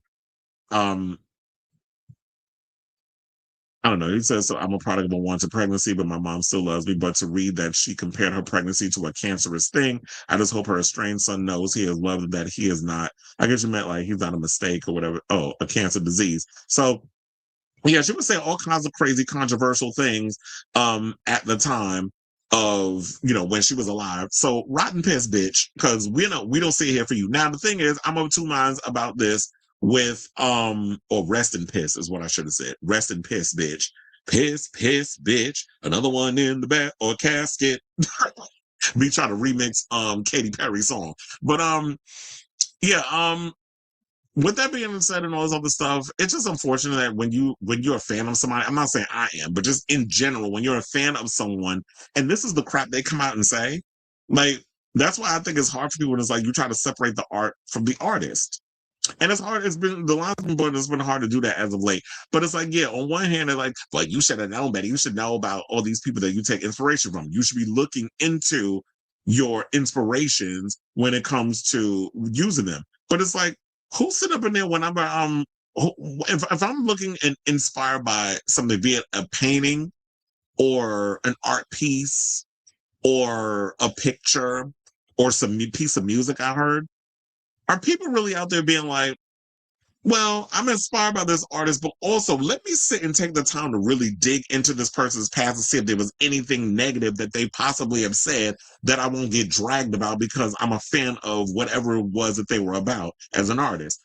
I don't think a lot of people are looking at it that way. So I think people are a little too hard on Chappell with this whole situation. It's not like she was aware of what Biggie Bardot was saying and doing and just was like, fuck all of y'all. I'm going to just be inspired and use her. Anyway, Madonna has been inspired by Biggie Bardot and a lot of her visuals during the, oh my God, what's the name of that album? I always forget the name of when Kylie Minogue went R&B.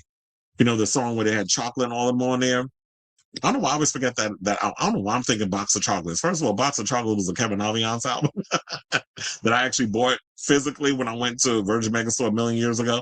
But when she got with that album, there was very Brigitte Bardot coded with the visuals. So many people have been inspired by Brigitte Bardot in regards of how her overall look and everything was.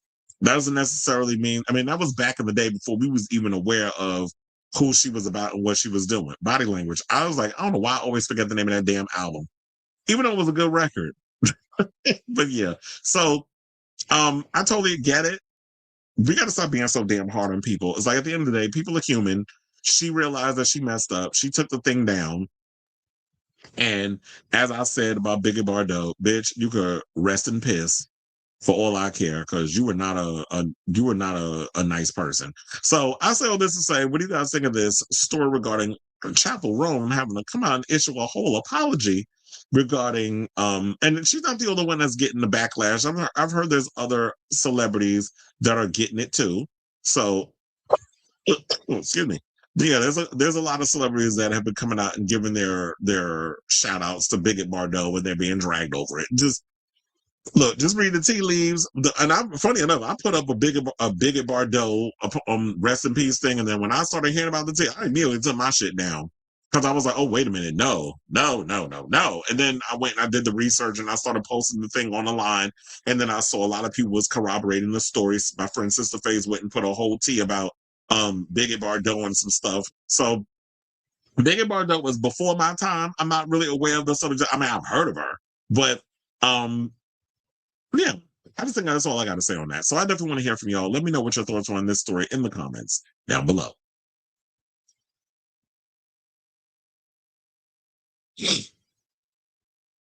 All right. So we got a lot of... I find it really silly that Chappell had to state that she was an inspiration for the song, as if it wasn't obvious by the name drop she gives her 10 seconds into the song. She set herself up. Okay. Oh yeah, I read that one already when we did the thing. It says she could just do a Google search. Yeah, there's that too. Chappell gets on my nerves. She's a prime example of liberal white women that I can't stand, all for equality, but likes and buddy up with all types of cis and phobes they swore to fight against. Yeah, she's been kind of being called out for a lot of problematic things she's been latching herself to. And problematic people. Olivia Rodrigo also name drops Bardot in a song released in 2023, the same year Chappell released. Yeah, but you didn't hear Olivia come out with her tribute. This is why I don't trust them nor take the because I already know what you're them and there. I know what that's referring to. And he ain't talking about non-binary. Allyship, seriously, time and time again, they show that their activism feels performative. You know what else grinds my gears about Chappell Roan? Oh, because I changed her name. She said she wasn't on Instagram anymore and had the app deleted. She logged out just to pay She logged on just to pay. A lot of them who sit up here and say that they don't have Instagram and they deactivate. Child, that shit's still active. The thing about Meta is like, even if you deactivate it, they always give you the option of like, okay, it's dormant, but you can bring it back at any time. They don't fully delete. That's why I always hate when they be like, oh, they just deactivate it, like as if they fully got rid of it. No, it's still there. They just put it on dormant until they're ready to come back. My mom called me her miracle baby because she lost a couple of babies before she had me. Then, with me being born with epilepsy, she worried I might not survive. And clearly you did, Gloria Gaynor. She just seemed fake to me. I like a couple of her songs, but that was the thing that turned me off about her, was that she just whines a lot. It's like, girl, shut up. Body language, I was listening to it this morning. We have a modern day Brigitte Bardot. Kylie Minogue can master her look good. The body language era and Kylie Christmas fully wrapped. Plus, one of your friends said her management did a good job. But with the whole Brigitte Bardot said, I'm hiding it from us because of her animal philanthropy. Yeah, she damn sure did, because we didn't know a lot about it. Or probably because we don't pay attention to French media and French politics. So whatever's going on in France, that's not affecting us. But now that she's dead, I guess people are talking about it. If I'm inspired by someone or something, I do my research. I watch documentaries. I read things. I don't just go by things people post. Yeah, or just being on the surface about it. Like, your opinion can't, your inspiration can't be surface based. There's wicked drama. I mean, besides the fact that whole Cynthia Erivo, Ariana Grande friendship thing was annoying me. I mean, I don't have anything to say about the Wicked. I didn't know there was drama with Wicked. All I know is it's available to watch at home. It came out today on digital. You probably have to pay $20 to rent it and $30 to buy it. If I'll even expose myself. I was listening to Bardot's music the day before the news came out that so you probably were you not aware that she, was a bigot? That's why I changed the name, Bigot Bardot. Shout out to my friend Michael T, because that's where I stole it from. I was like, damn, I'm mad I didn't come up with that. Because then to me, I'm like, did you spell her name wrong? No. I was like, and that's the perfect name to call her, Bigot Bardot. So I'm be using it. So I didn't know she died, but I didn't know about her bigotry. Yeah, she died like, yesterday or the day before? Mm-hmm. That's what I'm here for, to tell y'all the news that y'all may have missed. Okay, y'all. Now, speaking of news that a lot of y'all may have missed, where I was like, oh wait, hold on, because now things are starting to refresh over on the YouTube. Hopefully, it's not gonna mess up this thing, because I got clips and stuff to go with this whole Ginger Minj thing. So let's talk about Ginger Minj, because apparently I don't know what was going on, but apparently Ginger Minj shows violence amongst her All Stars 10 fan, or peers, I should say, and it's been getting messy. Everybody's had discourses on it. Mistress Isabel Brooks had Georges on her show this week, and I cackled over that video. We don't get into what they had to say about that. Also, Monet Exchange jumped on the line and was giving her opinion. Like, everybody's got an opinion on this tea, and including me. That's what we're going to talk about over there. So it's like, there was the other day, all of a sudden I saw Aja was going in on her, and I have the clip of Aja saying what she had to say about Ginger, and I'm like, what the hell is going on? And I didn't even know what the whole point of it all was, but apparently it all started with her going on Kelly Mantle's show. Shout out to Kelly Mantle, because when she be doing her little opening, hello, I'm Kelly Mantle. Hello, I'm Kelly Mantle. Like, when she does that soft southern thing, it be cracking me up, the way she does a little thing, and then there's like that wind chiming type sound that goes in when you watch it. If y'all have not watched Kelly Mantle's show, definitely check it out. That is a funny ass show. But anyway, and she does good interviews, because I know a lot of these Drag Race girls be getting all lost in the shuffle or whatever. But Kelly Mantle is definitely someone y'all need to be paying attention to. But apparently, her going on that show and doing an interview, it got everybody started over there in All Stars 10, because Ginger Minj was like, well, none of the girls was giving her. They were. I guess she was saying in so many ways they were being fake for the cameras and that sort of thing. So without further ado, let's get into the overall tea of it all. So, the RuPaul's Drag Race All Stars 10 girls are beefing with the season's winner, Ginger Minj, and it's getting a little messy. Now, Ginger, as y'all know, was crowned the winner of All Stars 10 earlier this year, and it always been a somewhat controversial win. And months on, the drama around All Stars 10 continues. So the beef appears to have started when Ginger appeared, as I said, on Kelly Mantle's show. The episode debuted on Christmas Eve, saw Ginger discuss getting a call to go on All Stars. Now, here's the thing. Shout out to some of y'all over there, because I had to dig this up. Shout out to Meg Valor over there on Twitter. Because when I found this clip of they put together, it was like, Ginger out here lying. And the shady part of it is that when Mistress had Georges on the show, on her show, you haven't seen her, watch that video on Mistress's channel. They went and called Bosco and asked her, because apparently Georges said that Ginger was being fake. Like, they wasn't really keying with each other during the show. But once they got close to the finale, when it was just them two as being the top, like they were going to be going head to head for the crown, Then Ginger was kind of putting a hand in hers, being like, oh, I knew it was going to be us two at the end. But apparently, according to George's, she said the same thing to Bosco when they was outside smoking a cigarette. So you was playing both sides of the situation. This is according to George's. That's what she said. So I'm going to take her word for it because they was in the trenches together. So, and they even called up Bosco on the phone and was like, just let you know you on the live, you being recorded. And they were like, is Ginger a liar?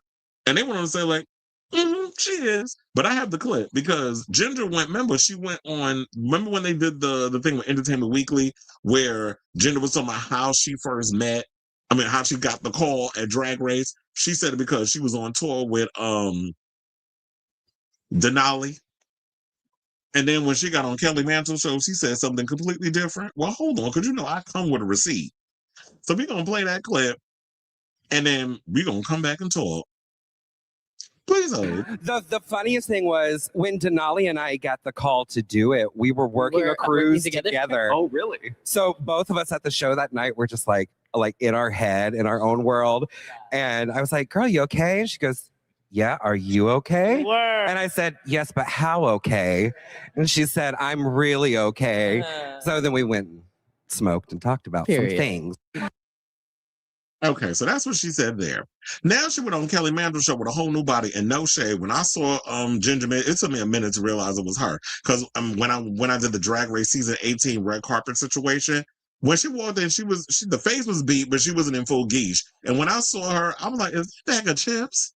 Like I was sitting there and I was like, bag of chips walking in. So I was telling to my friend. Then when she got fully dressed, I realized it was Ginger. Some people out here said that don't even look like Ginger. That looks like a Pandora box. I was like, y'all are shady. Out there saying that she looked like Pandora box. I like Pandora, but just saying. But anyway, let's get to the other clip where she said something completely different over there on the Kelly Mantle show. Now, please hold for that. I really thought I was going to die. Wow. And I didn't know if there was anything else for me. Interesting, yeah. So as I was wallowing in my self-pity, just kind of laying there day after day, just waiting for whatever worse to happen was going to happen, I got the phone call to come back. That is wild. It would happen just out of the blue. Lowest. I was. So there's that. So apparently the story done changed. I can't with that somber ass music though. So then with all that being said, she basically said all of that stuff. And then, about how she was going to die. And then she said she didn't feel supported by her castmates and the fans' criticism of All Stars 10, and said that the only people that really checked in on her was Mistress Isabel Brooks and Lydia Boho Collins. So I do have that clip. Now let's go over to Kelly Mantle's channel and let's play that clip. It probably did rewind a little bit because, when I be having stuff waiting for a minute, the thing wants to refresh. Hopefully it won't start playing ads in the middle of it, but let's play the clip and then we'll come back and talk. Here's receipt number 3. Please hold for that. But you can't force them. No, not at all. So I got that phone call. Because that happened at a time that you were probably not even thinking about it, or at least I genuinely thought I was going to die. I thought that was the end of my time. Wait, did it rewind? Because it was wait, hold on. I think it went way back too far because I think it was around the 30-minute mark. File your taxes 100% free. Now I knew it was going to play an ad. In a safe space where I could be vulnerable with them and I could share this experience. Hold on. As a guest judge. Oh, really? Yeah. And he was still hanging out. It's about Santino. How new. But when it aired, people at the time were like, oh my God, what is this? This isn't Drag Race. This is terrible. Yeah, they didn't want the change. But it has aged like a fine wine. Takes time to marinate. Takes time to marinate. Mistress Isabel Brooks. A real one. A real one? She's a real one. Okay, here's the tea. Y'all want to talk about All Stars 10 and how I have been treated. A lot of the girls in person on All Stars 10 were very kind to my face, were very supportive of me in the room. Yeah. To the point where I felt like I was in a safe space where I could be vulnerable with them and I could share this experience. And then once it started airing, they just started one by one kind of defecting and going, oh, I can get more traction on this post if I trash Ginger, or if I say this about her, or I'll wait until next week and then I'll say this. And Mistress Isabel Brooks is one of two, Lydia is the other one, who every single week that I was on that television show would call me or text me and tell me, bitch, you looked great. You were amazing. You deserved this. Fuck what people are saying. Or they would call and check up on me. She'd be like, there's a lot of discourse going on. How are you? Interesting, yeah. So whatever the season itself was, which it was difficult being in that situation with Mistress, there are moments in that first Untucked for Snatch game where I literally dissociate. I go to another place, and to the point where something happened that has never happened to me on Untucked ever. They yelled cut to come and check to see if I was okay. Really? And I was like, I'm good. But Mistress was like hammering me right there. Like, no, name him. Say who you think is in the bottom. Say. Right. And You just disassociated. I had promised myself that I wasn't going to worry about anybody else but me this time, because in pageants and in auditions for movies and theater or in Drag Race in the past, I've been so focused on what other people are doing that I lose focus of me. And this time I was like, just don't do it. And so I completely dissociate. Tune that out. Well, and not get involved. Yes, but it's not always the healthiest thing, and I'm working on that. Well, it's not, for but sure. It kept you like eye on it the kept me prize. focused Yeah, for sure. Exactly. But it also kind of put me into this mental place where I had to struggle to get back to making TV. Okay, so y'all pretty much got the point with that, because I was like, you don't need to play that whole clip. Now, with all that being said, of course, that got the party started, and a lot of the queens from that season got pissed, and they jumped on the line, and they decided to go in and let have on Ginger, including Aja. So we got a couple of them. We're going to play that Aja clip. Hold on, I told you it's going to be clip heavy today. We're going to play that clip, courtesy of Reddit, and then we're going to come back and talk. Please hold. Hold on, let me rewind, because I don't hear it. Bitch, I don't know you like. Yeah, I didn't call that bitch. I didn't give a fuck. Bitch, I don't know you like that. Fuck, I look like calling you. Like, so you upset because people wasn't calling you to check in on you? Girl, who the fuck checked in on me? You a bitch ass didn't check up on me? So you didn't. Be real. Be real. Be real. Nobody was checking in on you because you wasn't checking in on anybody else either. So that's what she said. It's like, yeah, why am I going to check up on somebody that's not checking up on me? Like, we not cool like that. And that's that real New York type ish, that how we are. It's like, I'm not going to jump on the line and call you out and be, trying to give you encouragement when you wasn't giving that to me. We were not even cool like that in real life. So when you sit there and talking about that we being a certain way on TV, okay, I'm going to play the game because I'm on TV, but also I'm not going to be fake and try to act like we good Judies when you're not giving me that same type of energy in real life. So now Aja wasn't the only one that came out against her. Diabetica also came out against Ginger. Now, according to Ginger's interview with Mantle on Friday, Diabetica, who also was on All Stars 10, said, I call bullshit. Daya said multiple girls have reached out to Ginger. She also said she stopped reaching out because every conversation that was had always ended up only being about you. Now, in a follow post, Daya added, don't try to act like no one had your back. I think people just started to get tired of your pity party. All Stars 10 Georges she got on the line just so she could chime in on this shit. So now Georges reactivated her Twitter account to add, you literally had her back. You literally had her back. You know how she talked like she always done smoked the blunt on the same day. Drag Race's Plain was messy, because she was like, Plain Jane then chimed in with her typical sharp humor writing back when it was bigger too. Talking about her big back. Now, Acid Betty, the other Betty, later reshared Daya's message, adding ditto on Instagram. And then, of course, we already talked about the whole Aja situation, but I should also follow up with this. Now, Aja did jump in with this post where it says here, I don't know if you can read it, but that's what I'm here for. Now, she said, just to clarify real quick, I was also dealing with a lot during filming, and the people who are actually close to me did check in on me. I was not expecting a bunch of people to reach out because that would have been unrealistic. The clip that's going around is from an Instagram live where I was literally finding out what was going on through the comments while I was live. I was just being honest about how I felt in the moment. I still have not seen the interview and I do not plan to. It does not really interest me. For me personally, it was not that serious. I do understand that some people may feel away or were caught off guard by the statement, which is valid. At the same time, I do think it's kind of wild to say nobody checked in when people actually did. And here's the thing, I do feel like that Alja has a right to speak.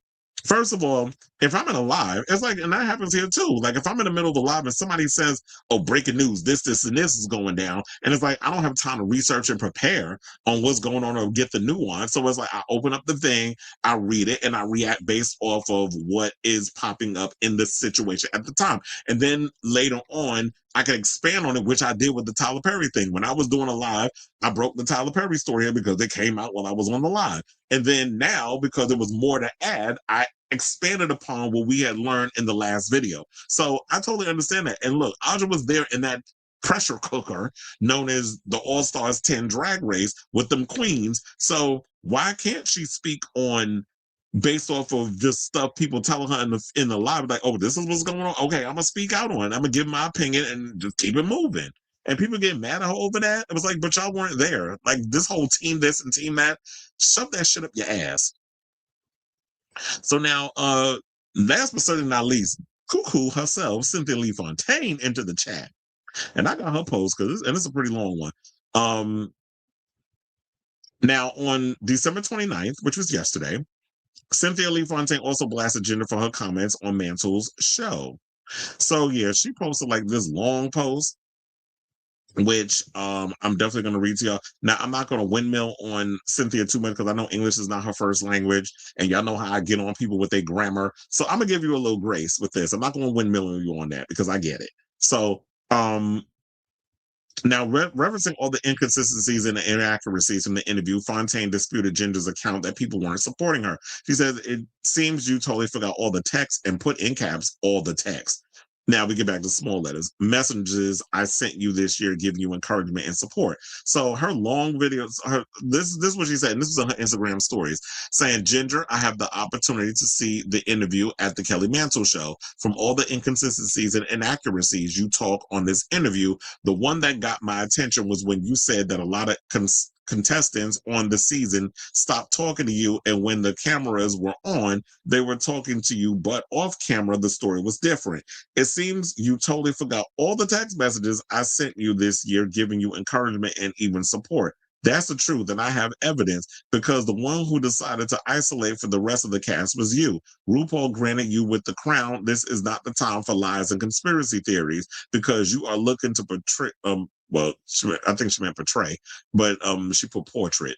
Looking to portrait a victim character is not accurate to be likable or have visibility in front of the fans. This is not a winner behavior.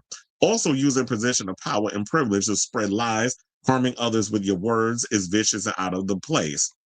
I wish you the best, but I thought for a moment you would be changing for good, and that was not the case. Very disappointed. Please look for peace and stability. As a winner and drag artist, you should be led by looking for unity and respect for this artistry that has been under attack by the government, religious groups, and conservatives. Have a good night and good life and do better. Ooh. Now, she probably had to translate it from, in English, but look, she's absolutely right. It's like, Cuckoo don't be hurting nobody. She don't be out here bothering nobody, and here, Ginger out here trying to play the victim. And that's why I think a lot of the girls was upset about. And then her going around, well, I just came and I showed up and I didn't care what other people thought. And I wasn't the one that was out here constructing the show for me to win. That might not be the case, but we know that production clearly had an agenda because they wanted you to win. So they were shifting the situation for you to win. And even George has brought this up when you and her were lip syncing. They said quiet as it's kept. They thought that Kerry Colby mopped the floor with you during that lip sync, but they had a narrative to portray. Because quiet as it's kept, I was like, I like Kerry, but I actually wanted Denali to come back But they chose how they chose, and I felt like y'all did that because y'all wanted to do Kerry dirty. So y'all had a narrative to play on this damn show. And y'all be making it so obvious with the production choices that y'all make. It's like, we know the show was produced, but don't make it so obvious that you're producing that even a person that don't know shit about production can clock y'all over that. So that's the overall argument. But you trying to play dumb, well, it wasn't my plan and I wasn't doing all that. It's like, come on now, we could all see it with all the rose-colored glasses that we done took off, that they were really trying to structure this show for you to win. And even Jordan said at one point when I was dancing and I was doing all my thing on the stage, Rue's eyes clearly was on Jinder the whole. So we all know this was a game that y'all was trying to skew up from the beginning.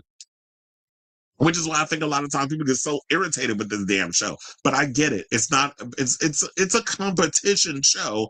But at the end of the day, it's more or less a reality show disguised as a competition.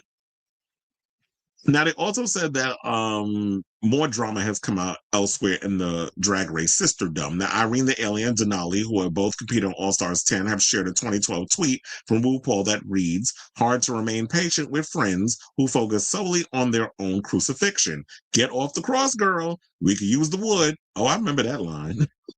I remember that tweet. Now, Irene has since said that she was just posting a meme for Christmas. Okay, girl, we know what you were doing because you messy too. And I truly don't give a fuck. I don't give a fuck. I don't give a fuck. Now, a video shared by Mistress Isabel Brooks, also from All Stars 10, has shown the cast group chat, which shows Bosco as having removed Ginger. The chat also sees Georges as, whose number is that? Indicating she hasn't saved Ginger's number in her phone in the first place. So the girls are being messy. We are living for the shenanigans and the entertainment. I know I am. And look, this is all happening 2 days before we're about to get the new season of Drag Race, season 18. But they all have a right to feel how they feel. If you're going to sit up out here and say something on Kelly Mantle's show that's a lie, I believe all the other girls have a right to give their side of the story.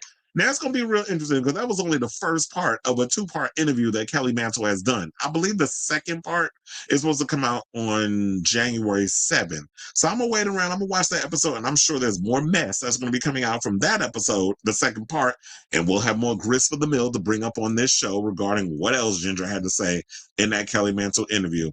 So I say all this to say, what do you guys think of this episode? Whose team are you on? Are you team Ginger? Let me stop trying to be Drag Race messy. Are you team Ginger Minj? Are you team Ginger? Hashtag Team Ginger Minj or whatever that stupidness they be doing with the stupid teams whenever we get to the finale. So let me know how y'all feel about all of this mess in the comments down below.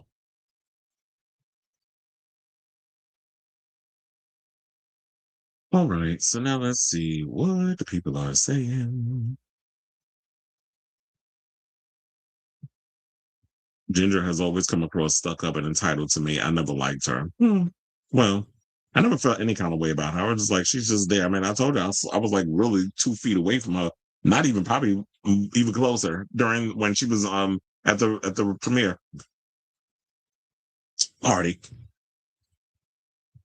Mistress said her and Ginger never talked on the phone. I'm sorry you won All Stars, Georges. Oh, all this could have been avoided if they okay. But some people feel that they weren't going to crown George because of that little game that they played where her and Mistress did Carry Dirty. I'm like, but I thought we liked drama and shenanigans and mess. Isn't that why we watch Drag Race? So, what was the line that Jordan said something? Well, I don't think she meant anything by it, but I did laugh out loud. Where she was, it was nice that they gave the crown to somebody with autism and got special needs or whatever the case was. So I was like, I know she didn't mean nothing shady, but it was just the way she put it. Maybe she's like one of those girls with autism where it's just like, y'all lack social cues. Maybe she's one of those. When said Ginger isn't likable, I don't think she deserves. Well, look, get in line because a lot of people felt like that. And we did have a whole field day trying to break down all the shenanigans that was going on with the show and that whole controversy with All Stars 11. But look, I guess at the end of the day, the producers don't care. They're being talked about. It's going viral. That's what they like. All that, virality apparently is more important than really doing a quality show where it's about competition. But I am looking forward to seeing this new season of Drag Race. And you said, I love Georges, but I think Bosco deserved to win. thoughts on the 10-minute. I told you, I thought we talked about that. I saw a little bit of it. I didn't really watch it. All I saw, I watched a little bit of it, but I turned it off because I was like, this is giving me what I already saw, like the intro thing. We saw that at the Drag Race party premiere thing that I did earlier this month, where they showed the girls coming in the entrance and some of the stuff they were saying, and that was like I think it was Mark Malkin from Variety, who co-hosted with T.S. Madison. They used that footage from the screens as a way to introduce the queens of the show on the stage at the season 18 premiere. So I had so much audio of that. I didn't watch the whole thing, but I was like, I'm gonna just wait until the premiere to see the full situation, because I don't really like watching a lot of the 10-minute previews. I just think it's stupid that they released that. But they need to stop releasing it, to be honest. And I did say, like, one of my friends that was there with me, my friend David, he was saying the same thing. He was like, I wish they would just drop the episode. Like, don't even let nobody even see a preview of the premiere episode, which is kind of what I wish they would have done. It's like what they did to Roxy last year, her winning all 9 lip syncs, then gave. And I like Angeria. Angeria was at the Drag Race premiere. I like Angeria. Nice queen. But it just felt like I was playing in Roxy's face. Oh, well, I guess that's why they do it, so they can get people like you. And I know you've had a love-hate relationship over the years with Drag Race. So I know with you, you're going to be the type that's like, I'm on the fence. I don't know if I'm going to watch it, but now it's got you convinced. Well, thank you for tuning in. Yes, thank you for an amazing 2025. 2025 was a very interesting year. It went by like a blur. Hopefully the rest of this administration's term goes by in a flash. We're just going to have to deal with the aftermath of that mess once he's finally out of office and MAGA's officially kaput. But yeah, 2025 was a crazy year. Here's to a even better 2026. I choose not to have all that negative stuff that's going on with this administration and all this other stuff affect what I got going on. I'm thinking onwards and upwards. We're going to have a great 2026. There's a lot of great movies coming out. I'm sure a lot of crazy celebrity news and gossip we're going to be dishing on this show. And the fact of this channel continuing to grow. I'm even considering thinking like, I want to start doing my lives on Twitch again. I had stopped doing it at some point because I was serving both Facebook channels, Facebook lives. So I think I'm going to just do the YouTube, a live, and a Twitch. So I think I'm going to go back to building that up in 2026. So yeah, this is going to be the last show, I will say, of 2025 because I'm going to be working. I'm going to be bringing in the new year with Fish at the Garden. So I will be back on January 1st, hopefully with some juicy hot topics. So we're going to bring in the new year, January 1st with some tea. Hopefully I'll also be able to see Stranger Things. Who knows? Maybe when I get out of work, I'll probably just come right home at 3 a.m. and stay up and watch Stranger Things just so that way I can see that. But then again, I might not because that's 2 hours. And I don't want to be one of those people that fall asleep in the middle of it and I'm going to be mad and not realize I fall asleep. Because something that happens, I'll put the TV on and I don't even realize I fall asleep. And then I wake up and I'm like, wait, I was just watching this movie. What happened? And then something else is on. So yes, thank you all for supporting me and, all those new and old, everything that had a great 2025. Here's a 2026. Hit that like button, that subscribe, and also smash the notification bell. Love you all for watching. Love you for your continued support. And until next time, which is next year, ciao, darlings.